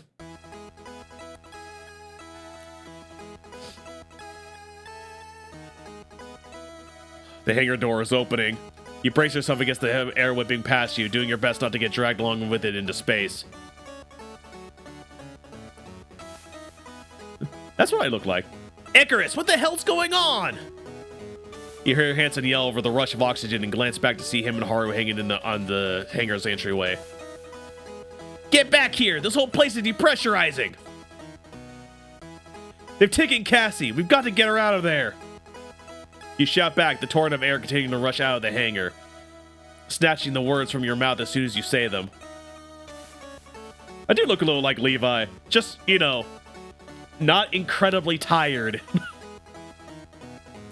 What are you talking about? Get over here!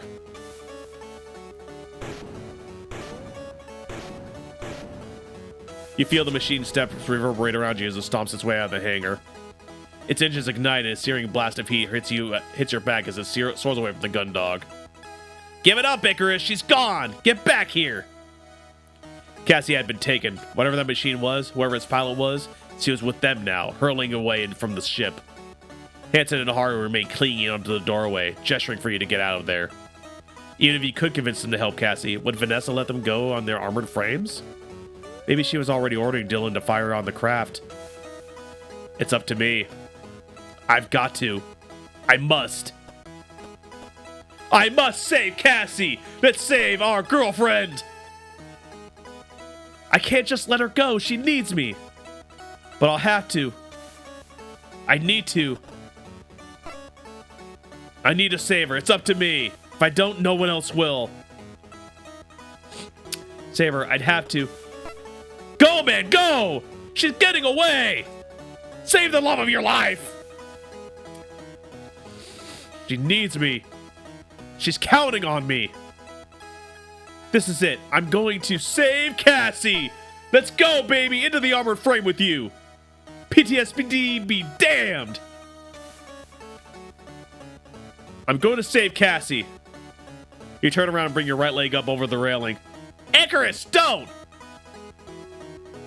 The instant lunges out to grab you, but he's too late. You throw yourself into the void of the hangar and are stashed away by the vacuum. You just about managed to grab on the Juno. Christ! As you fly past it, your arm nearly wrenched from its socket by the force.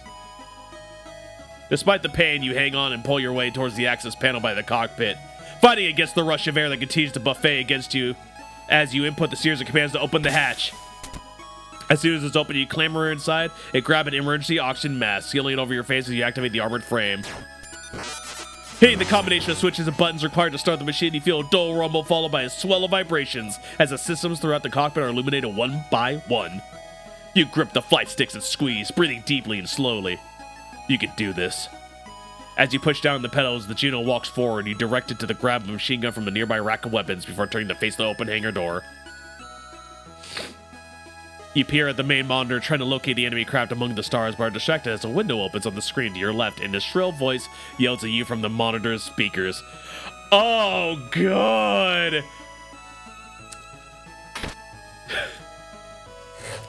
You, in the Juno! I haven't given anyone permission to launch! Oh, you stupid bitch! I have a lot of things to say to you. What? Lieutenant Icarus, what are you doing in there? You're supposed to be locked in your quarters. Get back up here now. Sorry, Lord. I'm going after Cassie. You're what? You're not leaving this ship, you traitor. Get out there. Get out of there and get into your quarters now. If you don't, I'll... Yes! Yes!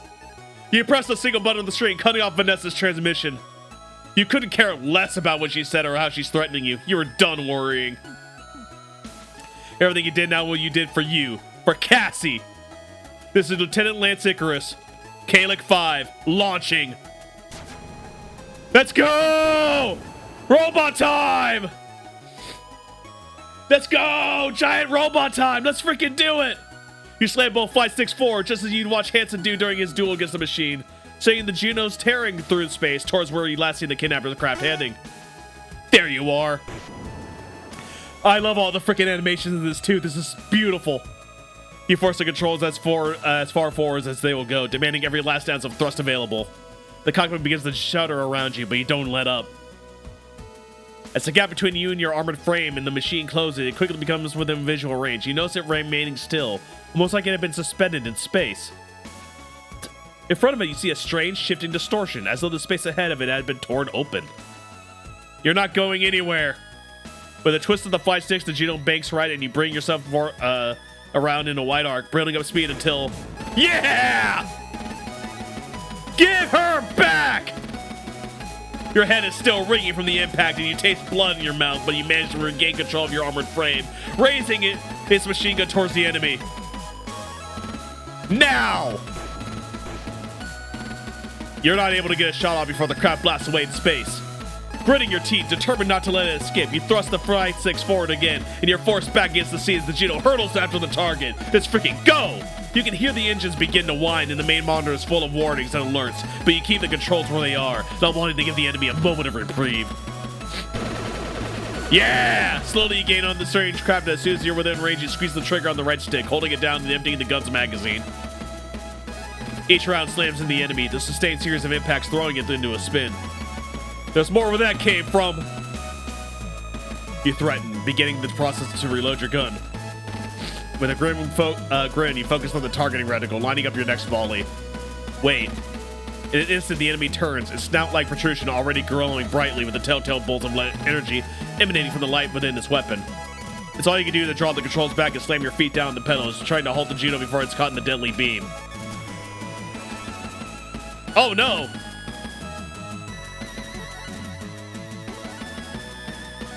Through luck more than skill, you managed to prevent the blaster engine from cleaving your Juno clean in half, but now alarms fill the cockpit and your warnings clutter your monitors as you realize the armor's frame's left arm has been sheared off. You struggle with the controls as your off-balance machine careens through space. Its fine calibration is now thrown off by the loss of limb. You manage to reorient yourself only to see the enemy's cannon pulsing with energy as it prepares another devastating shot. No! Damn it!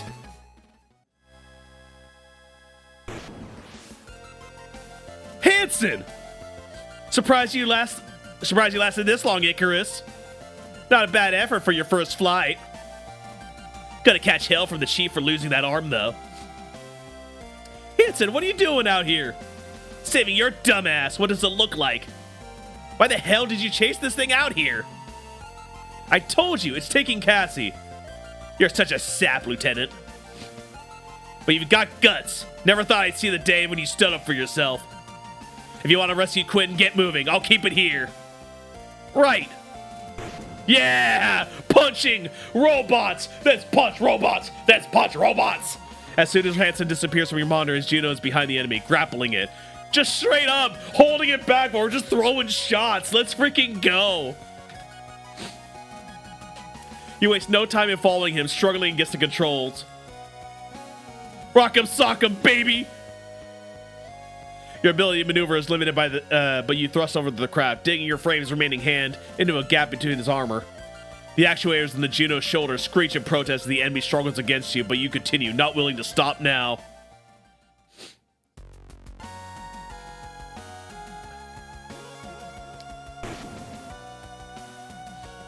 Let's freaking go!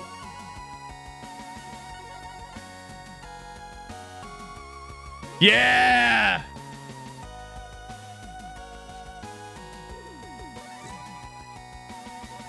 Cassie! Lance! You pull Cassie into the Juno's cockpit, closing the hatch behind her.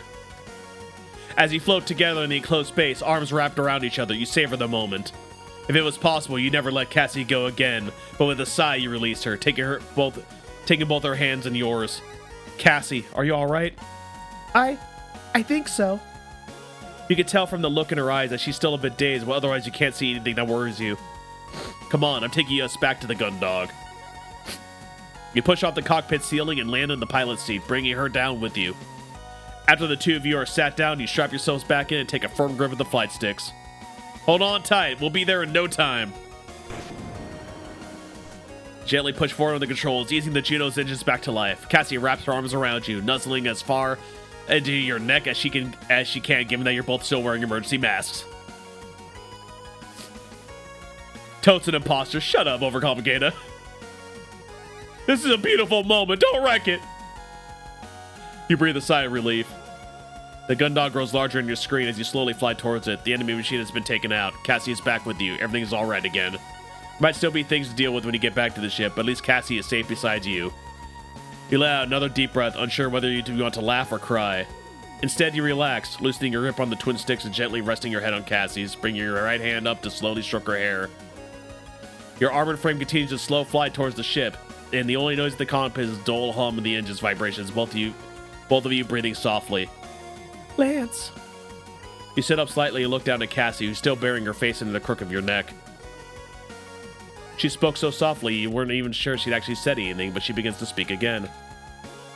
What's going on, Lance? I remember getting taken to my quarters. Then there was this woman. Gunshots. Now I'm here. I think she wanted to take me somewhere. I could feel what she wanted. It was going to be somewhere really far away. From you, from everyone. You continue to gently stroke her hair. Your fingers working through the strands to run gently down to her neck and back. What happened? You're silent for a few moments, but eventually take your free arm and bring it around her shoulders, drawing her in tighter. I don't know. I don't know how to find out either. But whatever happens, I'll be there. I'll be here with you. I won't let anyone take you away again. Yeah, let's freaking go. I promise. You can feel a gentle pull on the fabric of your shirt as Cassie balls her hands into fists, clenching material between her fingers and palms. I love you, Lance. Yay.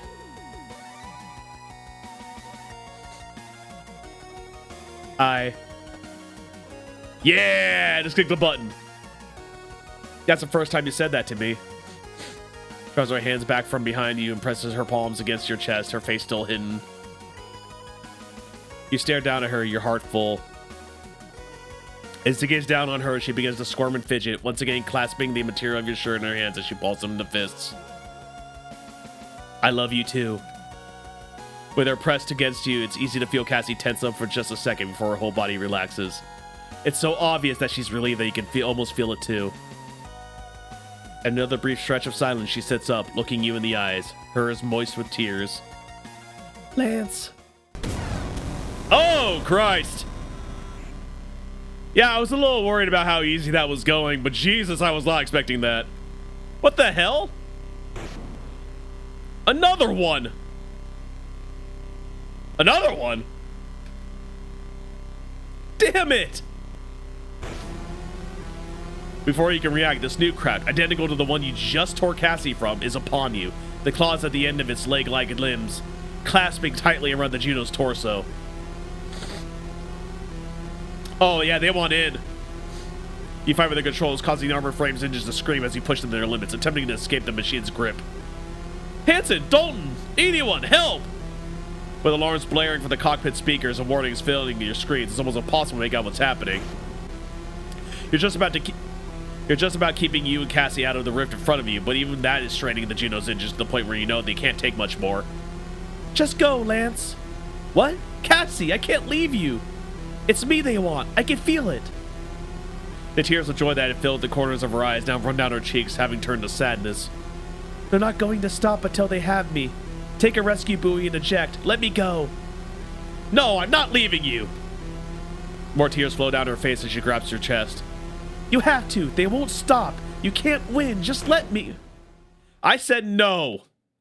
You take a hold of Cassie by the shoulders, looking deep in her eyes. You know she's right. You can't win. But you're not giving up now. I told you no one was going to take you away from me. If they're taking you, they're taking me too.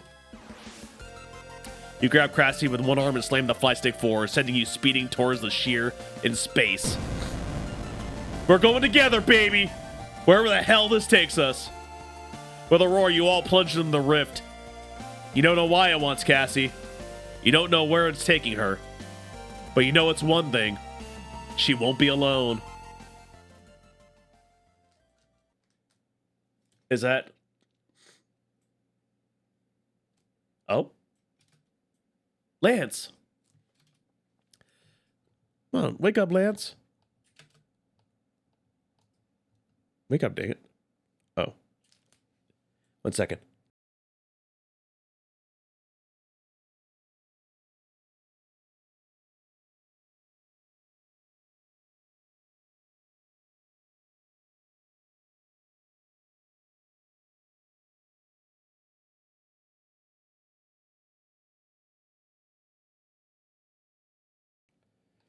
Ah, sorry about that. That's it. Wake up. You're alive. You're alive. I thought I lost you. Cassie? Oh, darling. Thank God. Welcome back to the land of the living, Lieutenant. That's a whole carton of smokes you owe me, Cruz. What? What? Yeah, whatever. Didn't think the lieutenant was going to be this tough. Guess you're full of surprises, huh, Icarus? What's going on? Me and Cruz had a bet on whether you were going to make it after we popped your cockpit hatch and found you slumped over the controls. He figured you used all your luck up. Not me, though, Lieutenant. I knew you wouldn't let something like that take you out. You've been showing you've got some serious guts lately. That's obviously not what he was asking about. As Cassie in the instant squabble, you try to marshal your thoughts and memories. Everything feels disconnected, jumbled. Simply thinking feels like trying to find something in a dark room with no gravity. I remember going out to save you. There was a strip in space or something. I went through it and you saved me. That's what happened. You sit up and place your face in your hands, massaging your temples with your thumbs to try and get rid of the feeling that your thoughts might fall out at any moment. Hey, I think you mean that I saved you? You're welcome, by the way. I saw you charge headfirst into one of those weird glowing things. Didn't know that was what was going to be in there, but knew you wouldn't survive if I left you to it. So like a good crewmate, I went in after you, dragged you and Quinn back out. Brought you here. You do the same for me, right? You reach out and grab the nearby railing, pulling yourself up to your feet. As you do, the sensation of your head being flooded with thoughts and memories intensifies. You steady yourself, keep your focus, feel like trying to carry a glass of water that's been filled to the brim without spilling any. Wasn't this... Take it slow, honey. Don't rush. You sure you're ready to be up and about, Lieutenant? Yeah, I'm fine. You push away from where you stood, but trip, falling unceremoniously to the catwalk and slamming your forearms and knees into the walkway. Lance, are you okay? Alright, only so much of this I can watch. Come on, Quinn. I'll grab Icarus. Let's get him up to the mess hall. Maybe a coffee will sort him out. Right, thanks. Hanson comes over to you and brings your arm up over his shoulder, hoisting you up without much delicacy. As you head towards the hangar some exit, Cassie falls close behind you, her hands resting tenderly on the small of your back. Once you're near the stairs, you move away from Hanson and begin to make your way up towards the four-side thoroughfare, each step becoming easier as you will yourself to walk unsupported. Yeah, this is all neat and all, but where's Vanessa? Cassie, what's happening on the ship? With Lord and... Hey, Lance, less talking, more walking. We'll fill you in later. Don't worry about that right now, honey. This feels wrong. This doesn't feel... This is too happy. There was literally a mutiny a second ago. Look around the four-side thoroughfare, see everything's shockingly normal. You didn't know what you were expecting to be out in the ordinary, but seeing the thoroughfare as it has always been, its same liminal peacefulness soundtracked by the gentle hum of the ship's systems, made you feel reassured. Maybe it wouldn't be so hard for things to go back to the way they were? Takes you longer than usual, but Cassie follows patiently behind you until you reach the mess hall. Alright, take a seat, you two. I'll grab some coffee. You sit down, still woozy as Hanson orders 2 coffees from the vending mate. Cassie sits next beside you, gently rubbing your back as you try to get your head to stop spinning. There you go. Take it easy and drink up. I'm sure Captain Bartamuse has a lot of questions for you. Captain Bartamuse, you say? Okay. Captain Bartamuse? But what about... Ah, there you are, Lieutenant Commander Quinn. Lieutenant Icarus. No. No. This isn't right. This is wrong. Ah, ma'am. Ma'am! At ease, you two. But, Captain, what are you doing here? What about the ensigns? What about Lord? Lord? Ah, yes, Lieutenant Lord's little dalliance with command. Thanks to Chief Cathy's, that's been dealt with. The Chief? Something I can help you with, Lieutenant? Chief, but I saw you in the thoroughfare. You'd been... Why'd she fuzz out? Oh, that? Ha! Nothing but a scratch. Guess the shock hit me harder than the bullet. Rumney here got the first aid kit and patched me up. No need to thank me. After that, I gave the captain the help she needed to get things sorted out. Make sense? I guess? No, this is way too clean. Way too clean. But Captain Bartamuse said that you'd dealt with the Lieutenant Lord? I resent being made to sound like an issue on the daily maintenance log. Thank you very much. Lord? You spring to your feet, your head snapping back between the 2 ensigns, trying to see who'd make a move first. What are you... Honestly, Lieutenant, don't make this so awkward. I'm here to... Come on now, Lieutenant. Let's hear you say it. Apologize. Now I know it's fake. She would never apologize. This is a fake. This is a fake. That woman would never apologize to anybody. It seems that based on what happened on the Farside Thoroughfare, your actions out in space, what I was told by the crew, I made a mistake. So I thought I'd apologize. Sorry, Captain, Lieutenant Quinn, everyone. Oh, that's okay. I didn't even realize anything was going on. I've been so zonked down painkillers, I've slept through almost everything. What has been going on? Well done, Lieutenant Lord. That was very big of you. So then, I'm sure we can all agree to put this matter behind us. Put this behind us? The sensation of being lost on a shoal of your own thoughts returns. You can barely grasp the situation. Was that it? After everything that happened, Vanessa apologizes? Captain just agrees to move on? Really? Are you alright, Lieutenant Icarus? You're not looking very well. Captain, just what is going on? This is all so... I think you should calm down, Lieutenant. Whatever happened to you out in space seems to still be having something of an effect. You could probably do with eating something. Now there's an idea. Why don't we all sit down for a meal together, as a crew? What the crap is happening? Chief Cathy's, gather everyone up, would you? I'm on it, ma'am. Alright then, who's first? It's like the combination of a growl and a gurgle fills the room, causing everyone to look towards Cassie. Well, it has been a while since I ate anything. Any chance of a burger? Of course, Commander. Followed up by your favorite, a pineapple salad. Unless I'm mistaken. Oh, wow, I didn't know you knew. That's perfect, Captain, thanks. A pineapple salad? I never thought you'd see the vet captain happily beginning ordering meals for the crew from the ven maid, but she does just that. Oh.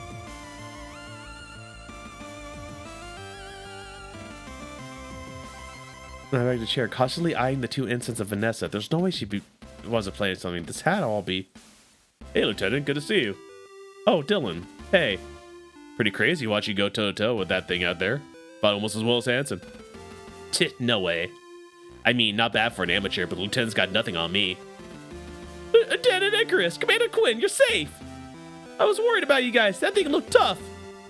Ah, thanks, Cadet, but you had nothing to worry about. My hero Lance was there to save me. There we are, Commander. Thanks, Captain. With the noise of the entire crew's chatter filling the mess hall, you find it hard to think. Your thoughts remain difficult to line up, instead flowing like mercury. As you watch Cassie raise the burger to her mouth, a memory does bubble to your surface.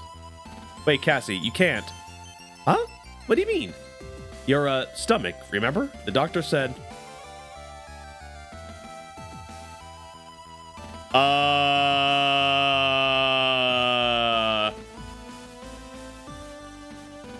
There's nothing to worry about, Lieutenant Icarus. I made a mistake in my diagnosis. Dr. Rosarian, thank you for joining us. I'm... Doctor! You once again bolt out of your seat in shock. No.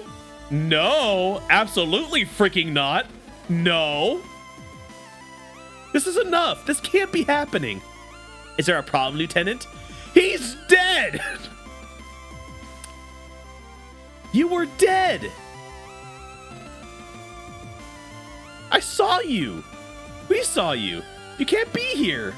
Ah, I understand. No one else on this ship is a qualified physician, Lieutenant. Therefore, no one was qualified to assess if I was really deceased. Fortunately, the injury was not as severe as it had been assumed. You burned from the inside out!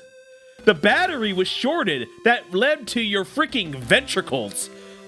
You are not alive, sir! But Hey, come on, Lieutenant, you're killing the mood.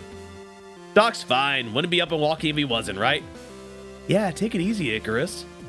Are you feeling okay, honey? Do you want to go to the sickbay for a lie down? Yeah, honey, do you want to have a little nap? Be quiet, Ensign Cruz. Your mind is a maelstrom at this point. Everything feels wrong, because it is! Whatever the hell was outside that portal is wrong and trying to get me to feel very placated. What's all happening? It's all right in front of you. How can you argue with that? I can argue very strongly. Rosarian was dead. We did the autopsy ourselves. Pass some fries. You shake your head at the offer, placing your head back in your hands. Cassie starts rubbing your back again, although quickly begins eating her fries with her spare hand. Alright, that checks, but not everything else. Chatter amongst themselves while as Captain Muse takes orders and retrieves meals from the vending machine, throwing them with a level of cheerfulness that continues to leave you disquieted. There, I believe that's everyone. Oh, before I get started with my meal, Commander, I was hoping you could help me out with one thing. Oh, sure, Captain. What's up? The ship's emergency input codes, are they generated and adjusted regularly, or is it specifically prior to departure? Why would she ask that? Come on, Captain, you know that. You're the one that sets them, after all.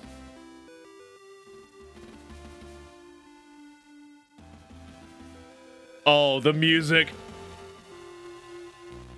Oh no, the music, guys.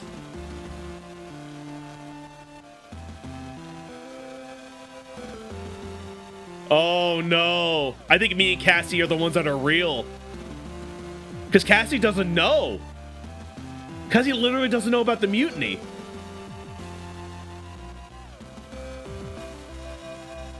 Whichever comes first. Of course. Thank you, Commander.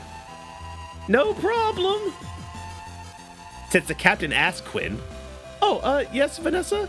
At what distance do we typically start transmitting our security clearance, right? No! No, don't answer that question! What are these questions? Oh, that's, specific. I mean, it must be been clear for approach. Is there our docking confirmation signature specific to the ship and doesn't depend on a combination of factors? Oh, Cassie, we have places to go. Let's go back to the hangar. Hey, you're just a cadet. I don't think you need to know that. What's the makeup of the Europa garrison force? Guys, I'd really like to finish my burger now if you don't mind. Oh, this music! What's the target time for our colony defense forces mobilization? Oh crap, no! Well, you look like you see the whole crew staring at Cassandra, a look of malevolent intent in their eyes. Does the GUCF implement a series of local data stores, or is it transmitted across a large-scale network? No! Guys? What frequencies are emergency requests transmitted on? What are you asking this for? Guys? How extensive are the JCF's nuclear capabilities? Jesus Christ! Leave her alone! Guys!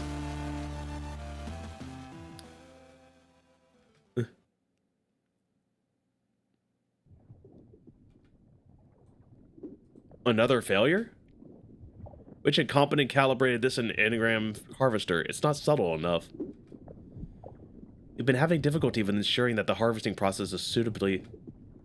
I don't care what you're having difficulty with. Rewrite the program to be more congruent with the query context and run it again. Understood. We've had enough time to develop this. These failure rates are inexcusable. We've got these gather clones neural pathways mapped out. This should be simple. Oh no. It's bad enough that Unit 00's jump drive malfunctioned. Are you telling me we can't even get the information out of the gather reliably? Well, she'll keep for the time being. At least we'll have time to finesse the systems before we start receiving more. What about the other one? The other what? The other sample. The one the hunter captured alongside the gather. Oh, him. I'd hope that having him in the simulations with the gather might help, since they seem to have some sort of relationship. Unfortunately, since its DNA isn't compatible with Mother AI, we can't run a specific anagram harvester. Shall we be able to run a linear review in real time? If you want to waste your time, be my guest. Hopefully, going through some recent events again from his perspective would uncover some more information. You're certainly welcome to try. If you do find anything pertinent, notify me immediately. Understood. Oh, one more thing. Do you have the output of the anagram harvest we carried out on the additional subject? Confirmed. It's been archived. Under which digital lobe? It's in the default mode network. Node?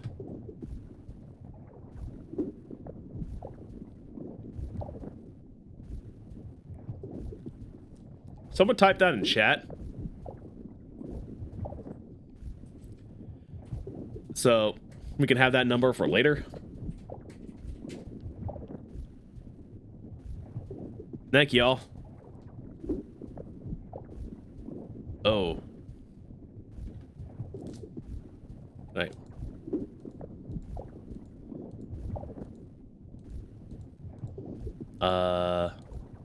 Oh, I can scroll this.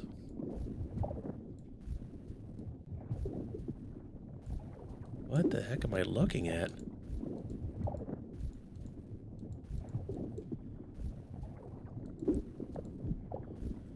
To reclaim what is the right of the people in their hand.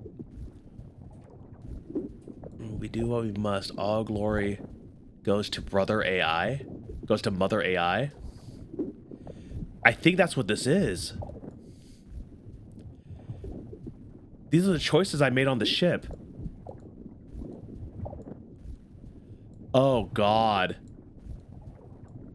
Oh, God.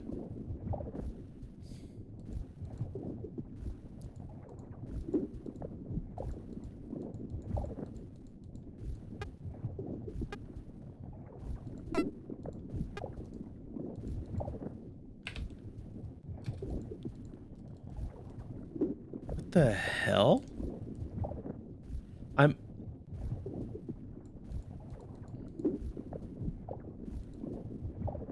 Oh, I could X out of that. Excellent. Send me that reference. It might be useful for review later. Now, run this one again. Once you've started her engram harvest, you can do the same with the others. Understood.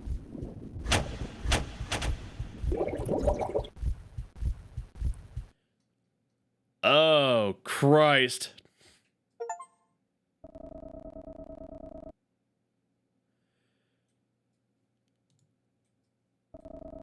Oh no, Europa Colony, Fleet 2nd Military Court.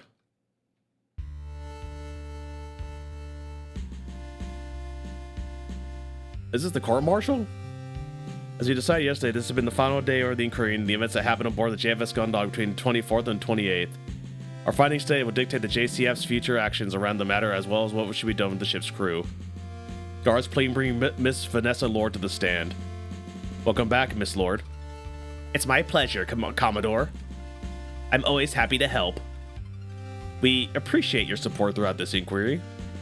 Now, Miss Lord, we've gone over everything that happened on board the Gundog following its departure from this colony from the 19th to the 24th. The last task of this inquiry is to find out what happened following the death of Chief Engineer Mackenzie Cathy's up until your return to Europa. So to begin, you say that you had Lieutenant Icarus confined to his quarters, correct? That was the order I gave, yes. How was it then that Lieutenant was free to disembark from the ship using an armored frame? Well, Commodore, it came as a shock to me, but I can only assume that the Chief was working alongside the Lieutenant as part of the conspiracy that was happening aboard the Gundog. It certainly explains how long it took to resolve all the power issues and engine trouble. She must have been helping him in some way.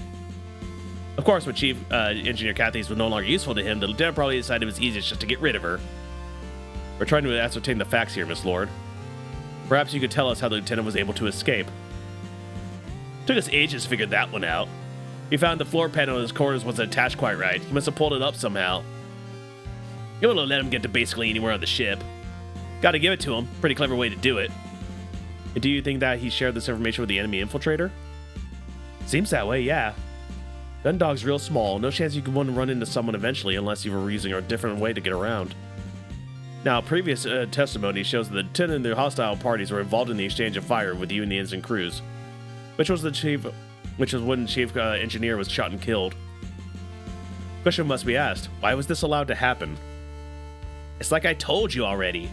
I don't know where that woman came from, but she had some serious firepower. Rumney and I were pinned down. We could barely get a shot in. And I know I got some shots in. My aim's good. But whatever body armor she was wearing, it's like she didn't even notice. I see.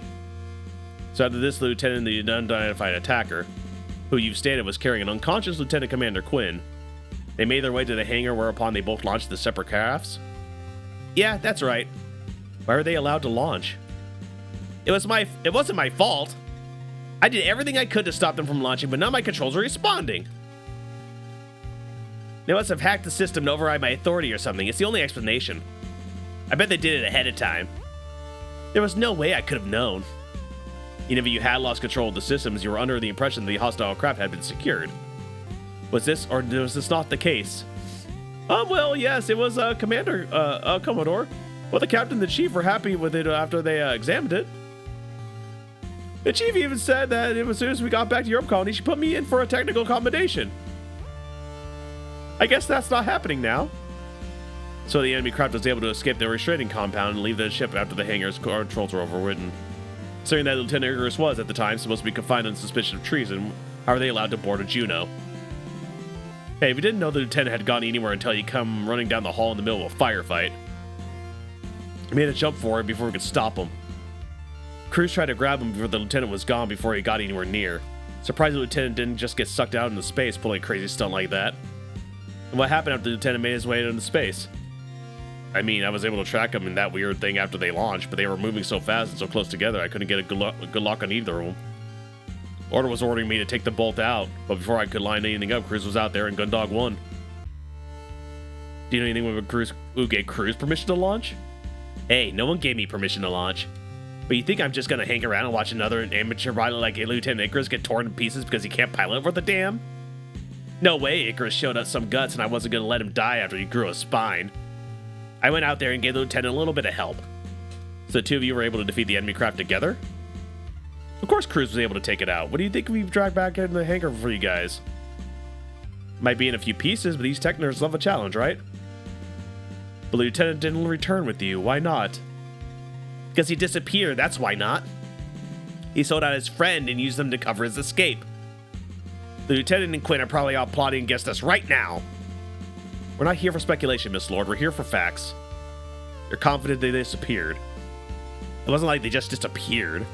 Or like he got dragged off. I was busy trying to keep the one we've been fighting up until then under control when another one came out of nowhere. No way the lieutenant could have fought back with his Juno torn apart like that.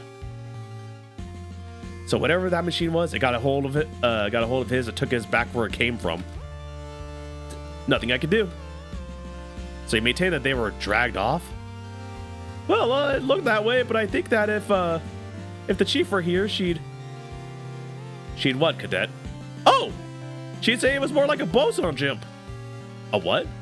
A boson jump, sure. It's like when your ships use the distortion drive to warp space around themselves, but the jump would connect 2 points in space. And then let something move straight from one to the other. That's how she explained it anyway. But if you're able to detect indications of a space warp, even if it was non-standard, why did the Gundog not head out in pursuit? Well, see, that's when the power went out again. It was like what happened on the 23rd with the Gundog and the O'Brien. Good lord. If we got any closer, the electromagnetic pulse would have overloaded our key system and we'd all been fried. So the ship was mobilized? What did you do then? Guess I was lucky. Holding onto that trash machine must have shielded me or something. Once the lieutenant disappeared in that freaky light show, I dragged the wreckage back to the Gundog. We got the power back online, then snuck back here, tail between our legs. Return to Europa colony. Was this under Miss Lord's orders? Oh yeah, that's right. Once Ensign Cruz was back on the ship with what was left of that machine, we couldn't see the lieutenant or commander anywhere. I had to get the engines back online on my own after that. She only just taught me how to do it, so I could still remember how. After that, Captain Lord ordered us back here. So Miss Lord is still in control at this point. What about Miss Bartamuse? Bartamuse?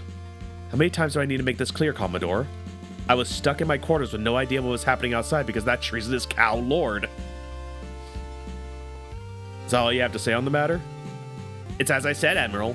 Everything I've told you is, to my knowledge, completely accurate. I see. For our final question, then, we'll return to the death of Chief Engineer Cathays. Are you confident the lieutenant intended to kill her? I couldn't tell you. That's what Lord thinks happened. But it kind of looked like the lieutenant was trying to stop whoever that woman was. Maybe they were working together when the chief wanted to do something different? I don't know. Seemed like she took a bullet for the lieutenant from where I was standing. Okay, Hansen. What a weird time to be truthful, but okay. Thank you, Ensign. That will be enough for now. Guards, could you please escort Ensign Cruz back to the holding cells? Hey, I wasn't done yet. You have something to add? Ensign Cruz? I always thought Icarus was a real waste of space. He had no place at the JCF. Thank you, Ensign. But on that last mission, I guess he showed me I was wrong about him. Don't judge him too quickly, yeah? God, he's a weird dude. Guards, this inquiry will be adjourned to go over its findings, and we'll be returning with our verdict shortly. Miss Lord certainly presents a compelling argument, but I feel like there's something we're not being told. What do you think, Admiral? Losing someone like Cassandra Quinn is a catastrophe. She was only Lieutenant Commander, but she's worked on a multitude of different ships, bases, and installations. In terms of her institutional process knowledge, she was If she was interrogated, there's no saying just how much the enemy would be able to learn about her. Oh, that could be a reason why they wanted her. She kept getting shuffled from ship to ship. They might already have done that. We've been getting reports of attacks on various frontier outposts with similar patterns to what happened on the Gundog. Loss of power, sudden illness amongst the command structure, attackers appearing out of nowhere. The list of officers we've lost is already too long. Female officers. Captain? Just something I noticed, Admiral. All the officers missing are women. Well, we can't let it continue. Is there multiple Cassies? Is that what this is? The inquiry into the events aboard the JF Gondog will now reconvene. Guards, bring me in more Miss Lord. Welcome back. Glad to be back, Admiral. We'll be brief. After reviewing the testimonies of you and your crew that served under you, as well as the ship's logs and recordings, we have come to our conclusion regarding your futures within the JCF. Miss Lord, typically a mutiny against your commanding officer would result in your execution. But I didn't. All the evidence is... Quiet, please, Miss Lord. However, we do understand that due to the rapid development and confusing nature of events, it did not appear that the ship, could have been involved in a conspiracy. Had that been confirmed as the case, you would have followed the appropriate protocol by removing Miss Barnaby from command. Given this, the inquiry has decided to be lenient. You will instead be placed under house arrest pending further investigation. Take that, Vanessa! Understood. You're never alone with a clone. Thank you, ma'am. With regard to Hanson Cruz, for participating in a mutiny, you should be dishonorably discharged and face a minimum of 10 years in prison. However, due to your performance in combat and experience with these new enemy machines, you'll be serving as a pilot on the new task force. This role is non-negotiable. In addition, you will be kept under supervision and your time as part of the task force is in lieu of time served. This will also be the case for Haru Romney. Hey, won't see me complaining. As for Chief Engineer Mackenzie Cathaways, as Miss Lord has raised questions regarding her actions prior to her death, there will be no posthumous promotion or removal of rank. Instead, we shall determine this following a full and thorough review of her actions aboard the Gundog. Now, her death leaves Cadet Grange with no current mentor. However, due to the acumen demonstrated by the creation of your restraining compound and high level of achievement aboard the Gundog, you will be transferred to a JCF R&D department where you will receive an appropriate support to develop your compound into a viable weapon. Thank you, ma'am. That's great. That's... Moving on to Warrant Officer Dylan Dees. We have reviewed your request and have decided it is in JCF's best interest to give you an honorable discharge from the fleet. Good call, ma'am.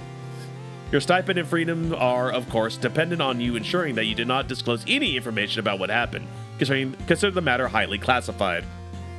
Don't worry about that, ma'am. Not planning on thinking about this anytime soon. Finally, Maris Bartermuse. I'm sure you understand the severity of the claims that have been levied against you, as well as the punishment for losing command of your vessel. However, as our investigation into Miss Lord's actions is still ongoing, this means it's necessary for us to fully review the actions you have taken in more detail. For now, you'll be placed under house arrest for the duration of the investigation. Of course. Oh, I almost forgot. Dr. Cypher Rosarium. Due to his death in the line of duty, he would be given a posthumous 2-rank promotion.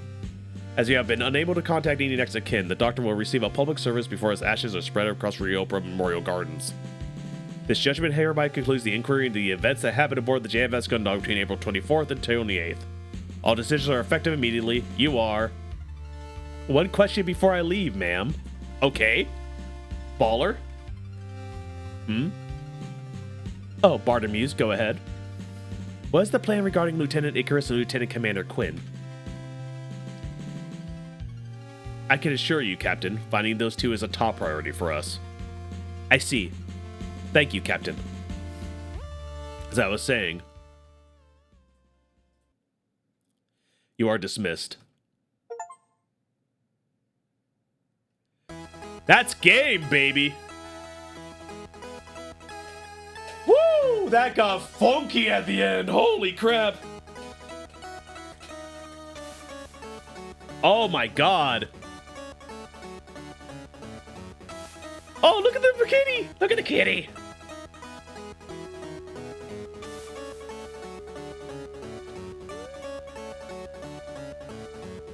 Oh man, fantastic work to everyone who worked on that freaking game. I will be going back and forth. Worst ending, Muscle Mommy died. Don't worry, I'll be doing many other playthroughs on this.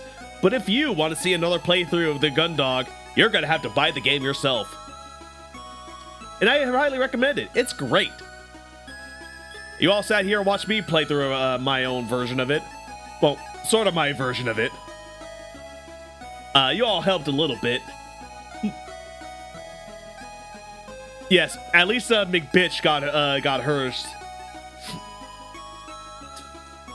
She didn't quite get a full execution.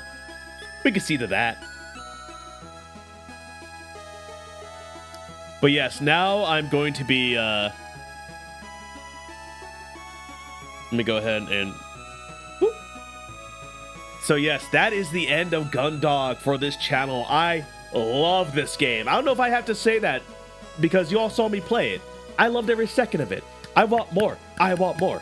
You'll be seeing a TikTok video or other short form content about this soon because I'm going to give it a review. And I think y'all kind of have an idea what it's probably going to be like because I love this game. This was a ton of fun to freaking go through. Thank you all, by the way, for joining me on this journey. It has been one of the most fun playthroughs I've ever done, and a lot of that was because of you all. Despite the fact that we almost had to put the entire chat in horny jail. But I don't blame y'all. A lot of great people in this game. Great writing, great graphics, great sound. Just really an achievement in visual novel, honestly. I can't talk about it enough. I can't go on more. There's so much or because of. Well, there's just so much great characters, and the fact that like it feels like there's it feels like I have a bunch of different playthroughs to go through to actually get to the end of this.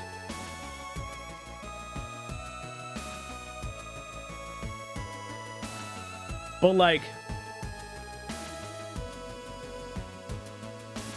yeah, I mean, like, this just went into some weird places at the end, but definitely that kind of like weird sci-fi stuff you kind of expect a series like this to go through when it's going deep. And also kind of explaining the different when it's kind of like explaining how multiple playthroughs go through. I mean, come on, how cool was that freaking robot fight at the end, right? Like, oh, it was so freaking good. Hanson holding back the freaking arms of the thing, and I'm just like wailing on it. Just a 1-2.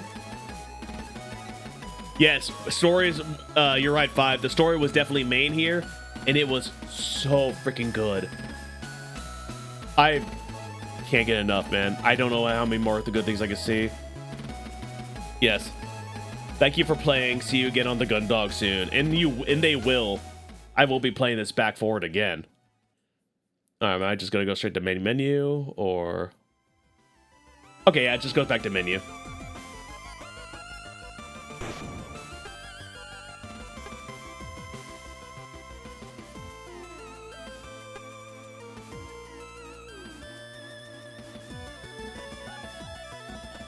Yeah, I think there might be like a secret ending when I do all the different paths.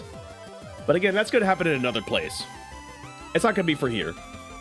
Because I am done playing this game on this channel because I don't want to give away all the secrets this game has. I want you to buy this game and play it yourself and have your own conversations about it. And then tell me about it. Because I want to know all about it. I love this freaking game. I want to hear talk more about giant mecha robots and the stories of Soul the Gundog. I will be following Space Colony Studios as close as I freaking can. This was a great experience, but unfortunately, that takes us to the end of the stream. Again, thank you all for being on this journey, and don't forget about tomorrow. We have our big charity stream. Remember, you have an opportunity to help out the Fred Hutch Cancer Center, and with cancer and making sure cancer patients get the food that they need as they're going through their treatments. Sometimes harsh treatments in order to be able to cure them, cure the cancer that they have. And frankly, we want to make sure that they have all the nourishment they need, and that's why we're doing this. So we're teaming with the Cookie Brigade, who you may know from PAX, as being the nice people in line who sell you cookies, and that money goes to charity. Goes to charity of their choice. We're teaming with them to raise money for Fred Hutch. In that, we have a $100 goal in order to do Blindfolded Overcooked 2 with me and Gin, which is going to be a ton of fun, where one person is blindfolded and the other person must guide them through a 3-star rating. Then, the main goal of this, the 250 is the end goal, and that will unlock an IRO cooking stream, where we will be cooking some of the food that is in Overcooked 2. So, yeah, we definitely want to do that. I would love to be able to reach that goal. Remember, it starts tomorrow, 3 p.m., and every donation of $20 or more gets your name written on a PNG cookie that gets put right up there, right up along this top bar. And it stays there for the entire stream duration. So please, come join us. Make sure to donate money to an amazing cause. Great group of people. We love raising money for Fred Hutch here. And the fact that we get a team with Cookie Brigade to do it is a bonus. But other than that, speaking of the Cookie Brigade, I'm going to jump into that Discord real fast and see if anybody is actually streaming there. Where is the... Come on, use announcements. There we are. So I have a list of people who are actually streaming today. There should be a list of who's streaming today. There we are. Give me one moment. I'm gonna see if any of these guys are still streaming, because we will raid into them. Otherwise, we'll just shut down stream for today. Doop doop doop doop doop.